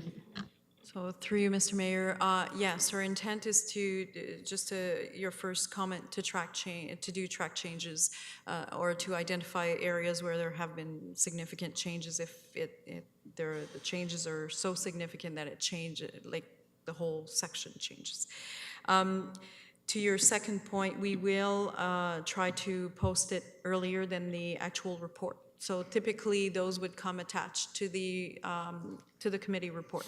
So what we will do is work to get the actual draft posted ahead of time on the website prior to the administrative policies report going on the website. Councillor McLaren. Thank you. So in light of some of the stuff you talked about and some of the expectations or some of the advice that I've heard, so I'm going to give you perhaps 2 points that I've heard or that I feel people have expressed to me, but in my own words. And one of them has got to do with the expectation of roles that people have. And the roles in particular are how we or city staff or councillors look at or deal with residents. And I see you've defined resident, but a lot of people are not comfortable with, well, okay, let's take the customer service model. The city prides itself, and justly so, on a customer service model, but residents don't really like the idea of being customers of the city. With a customer experience, you have this idea that you can go to somebody else if you don't like that. There is no competing government where we can go to. So if I have a bad experience at Tim Hortons, I can go to another one or to Starbucks. But if I have a bad experience with Kingston, there's nothing else I can do. So that idea that the residents have the role of customer seems not quite right. Some of them prefer the role investor. They look at that these are my tax dollars that you guys are using, that we're using, and they expect, if they're viewing themselves as investors in the city, as different. There's a different set of expectations that comes with investors. I want to see what is happening with my money. That's part of the openness that we're also asking for. But there's another one. There's citizen, right? The citizens have certain rights codified in law that non-citizens don't have. And I guess the really big one, and this is a concern of justice, is the relationship of an applicant. And this is specifically towards the planning process.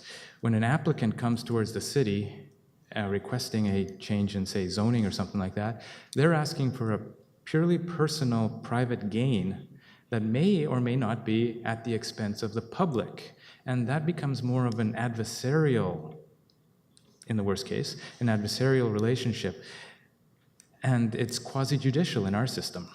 And to treat those as the same as residents, stakeholders, shareholders, or investors strikes people, in my experience, as unjust. And by unjust here, I mean treating equals unequally, or conversely, treating unequals equally. So if we're going to treat all of these roles equally, there is a sense of injustice there, and people tend to react really badly towards what they perceive as an injustice.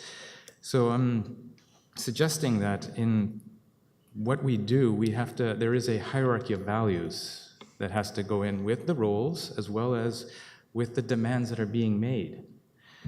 So for example, values such as life, health, food, clothing, and shelter have a certain resonance with people, and if they're under threat as a result of some policy that we're considering, those values may take higher precedence and need to be expressed that way because they are higher order values than, say, whims or just mere desires or wishes.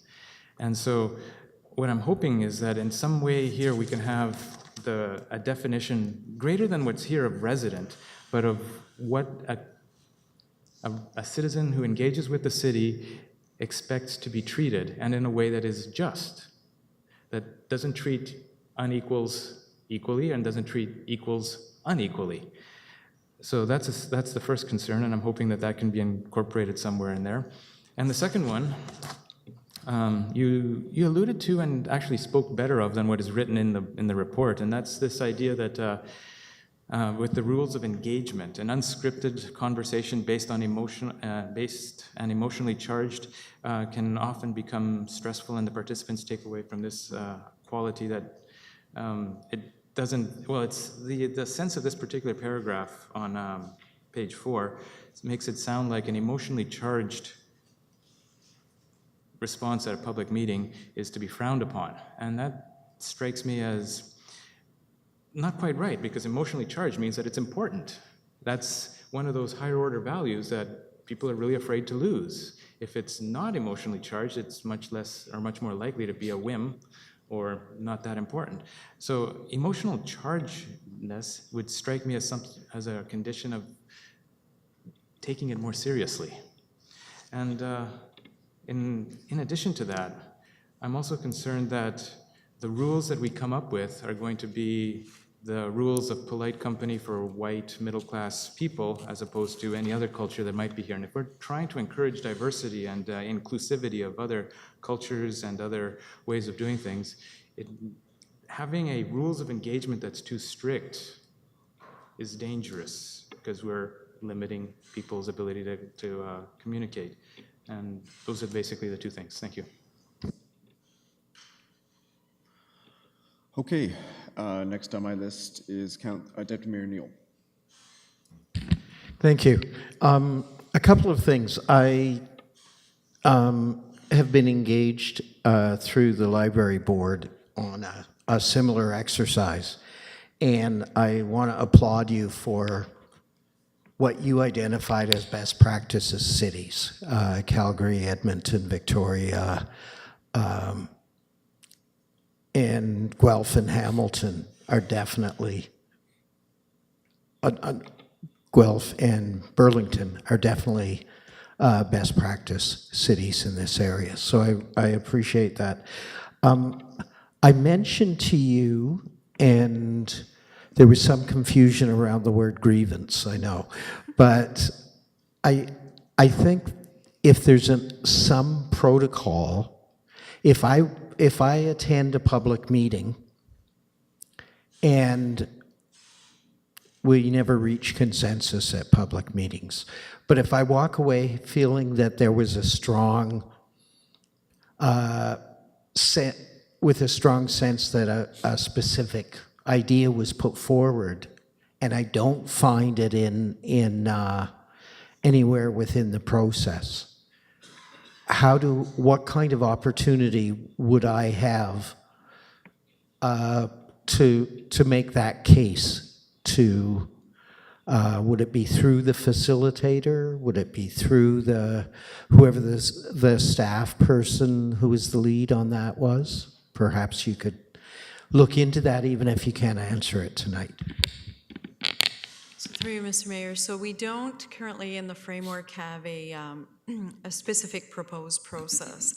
A couple of things I want to mention. One is, I think that if we hear input at a public meeting, that's one way of reaching out to the public, and there could be many other different things going on, such as online input as well. So there could be other things that are taken into consideration as well. Just to be clear, public meetings are not the final and the only way to reach out, or else we would be missing probably 99% of the population in terms of people that are able to attend meetings and choose to. So we would need to make sure that all of the public input that we've received through whichever channel is reflected. If somebody felt that for whatever reason their input wasn't captured, and that's why we try to issue information earlier on. So with this one in particular, we actually sent out the notes before this report was completed and meeting, sent it out to people that have participated, and we've asked if we've missed anything. Because if we have, we want to hear, have we missed something? If for whatever reason the public came back and said, you know, you've completely missed this and this was significant, and I don't mean one word, but I mean an idea or something like that, they could definitely bring it forward to the staff person, or if they felt that nobody was listening, you know, obviously their district councillor or council is another approach. I believe, Councillor Neal, you had mentioned to me that the library board has identified or has some kind of process, and we would be happy to look at that. I know that through the examples that we went through of other municipalities, we haven't come across that specifically, but if the library board has something that might be useful, we'd like to look at that. Yeah, I'm not sure the library board did, but I believe that Calgary, if I remember rightly, perhaps has a protocol, so that would be great. I was going to, and I mentioned this to you, forward to the lead staff people and mayor and council the policy that's been adopted by the library, but I wasn't sure any of us wanted to see another 40 pages today. So I will forward that in the next couple of days. Thank you. Thank you. Councillor Candon. Thank you, and through you. Just 2 points I'd like to make kind of quickly. The first one is that we're defining public engagement and open government very well. We're doing a good job in defining what it is. But I think it would be beneficial for all of us here as councillors to also have a strong definition of, or at least put a hard line as to what it's not. So a lot of times, like even when I was on a committee, people would say, well, the review committee, people would say, you have to listen to me, I'm the public. And it would be like, well, no, you're only 3 people.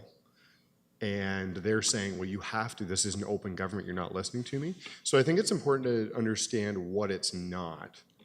And the second thing is that I feel like we're creating a good, strong infrastructure as to what open government and public engagement is.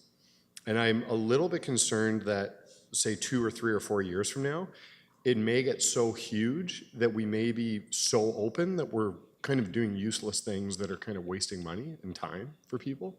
So certain things may be very beneficial. I know that when we went through, say, the Memorial Center, I had voted one way, then I went and met a ton of community members, we went to public open houses, all this stuff, and I changed my mind after I spoke to a whole bunch of people, and whether I was right or wrong, I'm not gonna get into that, but that was very beneficial for me. So there's sometimes when we do public engagement that's very beneficial, and sometimes it can also be not very productive, and we get to the point where maybe we're beating a dead horse or whatever, where I kind of think the 80-20 rule as we get down the road may be productive, because if we have 6 information sessions or something and the same 12 people keep showing up saying the exact same thing, that isn't necessarily what we're going for, and it's not that productive. So those are the only 2 comments. I just think we're doing an excellent job in defining what it is, but we should also define what it's not. And the other thing is, let's be careful that we're not so committed to it that it becomes a bit of a waste. Just my two cents. Thank you. Councillor Holland. Thank you, Your Worship, and thank you very much for the report. I guess I just have one little bit of sort of suggestion feedback, which I think we discussed when we had an opportunity to meet together about a month ago or so. One thing that just kind of tie this back into the role of counselor, or how we can improve maybe kill a couple of birds with one stone here. If there could be more potential for district type meetings. So a lot of times people are rallying around a particular issue, but sometimes they're rallying around their own needs in a community. I know Councillor Neal constantly reminds me that there is a budget for town halls, and I can go out and organize a town hall in my district anytime I want. I've been able to do that once so far in this term as a councillor, and just honestly have not been able to make that happen at any other point. So this would be something that could help us as councillors in our district do the outreach that we need to do in meeting with constituents. And frankly, there are so many events and so many open houses that we can all go to, but we may not be interacting with residents of our district at that time, just due to the fact that they're very much sort of specific or issue-based events at times. So a little bit more collaboration and working together on a district-type meeting, I think, would benefit councillors, obviously, but also help with the process of public engagement and education, in that many times I think residents are not necessarily overly concerned with a particular issue, but they may just simply want to get together and have some discussion about the area. And it would be an opportunity to have various members of staff there to provide any information on process or on upcoming things that might be happening in the district, that sort of thing. I know this approach has been taken in the past, and that unfortunately there were times where lots of staff were involved and not a lot of people came to meetings, but it does seem like it could be an approach to sort of initiating the process of getting members of the public who aren't currently involved to just sort of initiate them into municipal governance and the issues that we're dealing with, for example. So that's my only thing to add at this point, and thanks again for the report.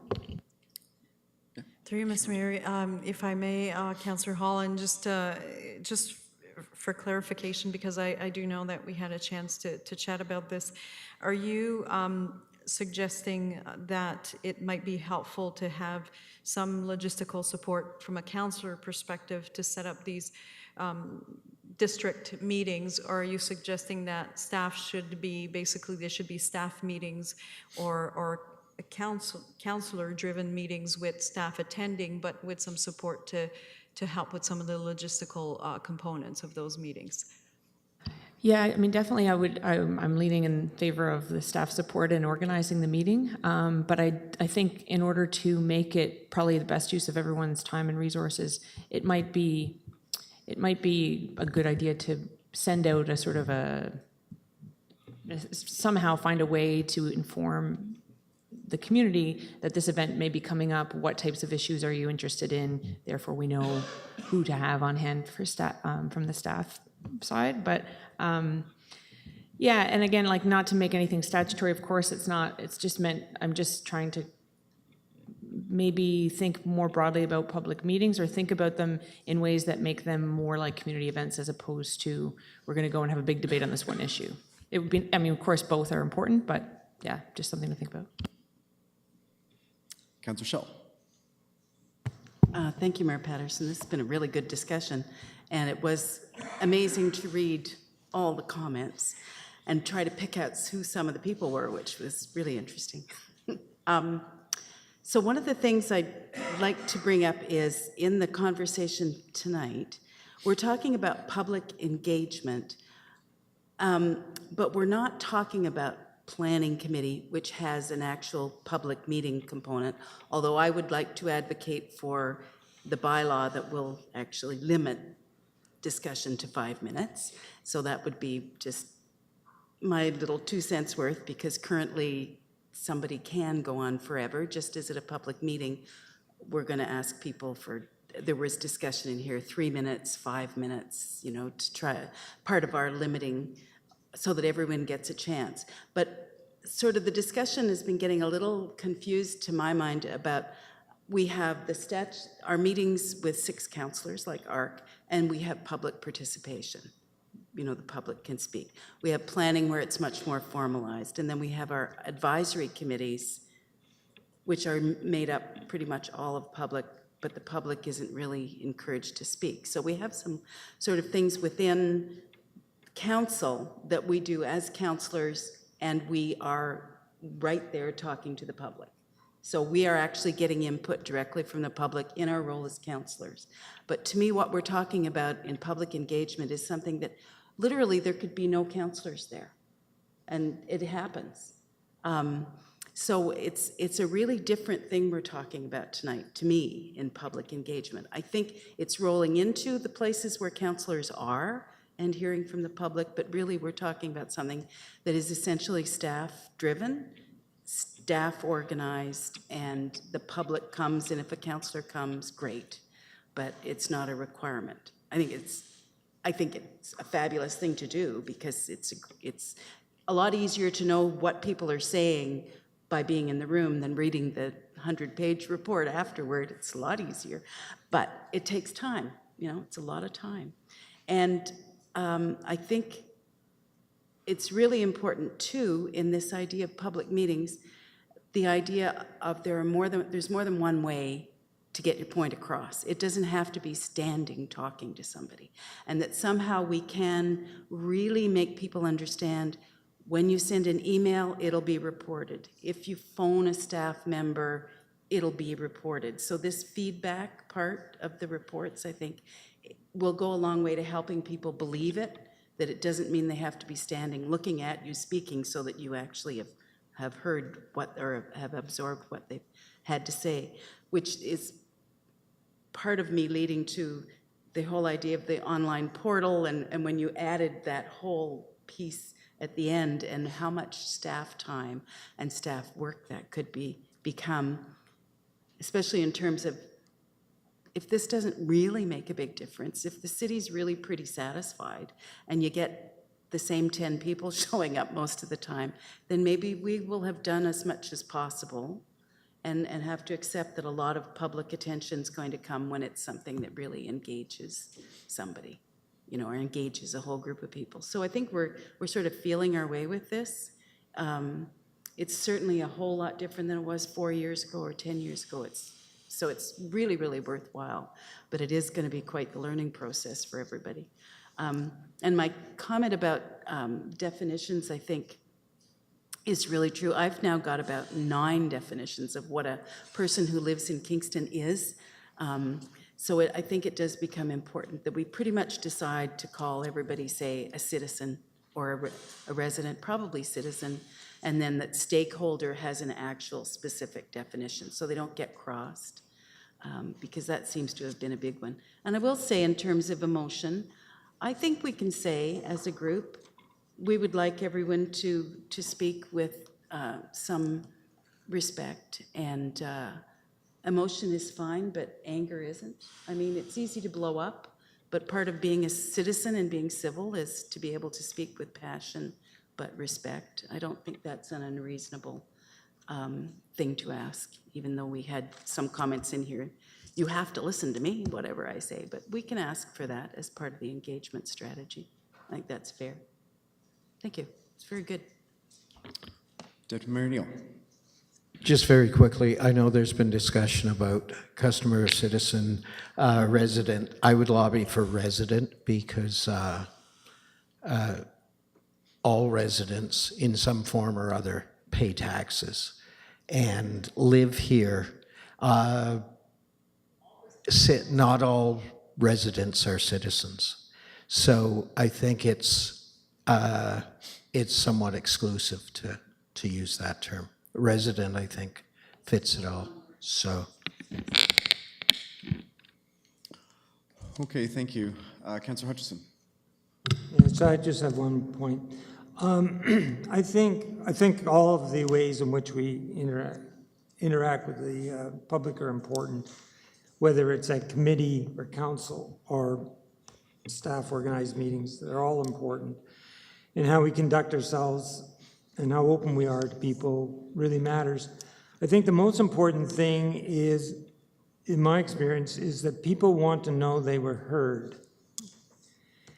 And they come to things and they get decisions that don't seem to have anything to do with what they said.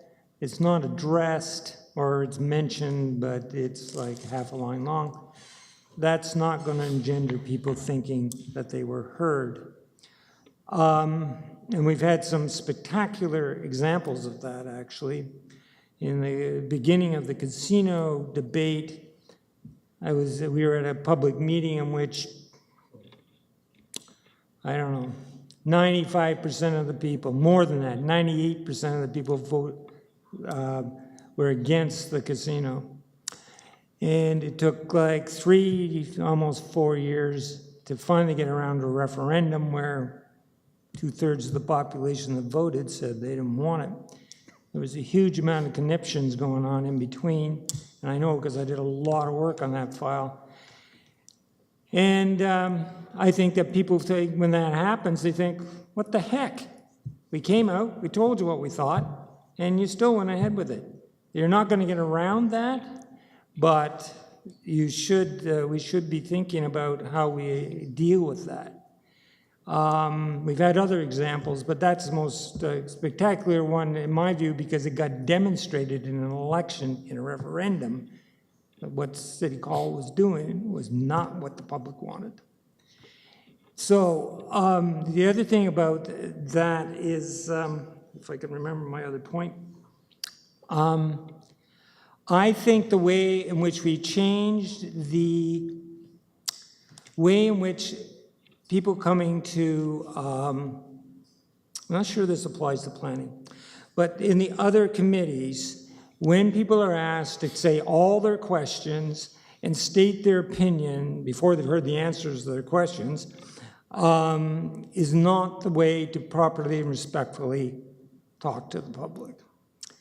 We didn't always do it that way. It was perfectly efficient in my feeling, and I chaired big public meetings about Lake Ontario Park, and we did, really contentious stuff, and it still worked.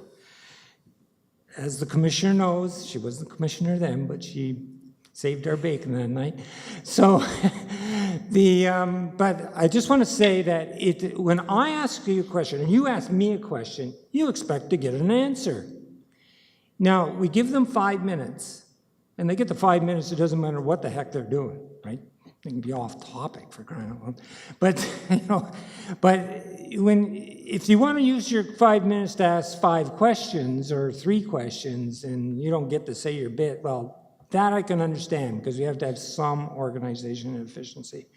But I think when people come, they ask a question, you give them an answer. They ask another question, you give them that answer. And sometimes that's all they need. They walk away from the mic, they got the answers. They may not have liked it, but they were heard. And so the chair can warn them, remember, you got your questions, and then you got to, and then when you got your answers, you've got this much time, right? I just think it's a more direct way of doing things. I think the other way is more stilted and artificial and abstract to people, because that's not the way people interact in everyday life. And as politicians, I would say to council, think about if you said to somebody, ask me all your questions, and then I'll give you an answer. Sometimes those answers, and I don't think it's fair to staff either. Staff is like busy writing away, getting all that, and then they try to answer the 5 questions that were answered. They sometimes have lied the answer or effaced the answer because they can't get it all together there. It's much better. Simple question, straightforward answer. That's what people respect. You gave it to them, whether in my experience, whether they liked it or not, or they only agreed like with 45% of what you said, it's straightforward. And it's more natural. And I can remember in chairing some meetings where you turn to the person, you know, you blew it. You didn't say what you wanted to say. I'll give you a chance. I'll give you 30 seconds to say what you got to say. And then I've been thanked after a number of meetings. Say, oh, thank you for letting me do that. I think that's what engenders a good repute and respect. Thank you. Thank you. I think everybody's provided input except for me, so a couple of thoughts. Number one, certainly for me, I've always seen the priority behind this to expanding the pool of people that we hear from. So as much as we want to work with people we already hear from, how do we expand that pool? I personally think that that involves going to where people are and not expecting them to come and speak to us. So, you know, I know that there were creative ideas, even like, I think we did one time a giveaway or a free swim, you know, if you came to a table and gave us input on this particular project, right? So I think creative things where, you know, a young family would never take the time out of a Saturday to come to a public meeting, but hey, this is actually something cool. We would actually like to do this as a family, and we'll provide you some input at the same time. So I'm a big proponent of creative ideas like that. I still remember the example that Mayor Nenshi gave me a couple years ago at FCM. He said we were going to do transit consultations, so we did it on a bus. You know, it made a lot of sense, right? So rather than actually having a public meeting, you actually had like this mobile bus that was going around, and people got on the bus and they were able to provide transit. So I think that creative approaches like that, I think, are really, really good. The other comment that I have that I would really push for in this framework is accountability to council. Because at the end of the day, we're the decision makers. And sometimes I feel that staff get the brunt for unpopular decisions. At the end of the day, staff are there to run the consultation and get the input, but ultimately, we're elected, the buck stops with us. So if part of that is even a reporting of raw comments, so if people provide a bunch of comments and they want to make sure that their voice was heard, obviously there's a role, I think, for staff to synthesize those comments, but there might be some role where it's just provided to us. These were the raw comments, attached as an addendum, and then as council, we're responsible. So we can say we read through them all, but you know what, we had to weigh out these other concerns. At the end of the day, this is what we decided to do. So those were a couple of points that I had. Thank you. So no other questions? Thank you very much. And we will, yes, we're good.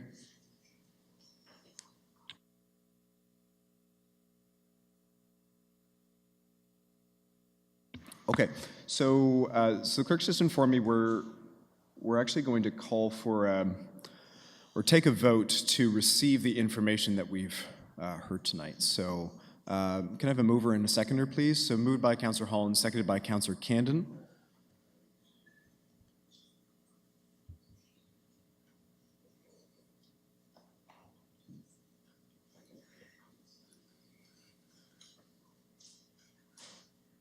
Please vote.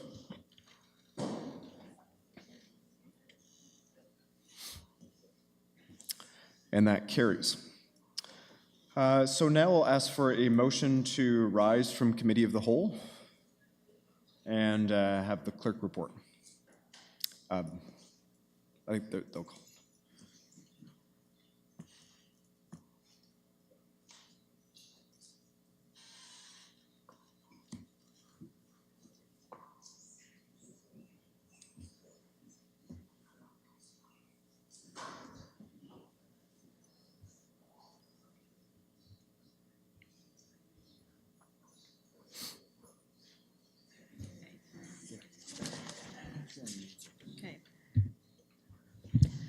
Moved by Councillor Holland, seconded by Councillor Candon, that council rise from the Committee of the Whole and the clerk report.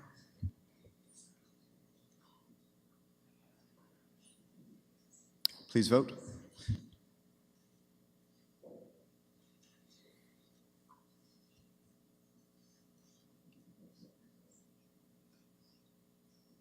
That carries. So the clerk is going to report out the 3 decisions that we've made, and then we'll call the votes individually now as council.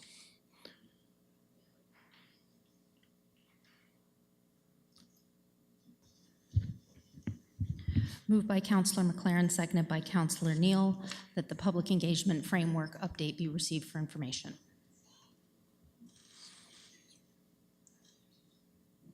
Please vote.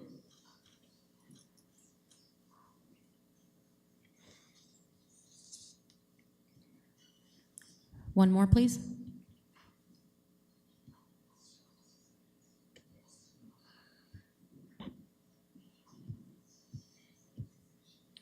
Still waiting for one more.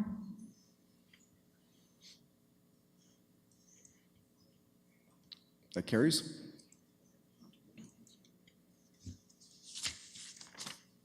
Moved by Councillor Bohm, seconded by Councillor Candon, that the City of Kingston workforce and in-migration strategy, that council endorse the workforce and in-migration strategy, and that council approve an allocation of up to $200,000 from the Working Fund Reserve to fund the establishment of the Strategy Implementation Office to lead the implementation of the workforce and in-migration strategy, and that council direct staff to explore grant opportunities to assist with the implementation of the workforce and in-migration strategy and delegate authority to the CAO to sign related grant applications, and that council authorize the mayor and clerk to execute all agreements related to the development of the workforce and in-migration strategy to the satisfaction of the Director of Legal Services. Please vote.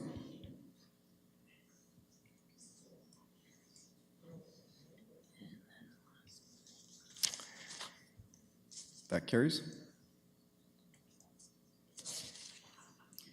Moved by Councillor Schell, seconded by Councillor Olsanic, that staff report back to the Administrative Policies Committee in the fall of 2017 with options for eliminating age-based discounted fees and implementing income-based discounts for municipal programs and services, and that the process for developing the options include stakeholder groups such as the age-friendly Kingston Community Alliance, and that the report include details on the financial impact of the options, updated income population data, together with an implementation strategy, and that the report include options for reinvesting the resultant savings to improve access to the municipal fee assistance program or another poverty-related initiative. Please vote.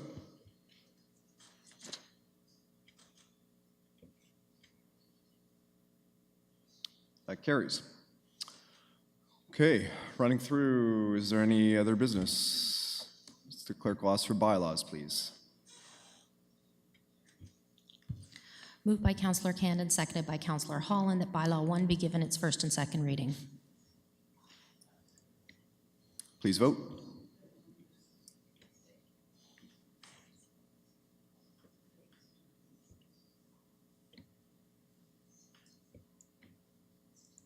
That carries. Moved by Councillor Candon, seconded by Councillor Holland, that bylaw 1 be given its third reading. Please vote.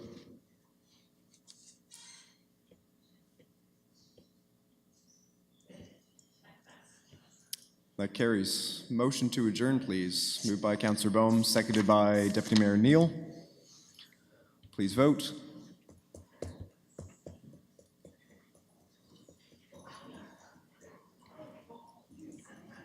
And we're adjourned. Thank you very much.